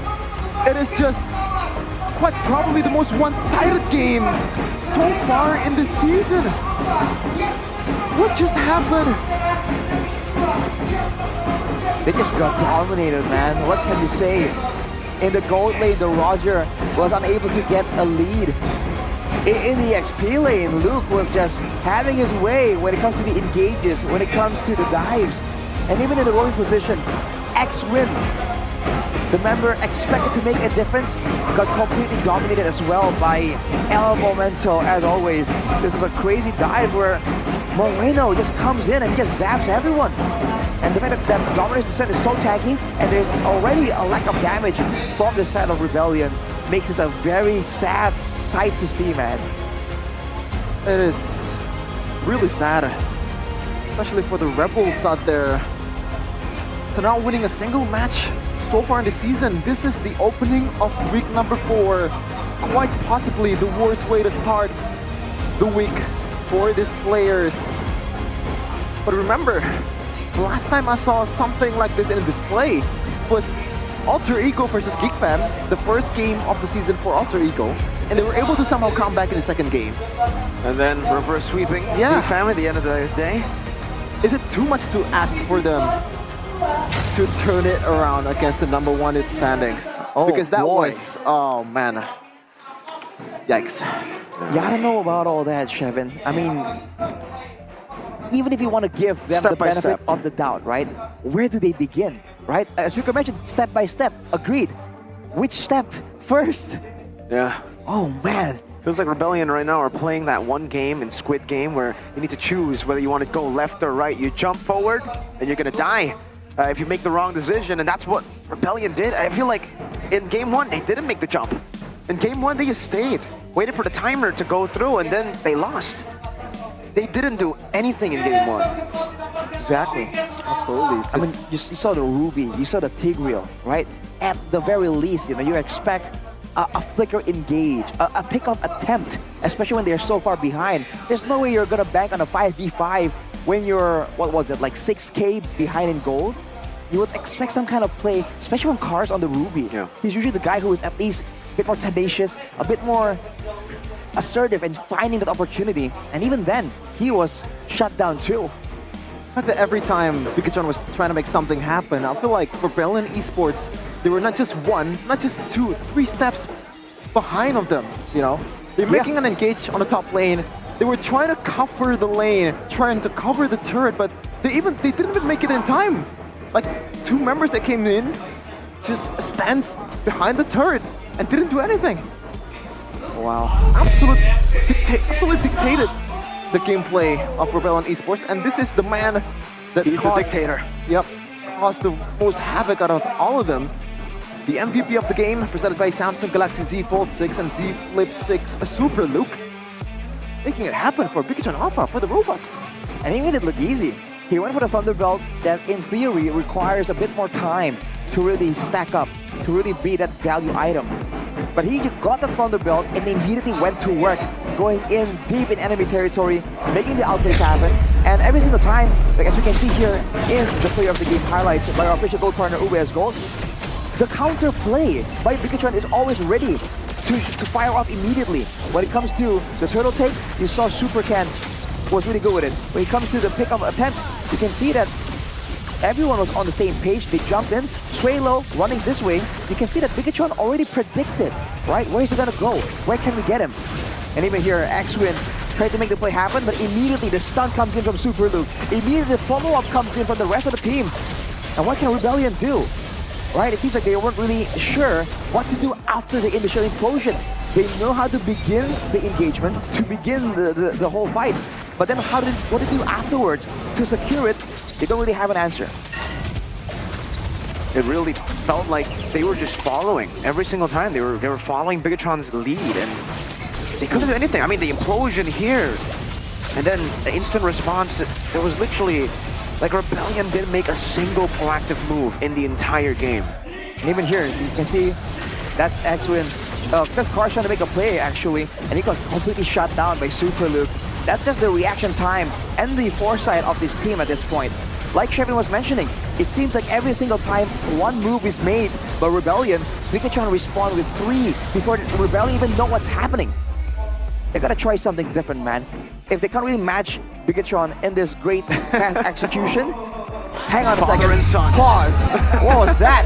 That was father and son. That was Co-Ed and Super Luke. It's actually 10 minutes and 2 seconds, not even 10 minutes and 3 seconds. Even the observers, I mean, even the asset, right, said 10:04. The asset was confused. 10:02? Is this the fastest game of MPL? This is. Of MPL ID of all time? No, season 14. Season 14 for sure, like, Yeah. not even a doubt. But the fact that they only ended the game, they were dominant. Yeah, it but was. only 6 kills, so they played the macro game beautifully. And before this, his fastest game was Fnatic Onyx versus Rebellion, and it was 10 minutes and 22 seconds. So Rebellion have both first and second fastest games in Season 14. And usually you would be happy that you have the shortest game, but unfortunately Rebellion were on the receiving end of both these 10-minute games. Oh no! That's just not the way you want a game to go, man.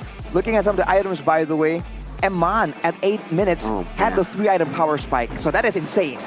Right? Back then, I guess, when the gold isn't really as forgiving, 8 minutes, you would expect maybe 2.5. Eman had a full 3-item power spike, And for Super Ken, even though he was winning, even though he was dominating, he still had the Dreadnought armor to ensure that on the off chance Matt, Ryota, and Cars were trying to take him out. These heroes, Roger, Fanny, and Ruby, there's a lot of ability, physical ability damage.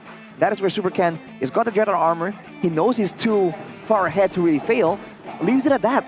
Doesn't even need to complete it, right? So even the itemization from Bigatron already is predicting the possibilities from Rebellion Esports. Man, just Zedarashi Emon just snowballing the hell out of it and didn't even rack up a single kill. He was 0-0-2 in this game. He was just farming in the far lane.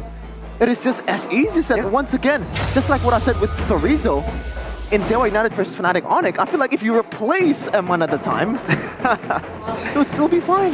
Yeah, I mean, really, for the Moscow weak side, there's not much you can do in that game, right? You can throw spears across the map, but when your team's already winning that hard, you're just really farming. You're playing a game of minions. You know, it's basically, yeah, it's a farming game at that point for Eman. I'm struggling to find words right now to really, because like Arashi mentioned, man, obviously we can sit here and say they need to adjust, but where do they even start at this point, right? I feel like they can start by initially at least joining Kadia's Discord. Exactly. Wow, you read my mind. How? Yep, drop into Kadia Discord. I know you, man. For all things gaming with the link below, fandx.io/Kidia. Now we play at Kidia Gaming. You can scan the QR code too as well. You have a glimpse of Kidia in EWC. Oh, technically, yeah, you're right. I got a glimpse of it. Yeah. EWC Esports World Cup. It wasn't in Kadia. Kadia is still being built, but if it's anything like the Esports World Cup venue, man, I am excited for Kadia. Imagine just a full city of esports, of gaming. I mean, man. So you've seen the vision. I see the vision. I see the vision. I see the vision right here as well. You guys can see the vision too. Look at all those LED lights. This is just a part of the town, man. But the question is, does Rebellion Esports have the vision at this point?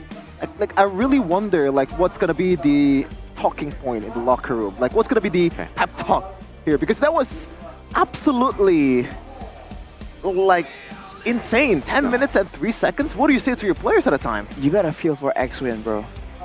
Right? He joined a team that's already in a difficult spot. He comes in, shortest game in MPL, bro. Well, at least he can get dripped out and swagged out with UBS Gold /MPL or XMPL Season 14. Available at ubslifestyle.com and UBS Lifestyle e-commerce. Get free skin. Also, with every purchase of limited edition, you can check it out here. Electro Final Blow or Electro Katana. Not Electro Final Blow. You can see there. It's very, very cool. Like in real life, it looks better than this. Oh yeah. Have you seen it? Yeah. I saw it because Moreno showed it to me when he won Most Improved Player last season. Yeah. Man, it is a nice necklace. It has style, right? You come out rocking the Electro Katana. No one's looking the same way you're looking. You know, if you go with a generic chain, everyone's got a chain these days. But you come in with a katana. Like Chef. Now that's real drip. You're coming to MPL Arena and the girls around will say, oh my God. Here's the Electro Katana necklace. Yeah. Oh my God, you're pulling the girls, man. Absolutely. Sheffin would know because he does it all the time. And what I don't understand about Sheffin is the fact that he drinks ice cream. Ladies and gentlemen, please don't drink your ice cream. You know, be a normal human being and eat your ice cream. You can go and munch on the Tropicana Double Crunch. You can munch on the ice cream for gamers. That is the chocolate one that you see here. The double crunchy chocolate as well. There's so many different flavors. Sheffin, please tell them about this product, but please don't say drink. Yeah, my preferred Cap'n ice cream, like my favorite is the durian. I know a lot of people. Great, I know a lot of people don't really like durian, but I feel like with this ice cream, you can kind of cater out to the durian haters. You know? That's actually true. Yeah. Because like for a lot of people, they don't like durian because of like the smell, and you don't get that when you go for the ice cream. Well, technically you do, but it's a bit more toned down. It is so toned down to a point where it doesn't. A bit more smooth, I guess. Exactly. It's not the strong experience that you usually eat with durian because you're drinking durian ice cream. Is it as smooth though as a Raimo? Yeah, for sure. Like, experience the power of Hero Sound and LED digital display visualization in collaboration with MLBB with AirBuds 4. Check it out in the official Oraimo store right now and get yours now because it is a beautiful product. Yeah. Yeah, it is. It is a great product, man. I mean, they have the Edith exclusive. It's your a favorite great character. product. Yeah. Bro, it's a great product if you use it the right way. Exactly. Exactly. You don't see Oraimo, you hear with Oraimo. Exactly. Yeah. Yeah, and you don't drink ice cream, you eat it. Kapina. Probably. Huh? Probably. Yeah, probably. Sometimes, guys, you know, it's hard to convey thoughts and logic to Sheffin, you know? You've seen it multiple times, but it's okay, Sheffin. We'll take it slowly, just like Rebellion Esports here, right? They need to learn slowly. And you know what? Let's ask you, Sheffin. What does X-Win, like, what shined about X-Win in game number 1? That is a hard question to answer. Harsh or hard? Hard. Okay. Wait, what was your question earlier? Like, what shined? Yeah, what shined about him? What's the glimpse of, like, brilliance from X-Win? Did you see the potential? Did you see the potential? Do you have the vision? Dare I say no? Oh boy. I think that's fair. And game number 1, you know, going in a couple of times, like pretty sus engagements. But to be fair, just like any other rookies out there, this is his first taste Absolutely. in MPL Season 14, so you can't really expect this guy to be winning against the number 1 in the standings right away, but you do expect these players to somehow kind of hold their own against Big John Alpha, at least make it like a 12-minute game or something. It is still a dominant game if it's 12 minutes, but not in 10 minutes, bro. Not in 10 minutes. 10 minutes is a statement, man. And I think for Big John Alpha, their goal might be to shatter that record with game number 2. Maybe they'll go for a full early game comp, get it done by 9 minutes. I don't know if that has ever happened after like a patch of, you know, the turret goal. Yeah. In a pro play, but hey, we have a chance to maybe see it. The turret gold and the turret passive as well. You have to remember, a lot of things have changed in the Land of Dawn to ensure that the game runs for just a little bit longer for us to see the full potential of these players in the Land of Dawn. For Rebellion though, generally when a team looks stuck like this, I like to go for simplicity, right? Clearly when things aren't working, making things more complicated cannot solve the problem. Usually going with simplicity, you might still lose, but at least you'll be on the same page, right? At least when it comes to execution, it's a lot more straightforward. So now at least, you know, you can kind of work on the other things. Instead of focusing on the other more difficult, more unique, more diverse game plan, you can focus on the execution. If you're trying to go for a full-on team fight, now you can really focus on actually getting to the fight instead of having multiple ways, multiple strategies, and then every single time you walk up to try and execute it, you get stunned, you get countered, you get chunked down before the fight even begins. That's what I would go for personally. But for Rebellion, they're going straight for first pick actually for game number 2. So already some kind of adjustment for Coach Far. A change is needed, man. Like, whatever the change is, but you just like, as you said, Arashi, nothing too complicated.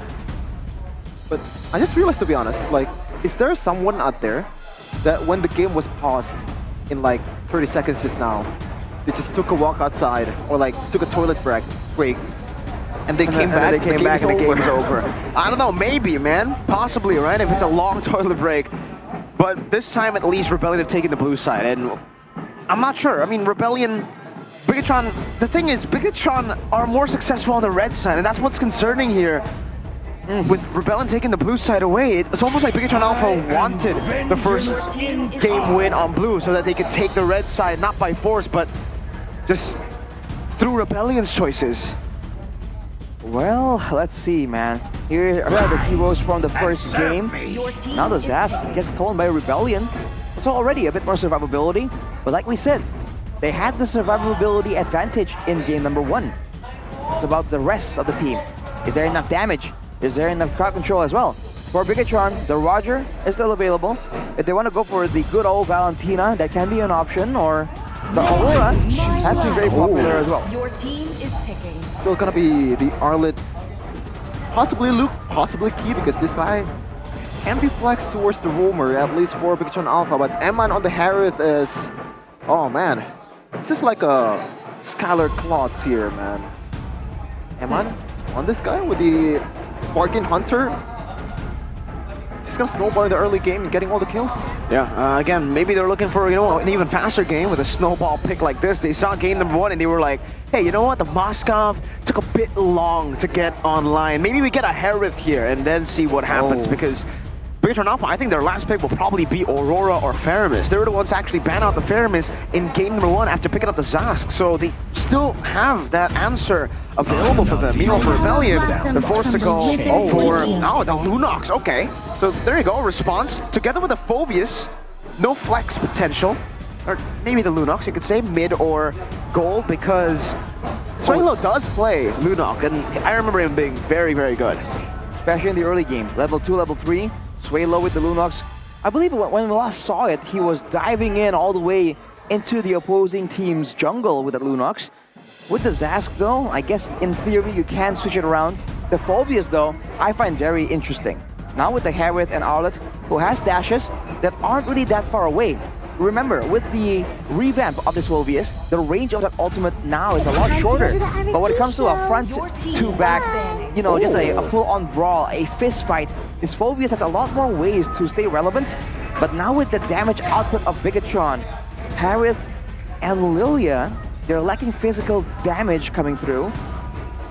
But there's still a lot of burst damage available. If Rebellion fall too far behind, this Phoveus will jump like once and get immediately swatted out of the air. Yeah, and the fact that they pick Lilia, it's a good kiting potential against a Phoveus. You can pretty much dog walk the Phoveus all over the place with this pick. When you get the Ice Queen 1, the slows, the TPS, the slow burning effect of glowing 1. It's gonna come in handy, but we got a fact here throughout MPL Philippines. Season 14, Herith had a 100% ban and pick grade. He was banned 20 times and picked 13 times. So taking a page out of the best region currently in this book. This pick is just really makes sense for Bigatron Alpha. For Rebellion now, it gets to a point where at this point they need to start banning out the jungles too, right? Because the Arlet is still flex, so they can't really go for, well, technically they can. They can go for rover bans too, but I think it'll be just safer for them to ban out jungle. But even saying that is tough, because it will definitely put them more at risk of not getting some of these jungle picks, more so than Bigatron Alpha. Bigatron are fine with it. They have first pick in red side. Rebellion decides to ban out the Roger, so that's another jungler taken out of the board. Bigatron can continue this by banning out another jungler, and then it'll just be a battle of whose hero pool is bigger. Is it Super Ken or is it Ryota? And based on the matches we've seen in MPL ID, I think it is safe to say it is Super Ken. Exactly. The Prodigy with a massive hero pool, both utility, fighters, and assassins at his disposal. Now, do they want to really ban out something like a Joy, right? Narrow it down even more? Or will Rebellion, after banning away the Roger, kind of realize, like, hang on a second, we kind of need something of our own. Unless they have a proper pick ready for Ryota, it's going to be a tough situation to be in. Look at the fans for Rebellion rallying their team to try and get something done. That is an interesting ban coming from Coach Rura, knowing that Mathilda is probably the only, like, one of the heroes that Bigatron Alpha utilized the best out of all the teams in MPL Indonesia season 14. But yeah, shout out to RBL fans, man. This is like RRQ EBOS level noise that we have here near the English desk, and surely Suelo is enjoying the sounds. He feels motivated. Absolutely, that's what you need, man. When the whole world is against you, when you're 0-5 in the regular season, you need some of these fans to actually, you know, give you a reality check. You still have fans waiting, you still have fans expecting, and even though you're 0-5, the fans are still here to support them. They gotta show up in game 2, it's now or never, man. You gotta show these fans something. And they go with the Hylos ban to finish off the banning phase of game number 2. No Hylos available. So they're still expecting some kind of big tank EX from Bigatron. But there's so many options available. I mean, if they want to go for something, they might go for something mobile in the hands of Luke, just because with the Lunox, you don't want to get stuck there for too long, because the Chaos Balls will take you down. How about a glue? I think we're gonna see an interesting pick in the XP lane, knowing that Phoveus, we don't really see this hero much often, so the counter is gonna be quite interesting, unless the Arlet goes EXP, and Key's gonna pick a hero for his own. Now Rebellion Esports 2 last pick in this game number 2. What's gonna be the answer? At this point, you know, up against the Alpha, they might need something It feels like what Edith should work. They can put it on Rome too, right? I mean, play with the flex potential also. I don't know if you, to be fair, if you pick up the Edith, probably it will just be Rome and Phoebes goes XP, so maybe there's not flex there, but still it would be better than giving it away to Super Ken. My main concern isn't really the Rome. My main concern is what is Ryota going to be playing in the jungle. They go for the Benedetta, so that's the... They were talking about the Electo sword. We get to see it in the Jawhead too. All right, Jawhead and the Benedetta jungle. Interesting approach here. A lot of pick-off style, a lot of part control too, but it's all very single target. Whereas for Bigatron, they have a great AoE coming in with the Spear of Alpha, with the Final Slash, especially with Delilia in their hands. There's a chance that they can kind of out-sustain, outplay a lot of these single target card controls, and then go for a massive counter-engage and win that way for Bigatron. Last pick for Coach Vura.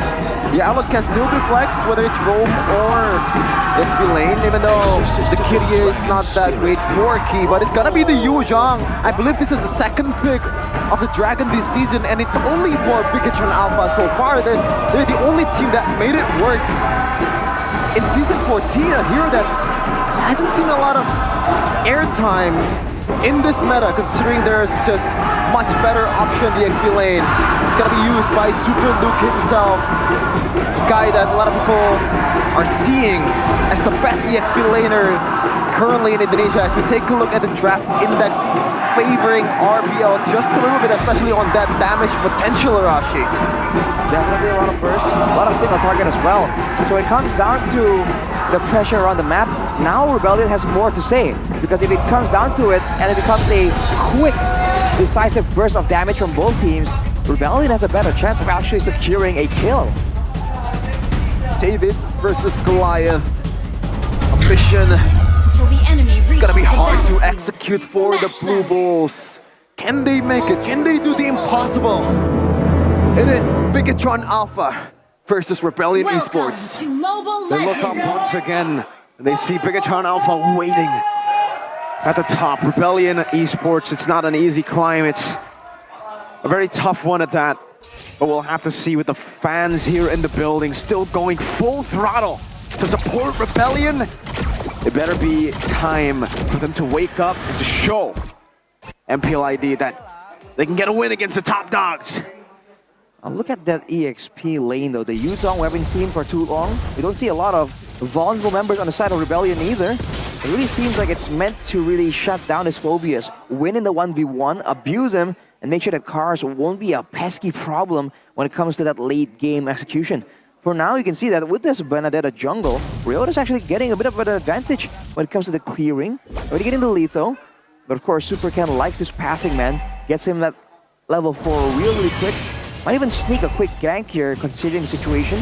Look at the emblems here by IndyHome. Weapon Mastery for Eman. Wow. He thinks it might go the distance. And on the other side for Matt, Master Assassin, trying to assert that dominance with the Wilderness Blessing for both the Jawhead and the Zaz. I think Rebellion will make a play. Yeah, okay, still able to escape with the Vengeance now. Goes in with the reset. Luke will be rotating as well. Good first blood over Luke. First use the Furious Dive. Rebellion strike first. But Super Ken will be rotating over.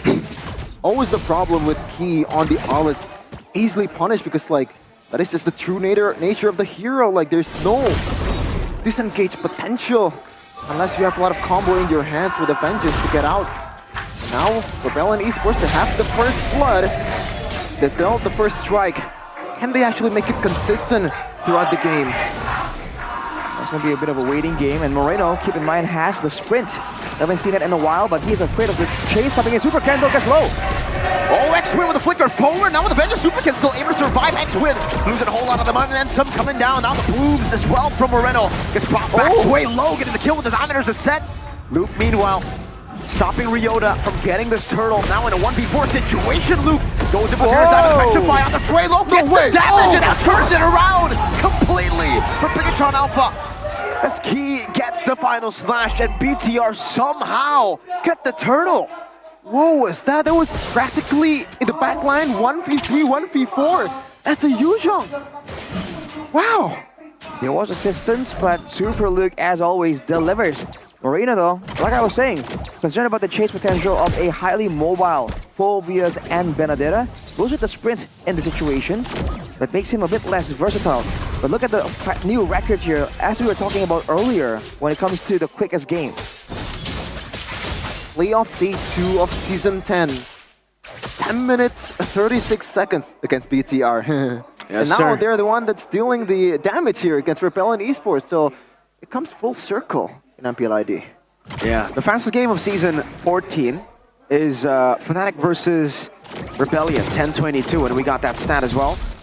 Last time it was Bigatron, Fnatic, Onyx. It was still Onyx back in the day. Ooh. Final Smash, good read from Key. And it was in Season 10, yeah. That was actually when Matt's twin brother, Max, was in the lineup. Matt actually winning in this matchup against Eman up top. The GOAT, Matt. It won't be a punish though. Unstoppable force for X-Win, but Key gets out of it. Good flicker out. Ken getting chunked at the Nightmare Spawn, doing work, and Rebellion are doing a good job so far. And the fans, man, they're super supportive to Matt. Every time Matt is making a play, it's always the oohs and ahs from the crowd.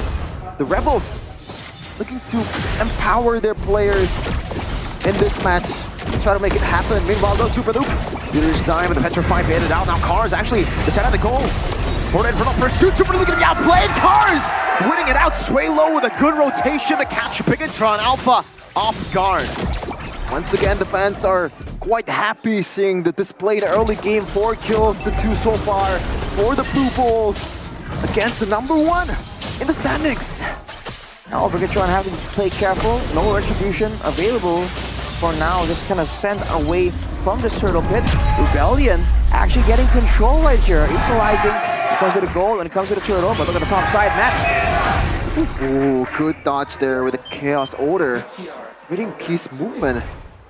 Well, the fact that Matt winning against Eman, something that I gotta say, I didn't really expect, even though he's on a Lunox, because in the first game earlier was an absolute domination from Eman. Due to the aggressive emblem choices for sure. Helps Matt's case here when it comes to the 1v1, when it comes to the laning. Now Eman has the Starlium. Might kind of change things up for now. Because if you can see from the side of... oh, never mind, whoa! Unstoppable force used up already. Sway low actually going to be able to disengage. Dominators to set now coming down. Oh, what a combo! Ryota gets the final blow. Matt finding the fadeaway with the Chaos Bolts. 2 more kills for Rebellion. Finally, we haven't seen this kind of play from Rebellion very often. Probably the first time so far. The poetry in motion, it was like BTR. Watching BTR in game #1, Arashi. It was Suelo jumping in and doing a ton of damage off the back of a great Dominator descent. With a glowing one available. The tower falling. You hear the cheers, but look at Super Look baited again. Gets a Petrify. And the Fierce Dive in. Now the knock-up again. It's a bait from Cars. And he gets it done with the Infernal Pursuit. They're doing a great job here of making use of Luke's aggressivity. We talked about how he's always so aggressive. He always wants to win the lane, demolish that lane, and get to work. But now Rebellion are using it to really punish him. The rotations coming in from Swalo have always been on point this game. 15 seconds to go. A 2K gold lead for Rebellion. Bigatron definitely can get a winning fight, but it's very situational. Saying that Rebellion can kind of do a lot of different things here. Oh, go for a pickup. Again, Super Kendo bringing it back with Spear of Alpha, still going to be caught in front of Pursuit, sapped down by Sway Low. Moreno first use of Black Shoes to escape. Ryota still going for the chase. Super Luke in the back as well. Getting caught by the Infernal Pursuit. X-Win is looking for the ejector. Luke, can he escape? The ejector back as well, but he gets out with the Furious Dive. Matt is the one who secures. Oh, Ryota, final blow, forcing the Black Dragon. Almost getting the Phantom Slash. Ryota steals the orange buff away from BTR. That's a 2.8k gold lead. 3k now. More and more for the Blue Bulls at this point. But they gotta watch out against BTR, man. They are called the robots for a reason. The systematic gameplay, the macro decisions, there's a reason. There's a reason for them to be standing in the #1 place in MPL Indonesia.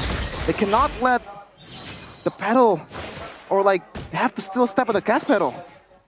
What's difficult for Bigatron right now is they don't really want to allow someone to get thrown into the midst of Rebellion. We talked about the advantage when it comes to burst, especially with that Lunox and the Zask later on.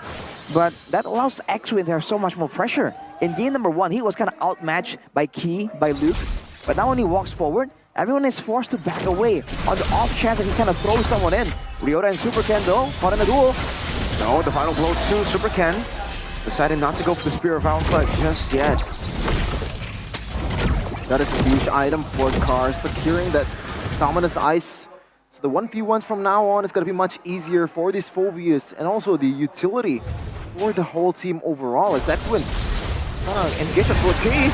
Key's going to be caught. The unstoppable force there locks him down for Matt to just get those free hits down. Key down for the second time this game. They're able to clear the turret, but for how long, right? With the mid lane still being pressured at the same time. 20 seconds to go, Rebellion. Go for the pressure, and they rotate immediately. Bigatron, surprisingly, are able to save that last turret.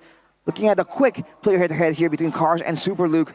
Luke definitely had the higher KDA, but teamfight participation is on Cars. On the Phobius this time, he is definitely going to be looking to be more active when it comes to just the brawl, not just the initiation. The fact there's a lot of things that can trigger your ultimate. Car is going to have the time of his life combined with the vengeance as well, the probability, durability. Something to look out for if you're a Bigatron Alpha, and now Cars goes in. It's coming there, so that's vengeance. We don't keep the back line now. Super Ken gonna be caught. Uses Spear of Alpha. Super Luke taking out Eman. They pinch down. 3 members of Bigatron Alpha falling to the blue poles. Interesting engage there for Bigatron Alpha. They actually went for a all-out brawl against this kind of composition. When Cars is 2-0-2 with a vengeance, you're just asking for it, Arashi.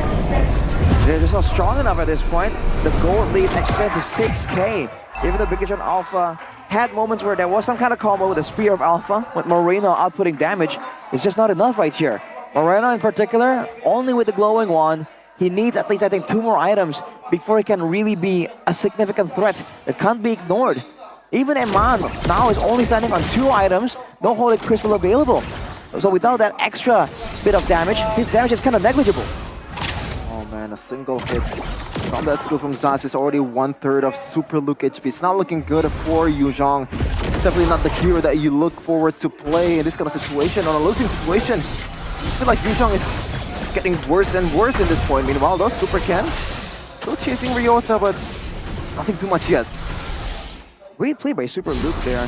Doesn't immediately jump on the chance, just waits around, just in case the backup is required to maybe save Super Ken or maybe even finish out a kill. They're going to be able to clear the Lord out and still hang on to at least, I believe, 1 more mid turret or even both mid turrets. The Lilia clear definitely showing strong here. As X-Wing gets revealed, Bigatron will have a bit of a moment to recover. This is what we're talking about, Arashi. Benedetta, Electro Katana, and Mythic Warrior edition. Looking at Ryota right away on cue. Oh, the Furious Dive. Oh, eye for an eye, Ryota! Great time frames there. Meanwhile, Moreno getting stomped to the ground. It was Cars and Swaylo who took him out. Now free turret in the mid lane. It's a 1-0 Ryota.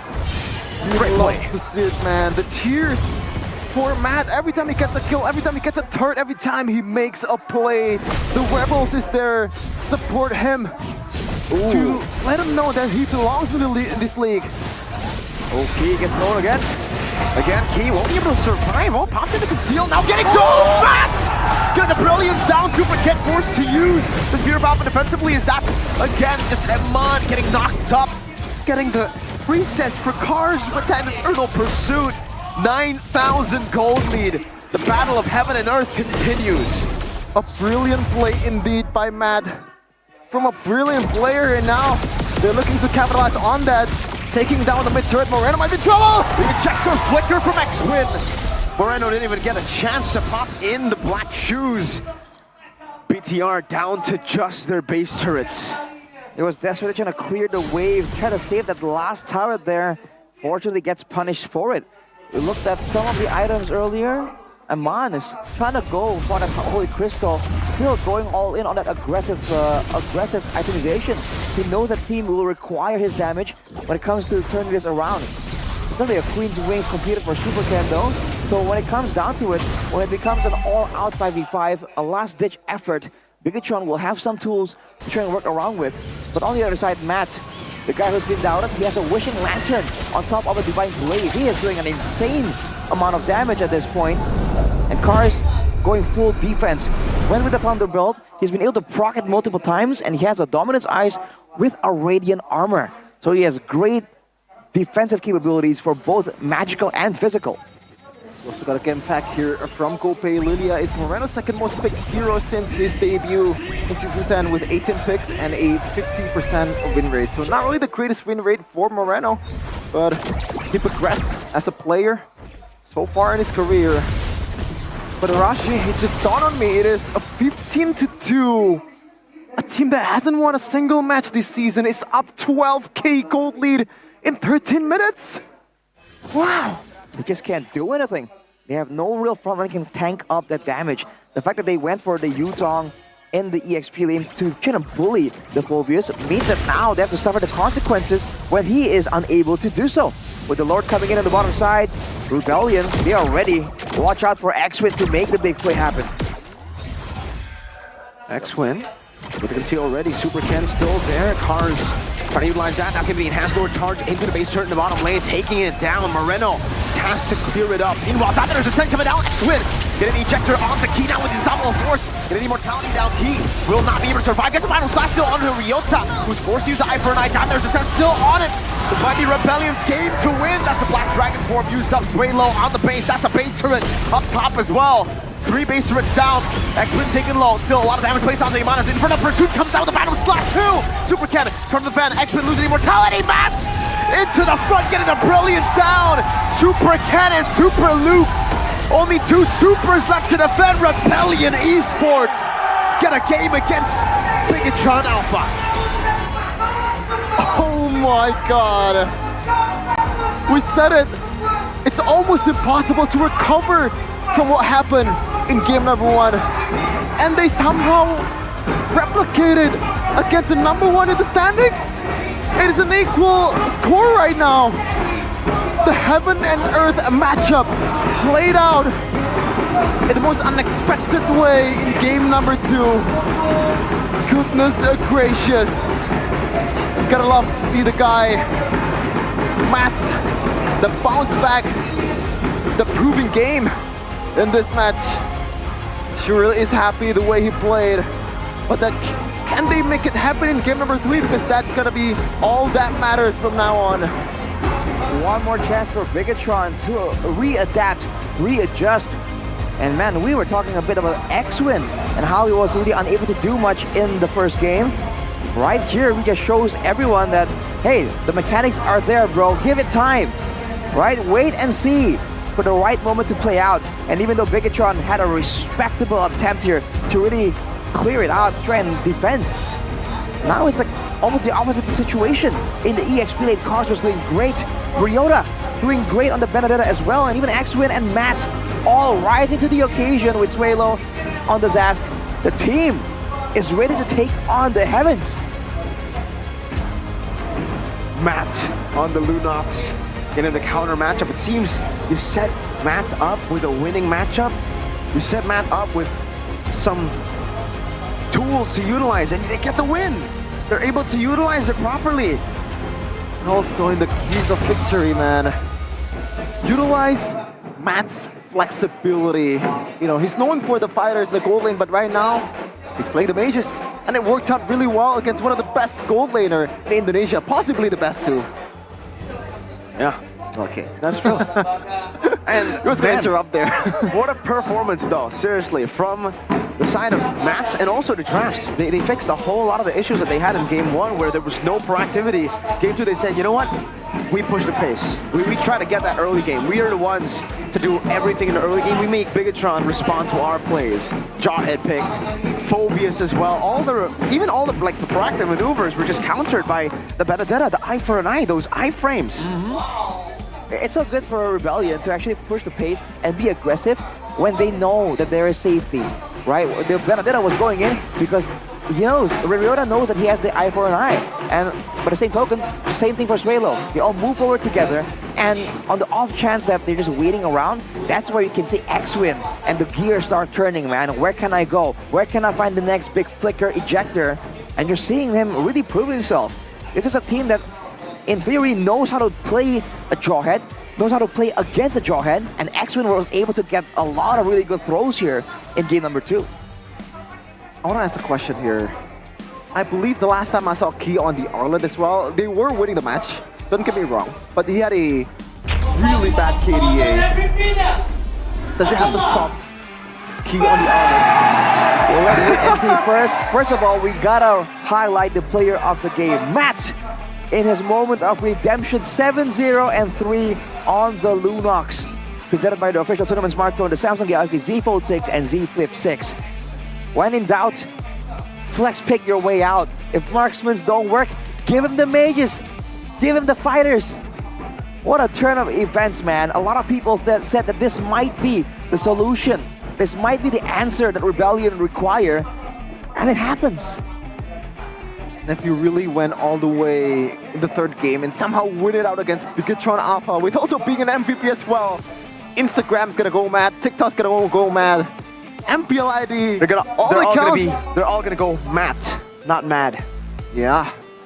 Just, I love it, man. The Cinderella stories in MPL Indonesia, Season 14.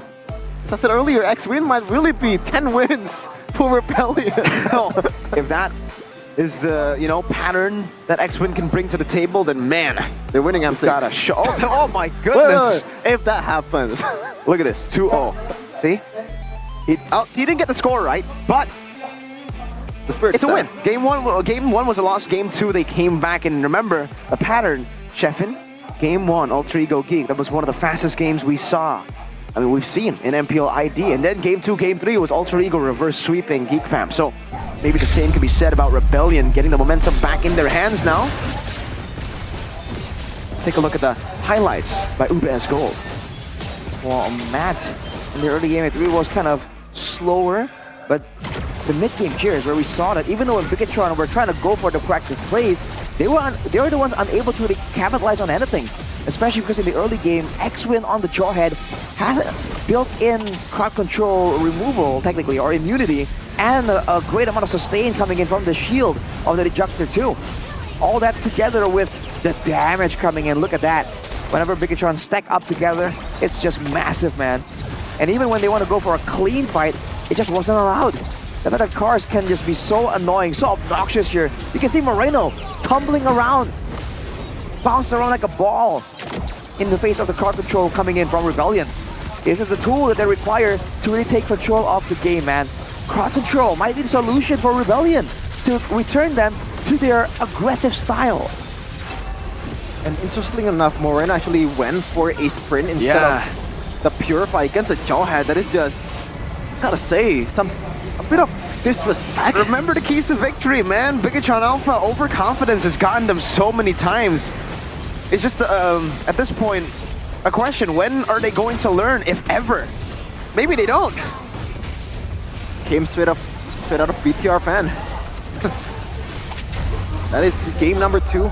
It wasn't just the spell, right? It was the drafts too.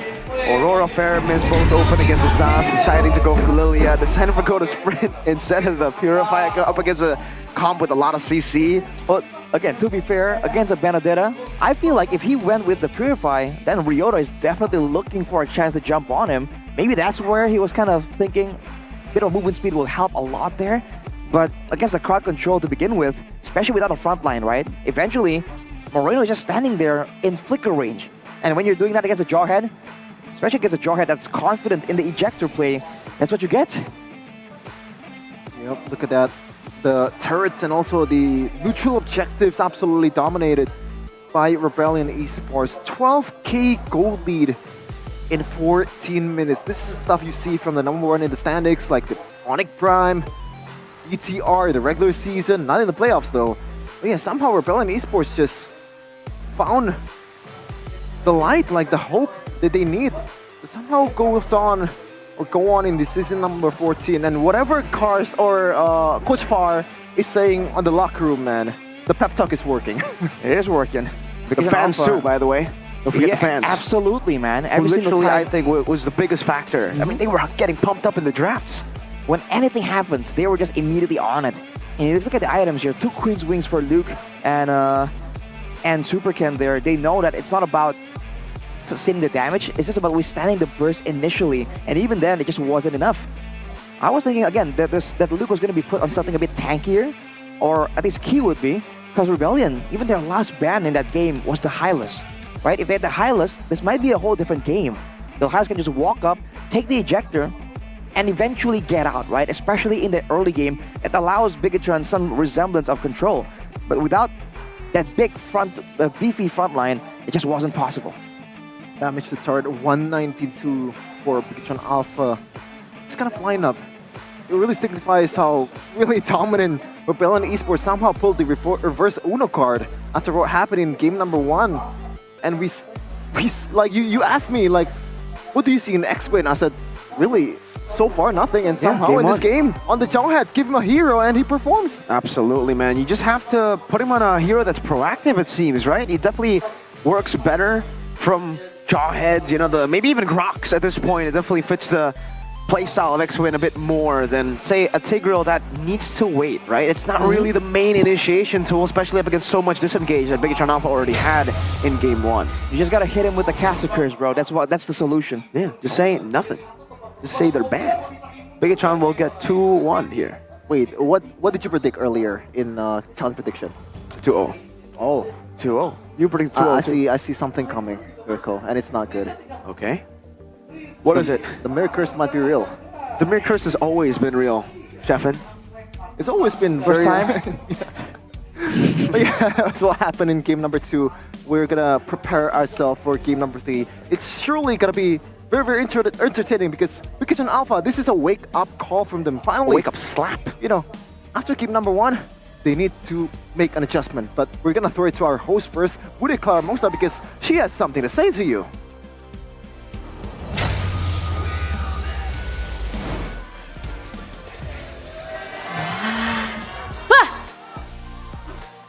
Udah yang kaget sih wajahnya. Oh, manusia. Iya dong. Oh iya, tapi ini kawanan yang agak-agak takut jadi makin takut ya sama badut. Ini topeng badut bukan sih? Betul, topeng badut. Ini Rebels lagi jadi badut? Iya, lagi temanya lagi badut. Ayah naon what happen nih? Coba dong dikasih tahu, dijelasin juga. Kenapa temanya badut? Karena ya kita tahu posisi Rebellion itu di paling bawah. Jadi kita mungkin kayak ngerasa, wah Rebellion ini kayaknya tim badut. Merasa atau? Kurang lebih merasa. Kurang lebih. Tapi kan memang 3 minggu belum ngedapetin kemenangan ya. Iya. Sebabnya itu ya. Tapi kalau ngelihat dari hasil hari ini kayaknya berbeda gak sih? Apalagi lawan dari Rebellion adalah The Giant. Ada Bigetron. Pemuncak klasemen udah ngambil 1 poin nih. Masih berpikiran kalau kalian badut? Semoga enggak sih. Semoga enggak. Tapi kan pasti up and down-nya setiap tim dari super fans lah yang juga merasakannya ya. Pada saat seperti ini, gimana sih keadaan super fans dan gimana cara kalian tuh juga tetap semangat, tetap bangkit gitu? Karena kita kan, ya kita fokus semangat aja sih dukung Rebellion. Gimana caranya biar kita tuh keluar dari zona merah. Keluar dari zona merah. Tapi kalau misalnya tadi ngelihat di game 1, di game kedua kan ada yang baru tuh. Ada X-Win di minggu ini. Kalian gimana sih ngelihat X-Win hadir untuk Rebellion? Senang sih, mungkin cukup ada perubahan. Mungkin karena Matt jago kali ya, makanya nomornya 2. Makanya itu ya. Tapi Matt jago banget sih dari game kedua ya. Jago banget. Jago banget. Terus gimana kalian ngelihat mungkin evolve-nya Matt, terus performanya dan harapannya mungkin untuk game ketiga? Untuk game ketiga mungkin main aman aja, main sabar, jangan terlalu banyak gerakan yang bikin mistake tim sendiri. Oke, tapi untuk sekarang wah kalian ngelihat hari ini minggu keempat performanya tim Rebellion dari 2 game nih. Performa sejauh ini sih cukup bagus, ada peningkatan lah dari week 3 week sebelumnya.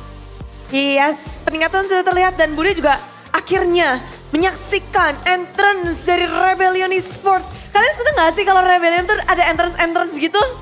Jujur seneng. Iya ya, kayak jati dirinya Rebellion tuh muncul. Tapi tulisannya paham tadi, ya betul? Betul kan? Betul. Tahu gak artinya apa? Nggak tahu sih, mungkin lebih ke kasih paham kayak buat ke better kayak nih RBL jago loh.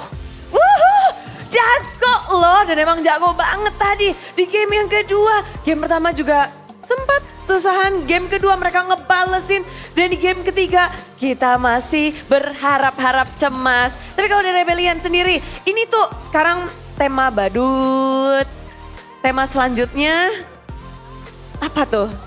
Selanjutnya belum tahu sih, masih dipikirkan. Masih dipikirkan, tapi harapanmu untuk Rebel Squad yang ada di seluruh dunia apa? Kalau buat Rebel Squad mungkin terus dukung si Rebel Esport mau di atas ataupun di bawah, pokoknya dukung aja terus. Dukung terus dan coba ini kalian harus kasih langsung dukungan sih kepada Rebellion Esports. Berikan dukungan terbesar kalian untuk mereka yang mungkin saja memecahkan lose streak mereka hari ini. Ayo. Wait. Dukung Mat. Dukung. MATT.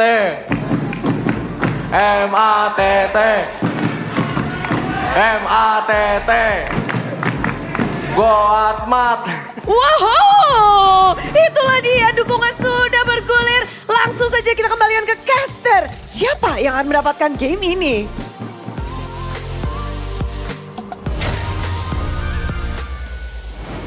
M-A-T-T. One more? M-A-T-T. Man, Rebellion Squad has got me rooting for Rebellion Esports, man. Really? Matt has got me rooting for Matt. Or now, actually, it's against your team? If ODCS plays in Game 3, then maybe. Because technically then we'll have 7 BTR players on the field. So whichever way the wind blows, it's still a Bigatron win, you're saying? I mean... No. That's some copium, man. Yeah, BTR, sure. if we lose this, say bye-bye to M6, brother. It's essential. Strong take. I'm all for it, though. Yeah, right? Yeah. You're like the father of strong takes. You said someone is overrated. That's like the strongest take of all time, man. Listen, man. Has something to do with the Head and Shoulders flavor, or, you know? I'm not BR trained, all right? What I'm trained on is getting people to buy things. Oh, yeah. Really? What about this Not lemon? really. What about this lemon? Is it good? Every lemon is good, bro. Okay. Every lemon is good. What are you talking about? Every lemon is good. He's the legend of a game. Just like this guy, Gatot Kacha the legend. The most fresh lemon flavor, as Gani would say. In Head and Shoulders, you can just... Come here. No. You can just smell it, man. Oh my god, that smell. Oh man. Smells good. Smelling lemon is good. Yeah. This is what Shevin does in his spare time.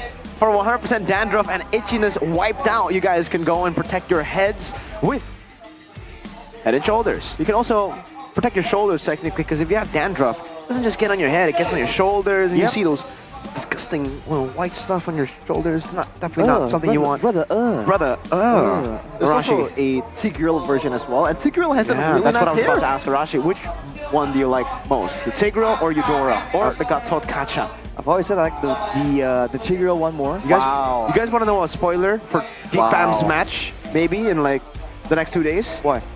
Yaoi posted an IG story of him losing to Baloyski playing Gatot Rome. So, Baloy, we're watching you, you war crime general. I see the vision, man. Saber, Natalia, Helker, Chip. Now you want to add Gatot Kacha? Gatot? I think Saber is kind of viable if Vincent, for example, Vincent picks Oling, the opponent picks a Natalia. Remember what happened the last time Baloy faced a Natalia? What? Saber.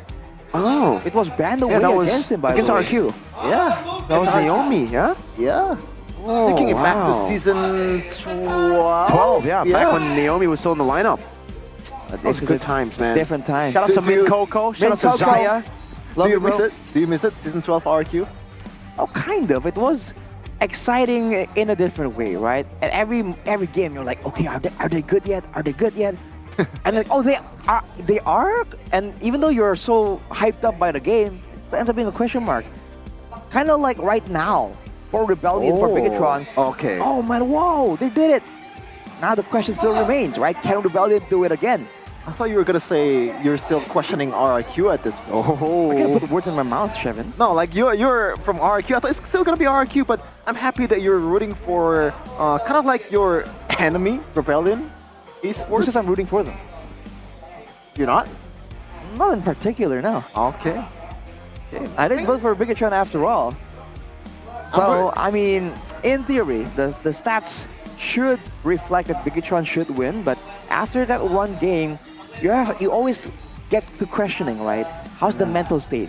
In this day and age, a lot of teams are getting wiser and wiser about mental conditioning, but at the end of the day, you have to still realize it's a very big part of this competitive scene, that mental fortitude, you know, to keep your head in the game, even though things don't go as planned, even though you're about to win and there was a comeback, it doesn't matter. You have to reset and get back into it for game number 3 right here between Rebellion and Bigatron.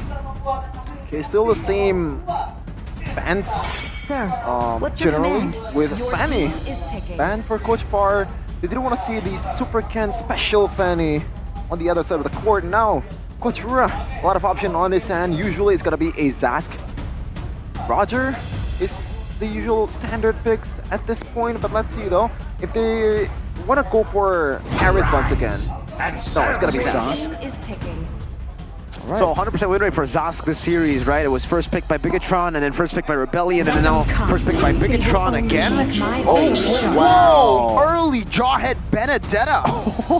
Interesting. Whoa. I wondered if the idea here for Coach Far is, instead of hiding these picks, even though they're usually unexpected, they were so massive, so impactful in the previous game, you show it first. Now, Bigatron, they know that the Jawhead and Benedetta were just so good in the previous game. Now they're stuck considering what else can be used with these two heroes. With the Hylas banned away by themselves, they have to still respect the pick of potential right here. And they go for the Ruby, along with the Roger. A lot more survivability. But I do expect someone even tankier, especially if they're gonna try and really control, or at least contest the control of Rebellion in the jungle, in the lanes. It's still gonna be the Harith being trioed by these teams, and possibly, or most likely, for sure gonna be for Matt. In the previous game, he faced a Harith with a Lunox, so Coach Far straight away just betting it out for Eman. Didn't want to see Matt losing the lane, and it feels like if you give Matt that winning matchup in the lane, it's still gonna be good for you. He's still gonna be the MVP and somehow make a play out of it. Well, I mean, to be fair, right now, the Roger is still flex, so you see that Lunox ban come out. Great move by Rebellion.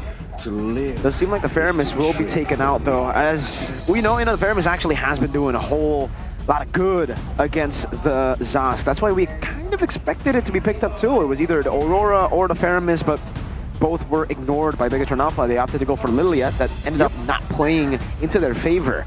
So now for Rebellion. What do they want to get, right? In the mid lane, is it the Valentina again that failed in game 1? Or do they want to try to change things with maybe an Aurora this time around? I feel like with an Aurora, it's great. And it also is a great matchup against the Zask. And technically, in the grand scheme of things, you can kind of combo it, right? A massive Frigid Glacier into an Electro Final Blow sounds like a disgusting combo. Of course, that's very ideal. But I think more importantly, you can also follow up on an Ejector by locking down someone using the Aurora. That's like a bit of a hidden value type deal. But for Rebellion, banning with the Mathilda, they're certain they want to go for this pick of style. And Bigatron, they get rid of the second or third biggest nuisance in the previous game, the Phobias that's just jumping around, wreaking havoc here. Even when they have a Ruby, they can kind of stop him in his tracks.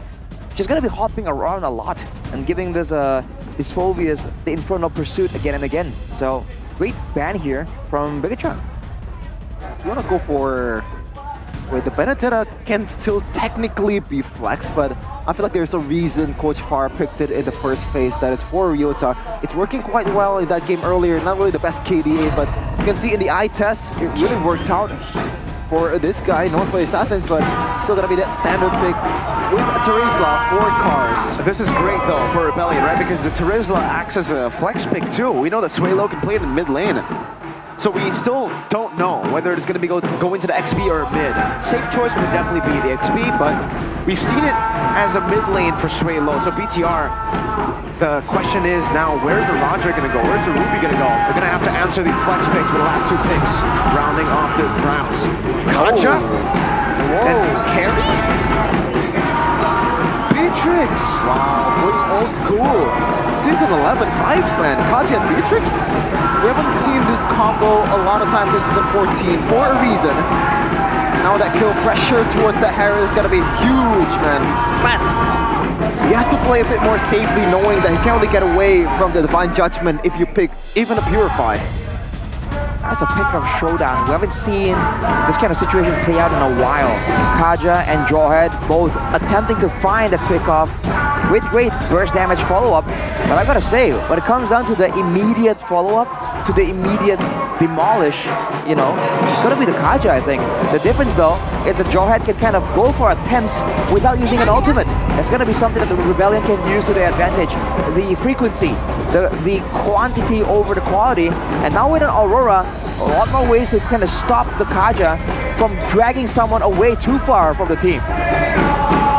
Rebellion Esports faced with an enormously difficult task to complete before this match begins, and they are one step away to making it happen. The last placer of MPL Indonesia season of 14 is taking on the challenge, the biggest challenge so far this season for them. They're still at nil, nada, no win whatsoever. And with this single game win, they can make it one and turn the season around. Looking at the draft index, it really definitely favors the robots at this time. A huge game, the decider on who's gonna take it the whole way. Will Rebellion get their first W this season, or will Bigatron Alpha stand strong at #1 in the standings? From what looks to be Rebellion always looking to the skies to try to beat Bigatron Alpha. Now they meet head-to-head. Eye level for both these teams, 1-1. It comes down to one game to decide whether Rebellion can break that curse of not being able to win a single match, or if Bigatron will deny them of that sweet, sweet glory. Anything can happen, honestly. And for Bigatron, now it's a different situation. One of the big strong points of the Beatrix is how fast you can clear the wave. Now the Harith can't really bully, can't really poke, and there's a lot of burst damage available. Little though, it goes to the hands of Bigatron there. Great play to just consolidate on it. Key, trying to find more ways to try and contribute. Before level 4, he needs to be active here just to swing some of the lanes in favor of his team. Yeah, so far, this match, whoever deal that first blow, whoever strikes first and get the early game snowball is the winner. There are no comebacks in this match. Yeah. As we take a look at the emblem by IndyHome, by Telkomsel, anything's interesting, Arashi. Weapon Mastery Beatrix respected by the tenacity on the hands of Matt. And if we get Cars, Festival of Blood. We've seen some terroristas go without it, but Cars wants to brawl, wants to scrap all the way from the beginning. And of course, Inspire for Sway Low on the Aurora. Car Control is the name of the game, and with the Hail as well, the Hailstorm, he can kind of help out in scouting for the team. As a man, whoa, going risky. Didn't really connect on that Synchro Vision, so still gonna be Matt winning it out on that trade of HP with Eman. A hard task too for Matt, considered as one of the worst performer so far in this season, and now he's stepping up to the plate and looking to make things happen. Possibly getting the MVP as well, and now neutral objective, chapter 1. Hurdle number 1 going to be contested. X-Win on the Jawhead, definitely a bit more useful compared to Key on the Kaja. Repelling zone ejector flicker, super get brought back for Yota. Capitalizing, good pretty glacier coming down, actually not connecting onto anyone. X-Win does have the unstoppable force, gets level 4 now. CC immune pops in the unstoppable force, super loop. Able to disengage for the team, gets a Don't Run Wolf King, and it will be 1-1 as we get a pause. The second minute of the game here, Turtle did go towards Rebellion Esports, so it is 2-1 in favor of Rebellion. Right, in the grand scheme of things, pretty even still. Although Rebellion were able to get the neutral objective, I believe. In the midst of all that, you can see again the synergy from the team, the confidence definitely is very visible.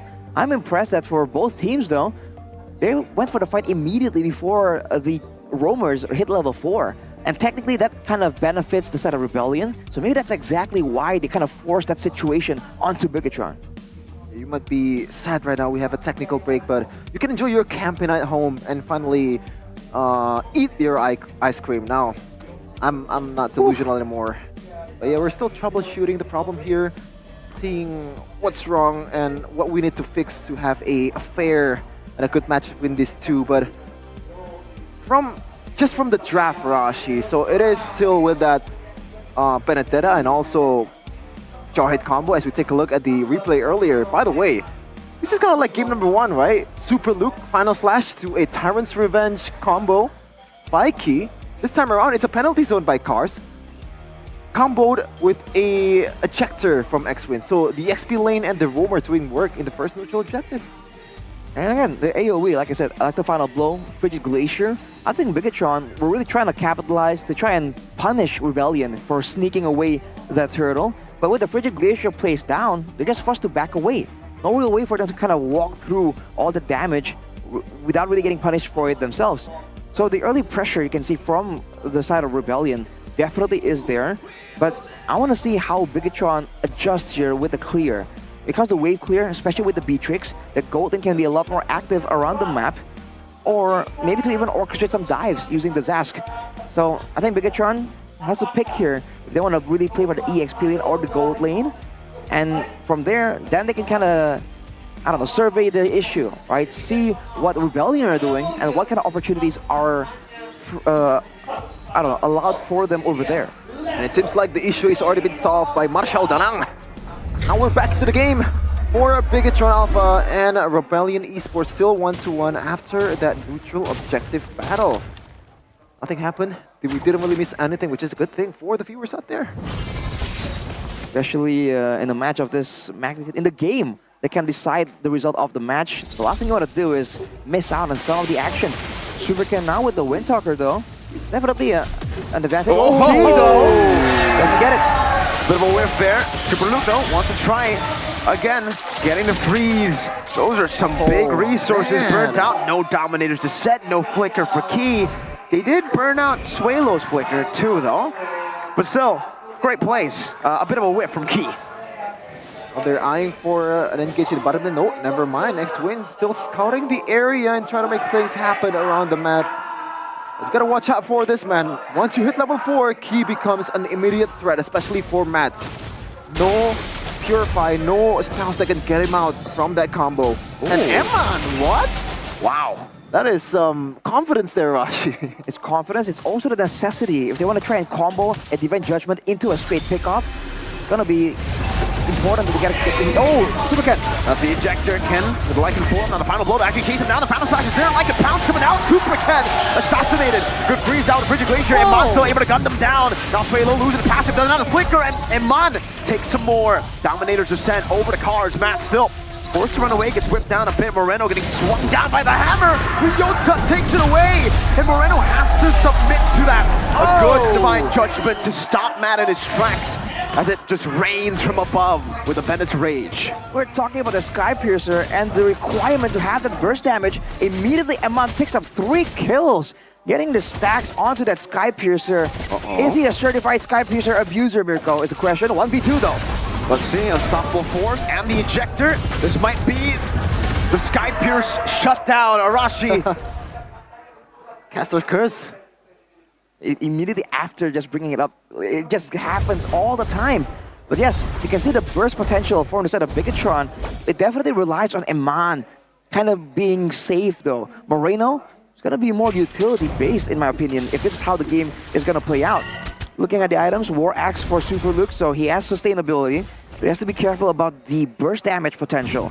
Ryota as well also has that War Axe, and the bottom turret might get taken out here. Rebellion. Free turret down below, and Matt should be able to equalize in the gold deficit that he had. So it's back to even on the board now when it comes to the gold. But objective-wise, Rebellion actually got it. Flicker Divine Judgment now coming down with the Bennett's Rage. X-Win taken down. Another sack for that Sky Piercer and a big bod. Wow. Wow. And now BTR once again up And a gold. Oh, getting stunned. Burst it down. That was lightning quick. Wow, Super Luke with the timing. I mean, Ryota comes in attempting an outplay of some sorts, but the timing was just so good. The damage from Eman as well. Snipes him right in the face. Unfortunate for Ryota, but look at this, Rebellion. Just trying to go for the clears. Super Luke is in there. X-Wing though, takes a play. Purify on stall force. Using Dominator's Ascent, Super Luke brings him back into the Dominator's Ascent. Let's see if the snipe can help him or get him down. X-Wing able to recall. He actually does have the immortality, Super Luke. Okay, doesn't go for it. A lot of interesting first item here, Rashi. Cars opted to go for Dominance Eyes. X-Wing going for immortality. Sky Piercer for Eman. So a lot of utility and also different maneuvers. Meanwhile though, winning it out. Good Divine Judgment. Super Ken. Helping him out now, going back to the human form. X-Wing gonna be gunned down, losing immortality. Swaylo doesn't have the Frigid Glacier anymore, and Eman is just racking up the kills. Key, conceal. Just trying to screen them, recalling in their faces. Finally, a neutral objective to BTR as Matt is forced to recall in an awkward spot.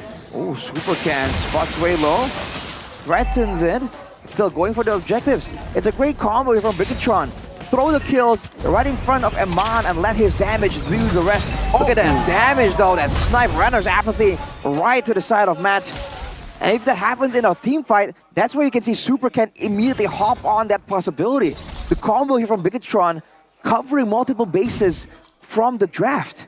Yeah, and it's easier for the combo to land for BTR Alpha now that they have the whole map to their favor. At least 3/4 of the map, 2/3 of the map.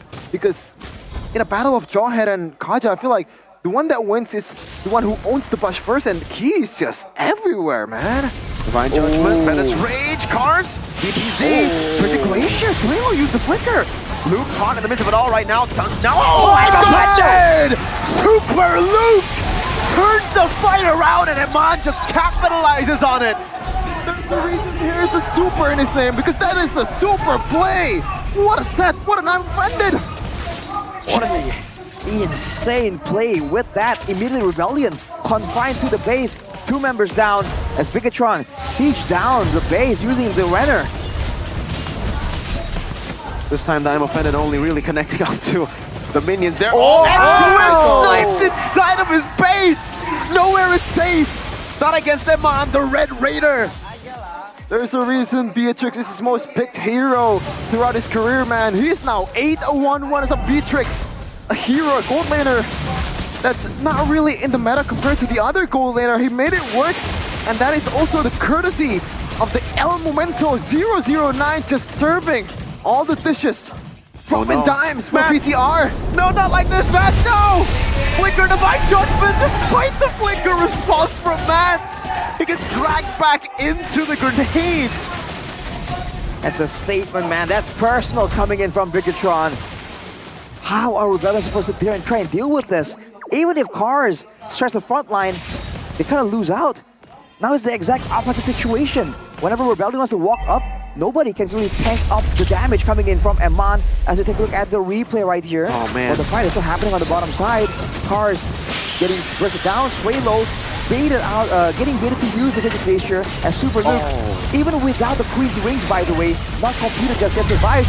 Look at this, hang on a minute. Man, that was unfortunate. I think Swaylo actually, oh wait, what happened to Luke? But taken out. Oh my God, Eman! What a shot! The Beer's passion now. Used up Ryota forced back. You can't stand anywhere near Eman, and what is near anymore? That was far. Eman shot that one from Yucatan, man. Oh my goodness gracious, the combo, everything is landing for this guy.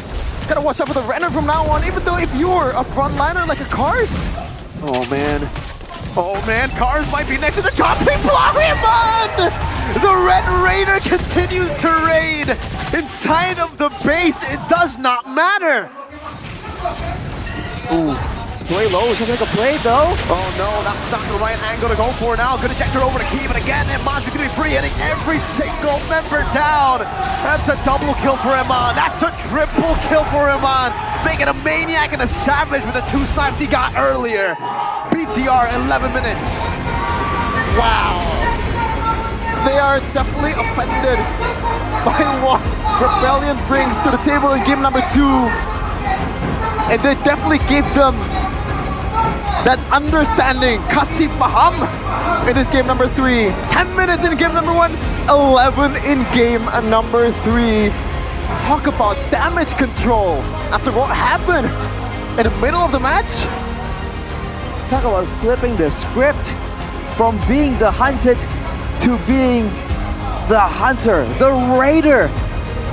All the way from level 2, from level 3. The Beatrix pick out of nowhere, man. Coach Rura, bang, bang, just found a winning combination.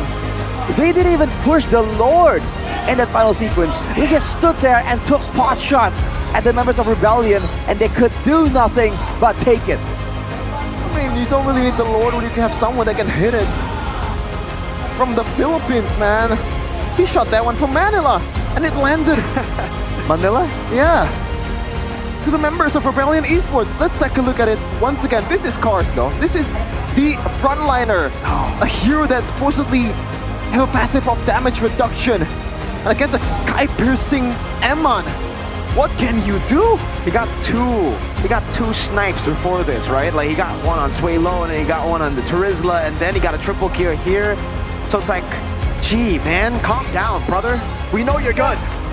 Yeah, let's see how good they are though on the stage with the winners interview with Uday Clara Monster.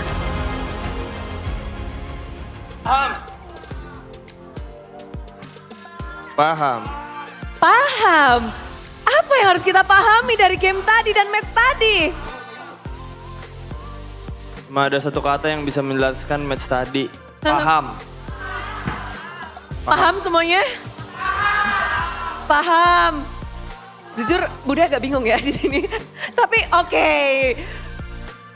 Coba dong kasih kita paham dong. Kok BTR kuat banget? Paham. Paham. Paham. Iya.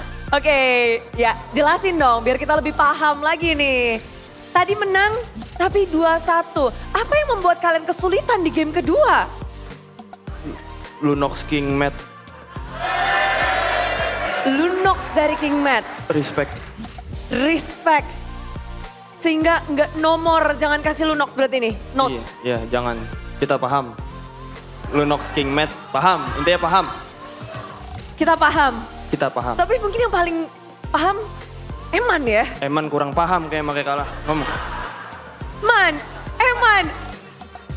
How do you see the Lunox from Matt? Jago banget. Jago banget. Namun ini kayak, I announce what happened. What happened on the second game? It's one-sided game. Karena si Matt pakai Lunox. Jago. Oh. Beneran jago dia. Lunox. Jadi dari Lunoxnya ini? Iya. Okay. Lalu, what did you do guys for the third match? The last game. How you guys bounce back? What you guys notes? Kita kasih mereka Harit. So, karena gua udah bosan pakai Harit. So you request Beatrix. I don't want Yeah. Harit. Are you happy with your Beatrix today? Dikit. Why dikit? Ya, apa ya? Nggak jago Patrick. Nggak jago guys, nggak apa-apa. Kita masih nunggu, tapi benar banget kayak Hengki hari ini kamu melawan mantanmu juga. Kamu kembali dan kamu harus melawan mantanmu hari ini. Matt, di tim Rebellion hari ini nyaris saja kalian mendapatkan kekalahan.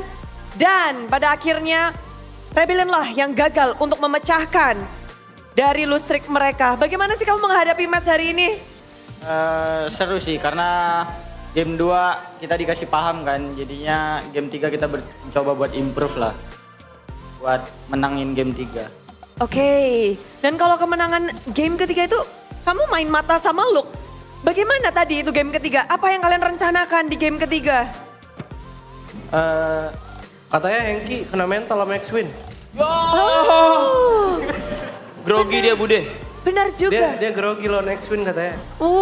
Nervous, tapi Nervous. X-Win dia kan memang player baru. Kenapa tuh sampai nervous, gemetar, keringat dingin gitu hari ini, Ki?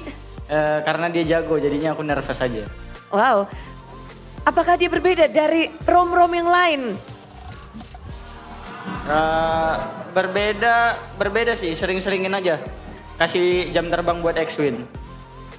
Wow, menjadi notes tentunya ya. Jadi X-Win punya potensi menurut Ki. Punya potensi, gede potensinya. Gede potensinya. Tapi kamu hari ini langsung lawan X-Win bukan Audi. Apakah kamu menyadari bahwa wow ini akan lawannya X-Win bukan Audi? Nggak tahu sih siapa aja yang main, kita ready maksudnya. Ready untuk semuanya. Namun Luke, bagaimana Luke? Hari ini kayaknya up and down. Luke sendiri gimana? Nikmatin aja sih prosesnya. Nikmatin proses. Hari ini mulus untuk Luke? Mulus, tapi besok banget nih akan melawan Fnatic Onyx. Yang mana EXP lainnya juga berubah. Bagaimana kamu harus menghadapi Fnatic Onyx? XP lane-nya adik dia Bude. XP lane-nya adik dia mirip nih. Mirip Albert juga berarti ya kamu. Bertiga. Tapi yes. Bagaimana Luke? Jago Lawan sih, Dede? tadi aku nonton dia jago. Ya excited lah mau ketemu dia. Excited untuk ketemu dia. Ada gak sih yang kamu notes? Wah dia jago karena bisa bla bla bla bla. Ada gak kayak gitu? Apa yang spesial? Jago aja sih kayaknya, gak tahu. Main aman ya, bilang jago aja. Tapi untuk melawan Fnatic Onyx yang kali ini, apa kalian percaya diri? Percaya diri lah pasti. Percaya diri pastinya. Dan kalau ngebahas tentang Fnatic Onyx pasti Super Ken. Dikasih 2 langsung tuh. Super Ken, hari ini cukup mulus. Ada dukungan dari orang tua juga. Masih berada di pucuk. Untuk bertahan di pucuk. Dari Super Ken sendiri. Motivasi terbesarnya tuh datang dari mana Super Ken? Dari orang-orang terdekat sama terutamanya dari keluarga sama tim juga. Sama tim. Kalian apakah sepakat guys kita jangan sampai turun, kita ayo upper bracket gitu kah? Ya biar makin latihan terus makin jago terus. Latihan terus, jago terus, dan menunggu untuk minggu ini melawan Fnatic Onyx. Ini ada yang mau ngasih sesuatu nggak sih? Kasih satu kata gitu, Moreno. Buat besok, untuk Fnatic Onyx. Bigetron sudah paham. Good luck, have fun. Good luck, have fun. Bude bakal video dulu deh. Ayo sampein langsung, Bude mau kirimin langsung nih ke Fnatic Onyx ya. Ayo, Moreno, Good luck kasih. bang, good luck, have fun. Buat Fnatic Onyx besok. Good luck and have fun. Itulah dia dari tim Bigetron Alpha.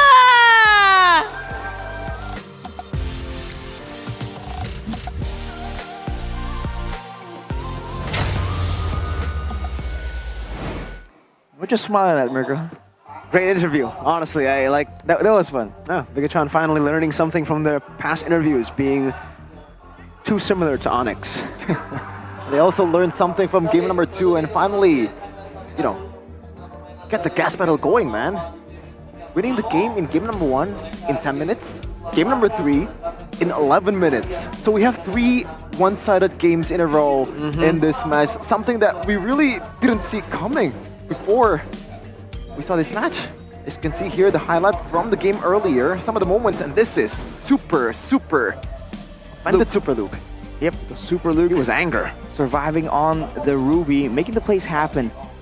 Wow, it's like both of these teams are so aggressive, especially, man. Especially with the style they went for, right? With the high burst, high pickup strategy. Bigetron suffered a defeat earlier in game number 2. In game number 2, they're like, you wanna see damage? You wanna see burst? Bring out the Kaja, bring out the big guns, the Renner, and we can show you how it's done. Whoa! Hey, you don't shoot your own teammate, brother, man. What was that? That was some, friendly fire. Friendly fire, only in the back rooms though, not in the land of dawn. Player of the match, Eman. Presented by the official tournament smartphone, man. Samsung Galaxy Z Flip and Z Fold 6. That was a crazy game on the Beatrix. He went for the weapon mastery as well, so you already know the damage is just getting up and up. Went for the thrill for the extra bits of damage. Assassin Emblem 2 for more penetration.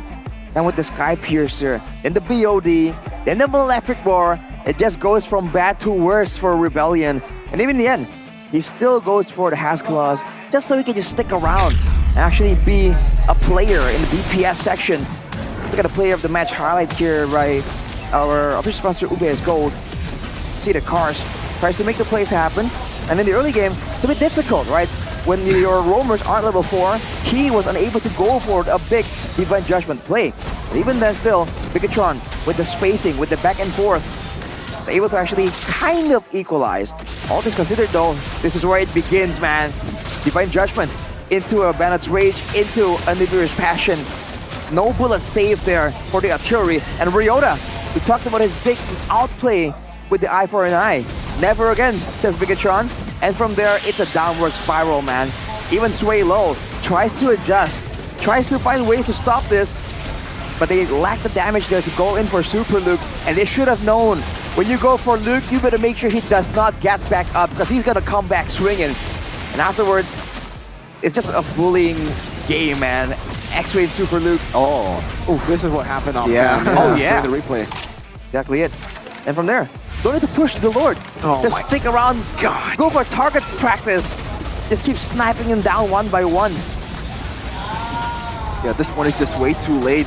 He already racked up like 10 kills or so.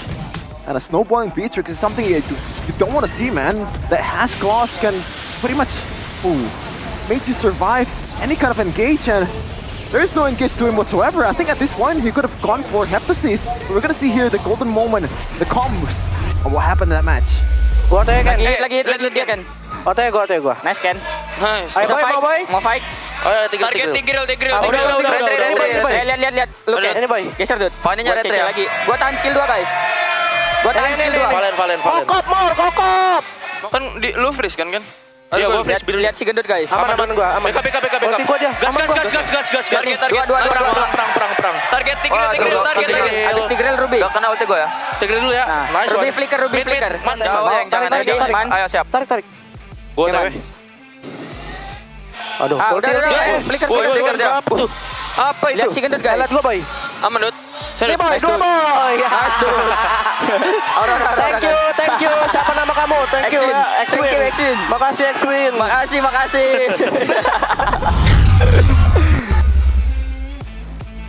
Yeah, you better thank Super Luke, man. You better thank Super Luke. All the Bigatron fans out there, thank Geekfam as well.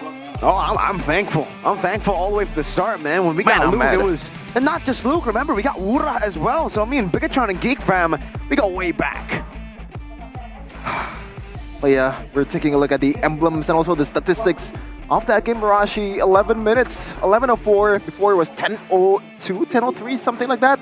As you can see, in the turrets, and also the item department, look at Eman. Compared to Matt, the counterpart, 4K gold deficit. It's kind of ridiculous because we talked about how Rebellion can maybe simplify and streamline their efforts and how they want to approach this game. But Bigatron Alpha said, you know what? Let's go simple as well. You can't go wrong with simple, right? You can't go wrong going back to the basics. Get Key the Kaja. This man knows how to find those pickoffs and get Eman the Beatrix. And from there, the rest of the team are kind of just like there on the side, like, okay, you good? You good? All right, we're good. Aside from that, it's just waiting for the next pull, waiting for the next burst of damage. Man, Bigatron Alpha clearly making a statement there. They got hit with a dominant game in game number 2. Game number 3, you want to show that that is a one-time thing, man. Nobody gets the better of Bigatron Alpha twice. And once again, the rich guy, Eman, topping the chart. What? Except Geek. Yeah, for sure. Topping the chart is Eman. I mean, this guy, broke the barrier of 1,100 gold per minute. So really not a surprise at this point to see this guy over and over again as the carry and also the rich guy. Best wingman though. This is kind of overshadowed, I guess, because he didn't even die once, Arashi. 0-0-12, pretty much the perfect game for a support. He's serving dimes, he's serving the dishes to Emon. He wants that eating.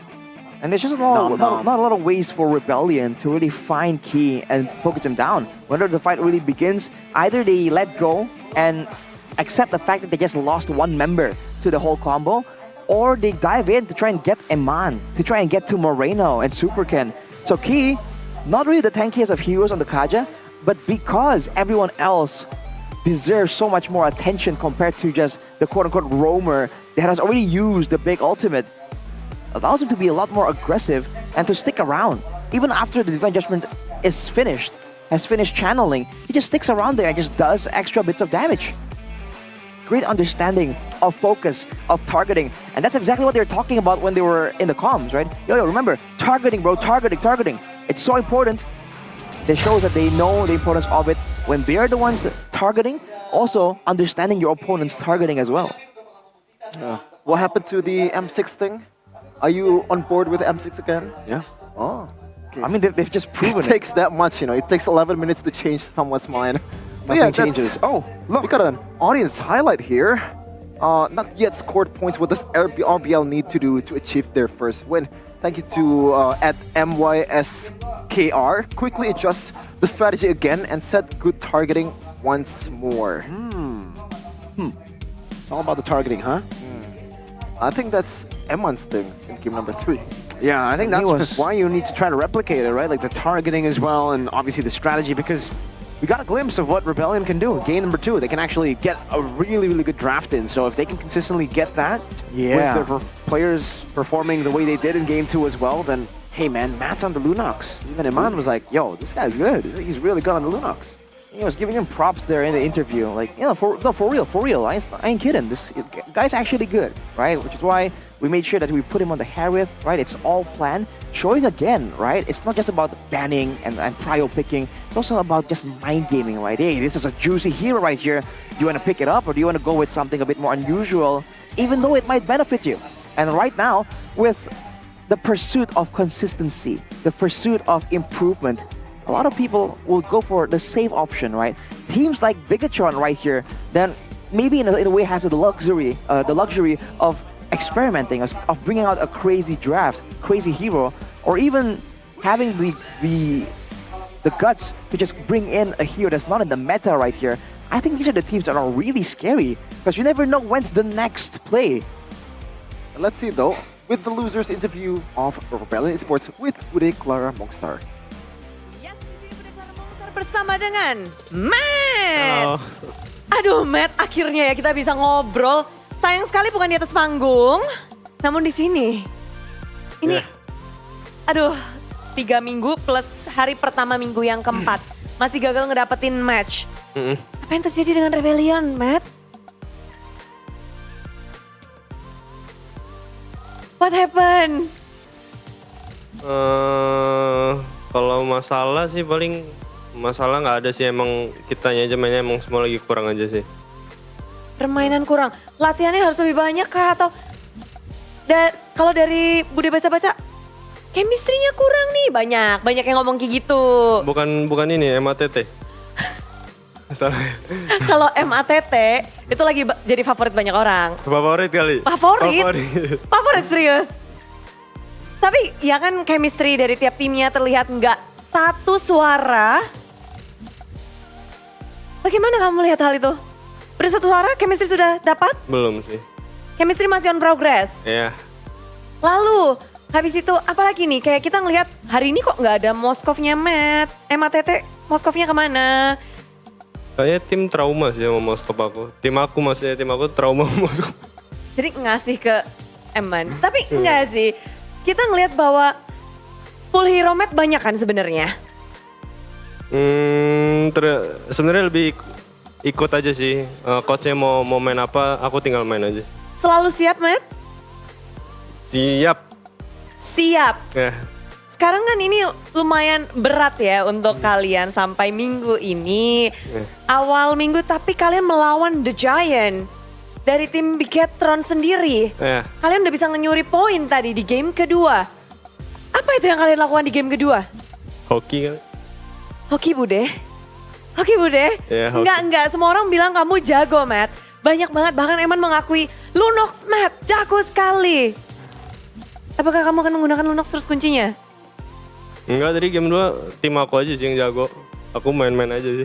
Timmu jago. Iya. Nah, di game kedua itu apa yang kalian lakukan tuh?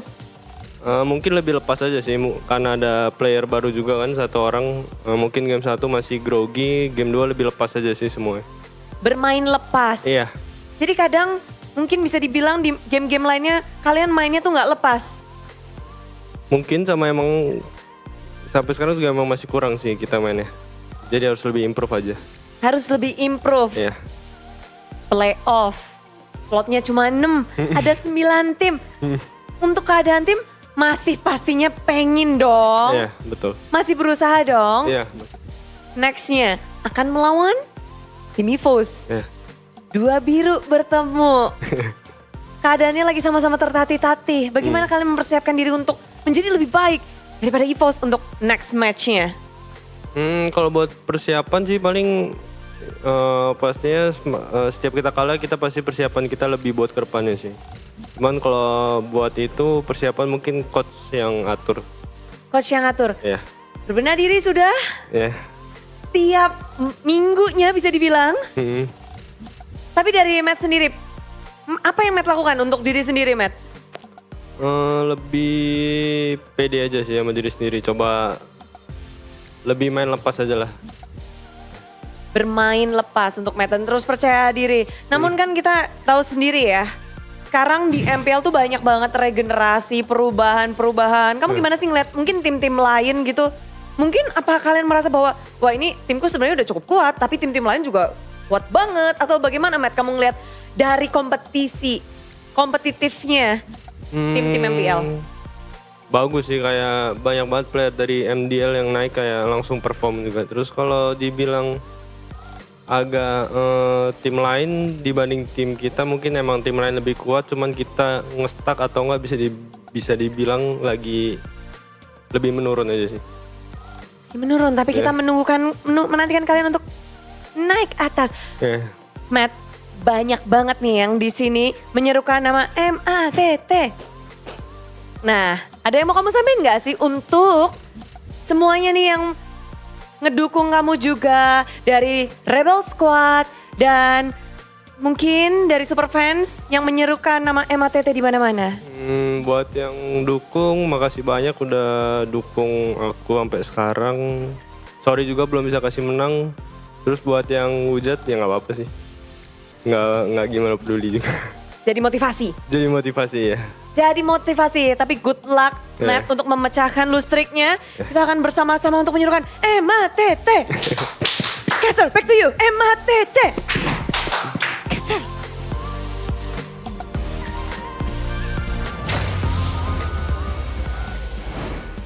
MATT. MATT. MATT. The Indo Dash is doing it with us. We're doing it together with the connection. We're doing it together with the Indo Dash over here. We know the drill. We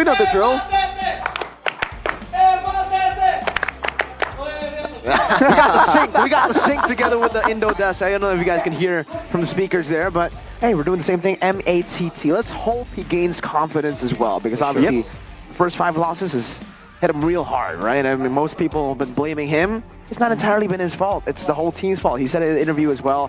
And because maybe he's lost so much confidence in game number 2, he was asked, what happened? You were good. Everybody was saying like you were good. And he said, nah, my team just played well. He tried to discredit himself. Man, Matt, wake up, buddy. You were good in game 2. Come on. Okay, but right now we're going to take a look at the Kiria play of the day, Rashi. Hayabusa Albert with that 1v3 display, or 1v4 at this point. Look at that. A glimpse of RQ's Albert, I guess. Yep. Getting 2, and afterwards getting the 1 here on that match with Dewa, and it was a very intense moment, honestly. So I think it's quite deserving if you're talking about the player of the day. Easily. I think, the first time I laid eyes on the play itself, it's always, this is player of the day for sure. Yeah. Nothing's gonna stop this. And that is Albert winning it out for Fnatic Onyx, but we're gonna segue ourselves too. Rebellion Esports and Pikachu once again. And I'm gonna be honest with you, if I were Rebel Squad, I would be, in MPL Arena right now. I would go out of MPL Arena with my head held high. Yeah. Because I know that there is hope in this team. We just beat Bikichan Alpha, the #1 in standings, quite convincingly in game number 2. That means we belong in this league. I mean, I think it's just the optics, right? People try and go and see the regular season here for Week 4 Day 1, presented by the official tournament smartphone, the Samsung Galaxy Z Fold 6 and Z Flip 6, and they see Rebellion Esports on the bottom, 0 wins, and they're like, oh, this team's done for. And no, right? We've seen teams come back from long lose streaks before, so never give up hope, man. All the way till the end. Who's to say that Rebellion can't find a winning formula, and maybe this win against Bigatron kind of made something click. Like we talked about how Matt, maybe on a more irregular hero, irregular gold lane can work. He did say though, again, that he didn't do much in that game too, so I guess it wasn't all that. You know, if we take his words at face value, I guess he can do a lot better next time. I think we'll have to see here as well in the standings. Just the net game win, despite Bigatron being 2 matches ahead of RRQ Hoshi. RRQ Hoshi are only 1 game behind of BTR. So they win their next 2 matches 2-0. They're going to have that advantage over BTR. And hey, it was good for RRQ. Oh boy, look at that. Saturday's matchup here. TLID versus GeekFam. I gotta be honest with you, this is dangerous for GeekFam. As a GeekFam fan myself, the presence of Fabian itself just scares me to death. Meanwhile, match of the day. Fnatic Onyx versus Bikichan Alpha. The true test for Fnatic Onyx. Are they back? Are they not? This is the test against the robots. Is the key? Yep, maybe. And in game number 3, the old school Rex Regum Keon versus Alter Ego. If this is season 6, then oh man. Interesting matches. All 3 of them tomorrow, man. That's crazy.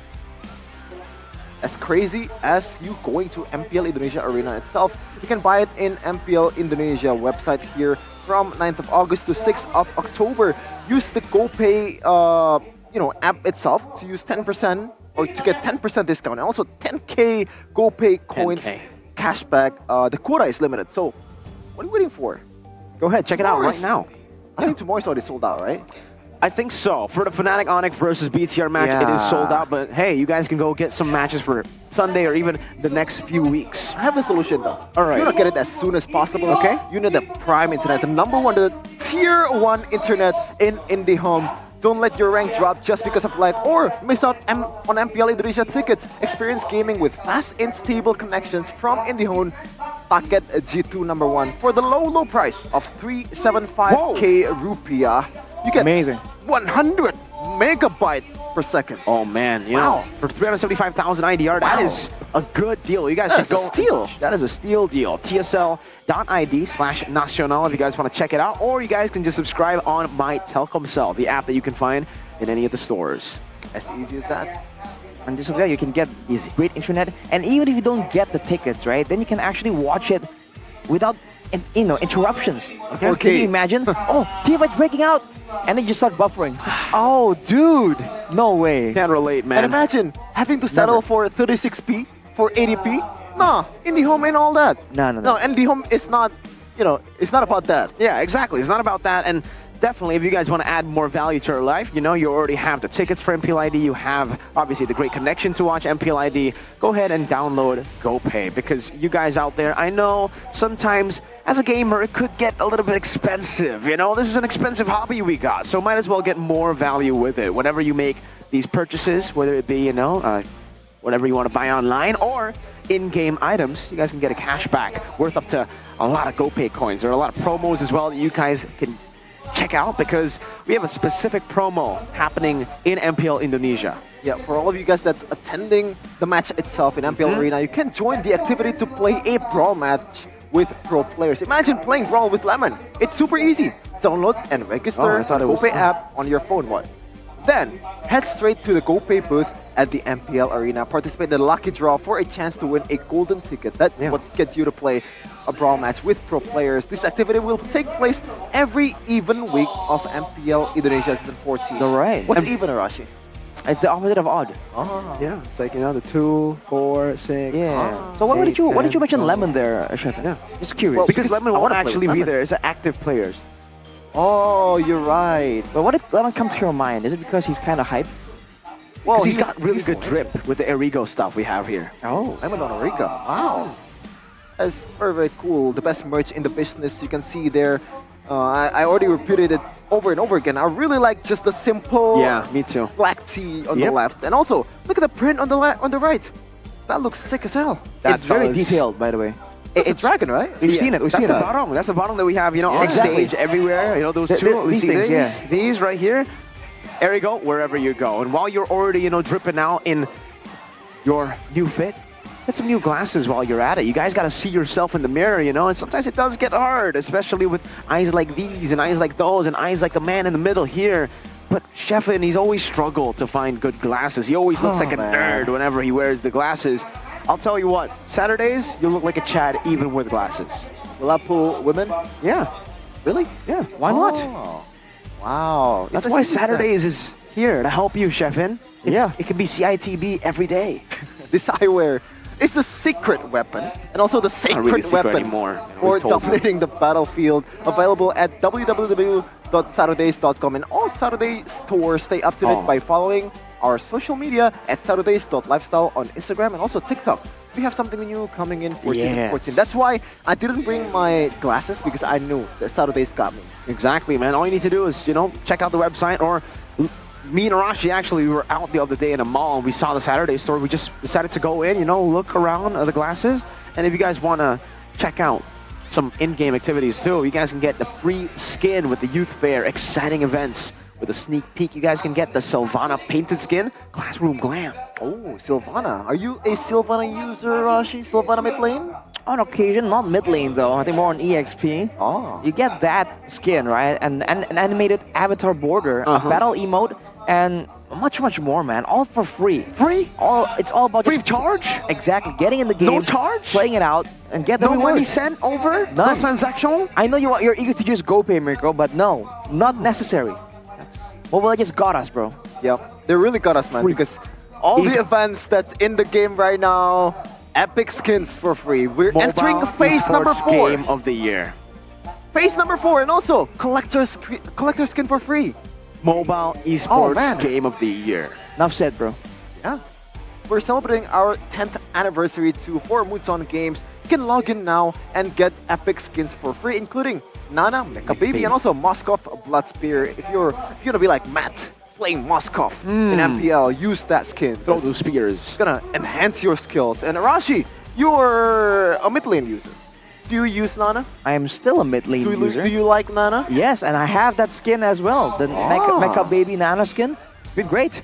You can also unlock a collector skin for free, by the way, Shevin. Like you were talking about earlier. Definitely don't miss out on that. It's a free collector skin. Think about that, right? And on top of that, from the 16th, free trials for all heroes and 125 skins will also be available, including 25 exclusive epic skins. It's just right there for the taking. Just tap it right now, man. What are you guys waiting for? Check it out. Or as my friend likes to say, check it out. Check it out. Who's that? You'll never know. Okay. I'll never know, I guess. But yeah, Check it that out. is Check the it events out, that's Shivin. available in Mobile Legends currently. And if you're, if you're like me, I'm definitely logging into the game and also getting all the skins for free because I am a skin hunter, man.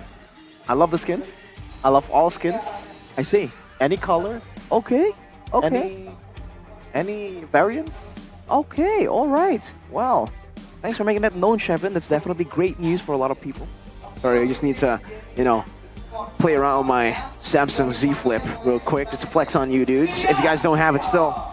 Whoa, wait. It's gonna be broken. Wait, it's not? No. Wow. You can fold it. It's a great phone for like us casters because technically you can do this. Oh, what is that for? You're downloading For Mobile all of Legends us fluent Adventure. in Japanese. Oh. Shout out LaFell too. Shout outs to LaFell, who's very fluent in Japanese. Love you, bro.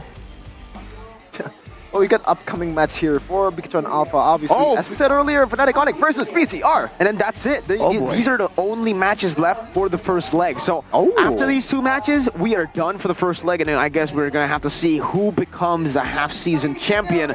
Will it be BTR? Will it be RRQ? Or will Fnatic Onyx surprise us with a comeback in their matches? For all of you out there that, that's very excited to be the half-season champion. Maybe you're a fan of Geek Fam, and then they become half-season champion. You don't have to be so, excited just yet, because the season is still going on for half 4, and we saw some teams, I'm not gonna name I'm not gonna name the teams, fall into the second leg or second half of the season and actually didn't make the playoffs. And now we have upcoming match here for Rebellion Esports against EVOS, the Battle of the Blues, and also against Geek Fam. And Alter Ego. Yeah. man. EVOS Alter Ego, I feel like for these matches, okay, but then Geek Fam, that's definitely a tough matchup for Rebellion here. I think I'm personally looking forward to Rebellion Alter Ego. That's the match to pay attention to. Why is that? I like both those teams. Oh, interesting. How about you, Rashi? Rebellion EVOS will be cool. It's the, what do we call it? Blue Derby. The Blue Derby, not the Beast Derby. There's another term for it that I think Goni coined as well. But yeah, I feel like there's quite the rivalry between both these teams, right? Technically. So I think I'm looking forward to that. I think it's going to be pretty close, pretty intense. Oh, for sure. Because both teams right now, they're on the bottom of the standings. EVOS only one match win throughout the season so far. So they're still looking for W's, man, because this is an MPL Indonesia Season 14. Only 6 teams will manage to get to the playoffs out of all 9 teams. So it is going to be a very tough battle for all the teams that's in the red zone currently. That is, I believe, Alter Ego, EVOS, and also Rebellion Esports. Now, what's going to be the adjustment for those teams? We'll see against those teams. Only time will tell, honestly. I feel like they can get a hint, an inkling of what can work, but at the end of the day, they got to go back to the drawing board, right? And kind of talk amongst each other, like at least get on the same page, right? What do we want to do here? Which direction do we want to go? Because whatever direction they do go, it has to be together, man. It's a team game. It's all about having the vision, having the call, and then making that decision together. And we'll see that with the 3 matches that are absolutely fantastic tomorrow. So yeah, if you're looking forward for Mobile Legends esports action more and more in MPL Indonesia Season 14, stay tuned for tomorrow's stream. So you can go anywhere, technically. Thank you for watching, and see you tomorrow.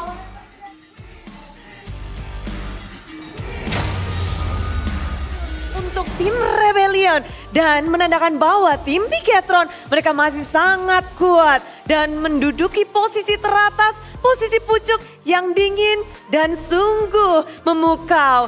Kita juga melihat di match pertama dengan ada Fnatic Onyx yang mereka mengganti player mereka. Adanya regenerasi terjadi lagi. Mereka masih bisa membawa kemenangan untuk timnya. 2-1 Dewa sudah memberikan yang terbaik. Nyaris saja menjadi match mereka. Namun apa daya di tangan Fnatic Onyx tidak bisa. Dan hari ini memang telah usai dengan 2-1 semua. Esok hari di malam minggu, malam yang panjang. Akan ada 3 match yang menemani kita semua.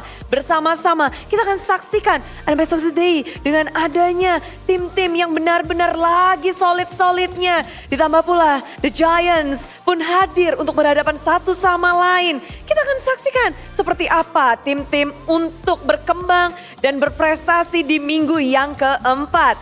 Namun minggu keempat ini tentu begitu meriah dengan dukungan semua super fans dan juga tentunya karena MPL Indonesia Season 14 powered by Moonton, presented by Official Tournament Smartphone, Samsung Galaxy, Official e-wallet GoPay, Official Gold Partner UBS Gold, dan juga Official Destination for Gaming and Esports, Kidia. Dan juga kita punya partner in esports. Ada Campina, Head and Shoulders, Ora Imo, Telkomsel, Dunia Games, dan IndiHome. Beserta dengan supplier ada Erigo dan juga Saturday. Acara ini supported by PBSI. Ditambah pula semua tim, 9 tim akan beradu. Mereka benar-benar mendukung satu sama lain, memberikan yang terbaik, positive vibes. Tetap terasa di belakang panggung, namun di panggung MPL semuanya membara. Akan seperti apa minggu ini dan akankah klasemen bergeser? Kita akan nantikan di hari yang kedua di MPL Indonesia Season 14. We own this!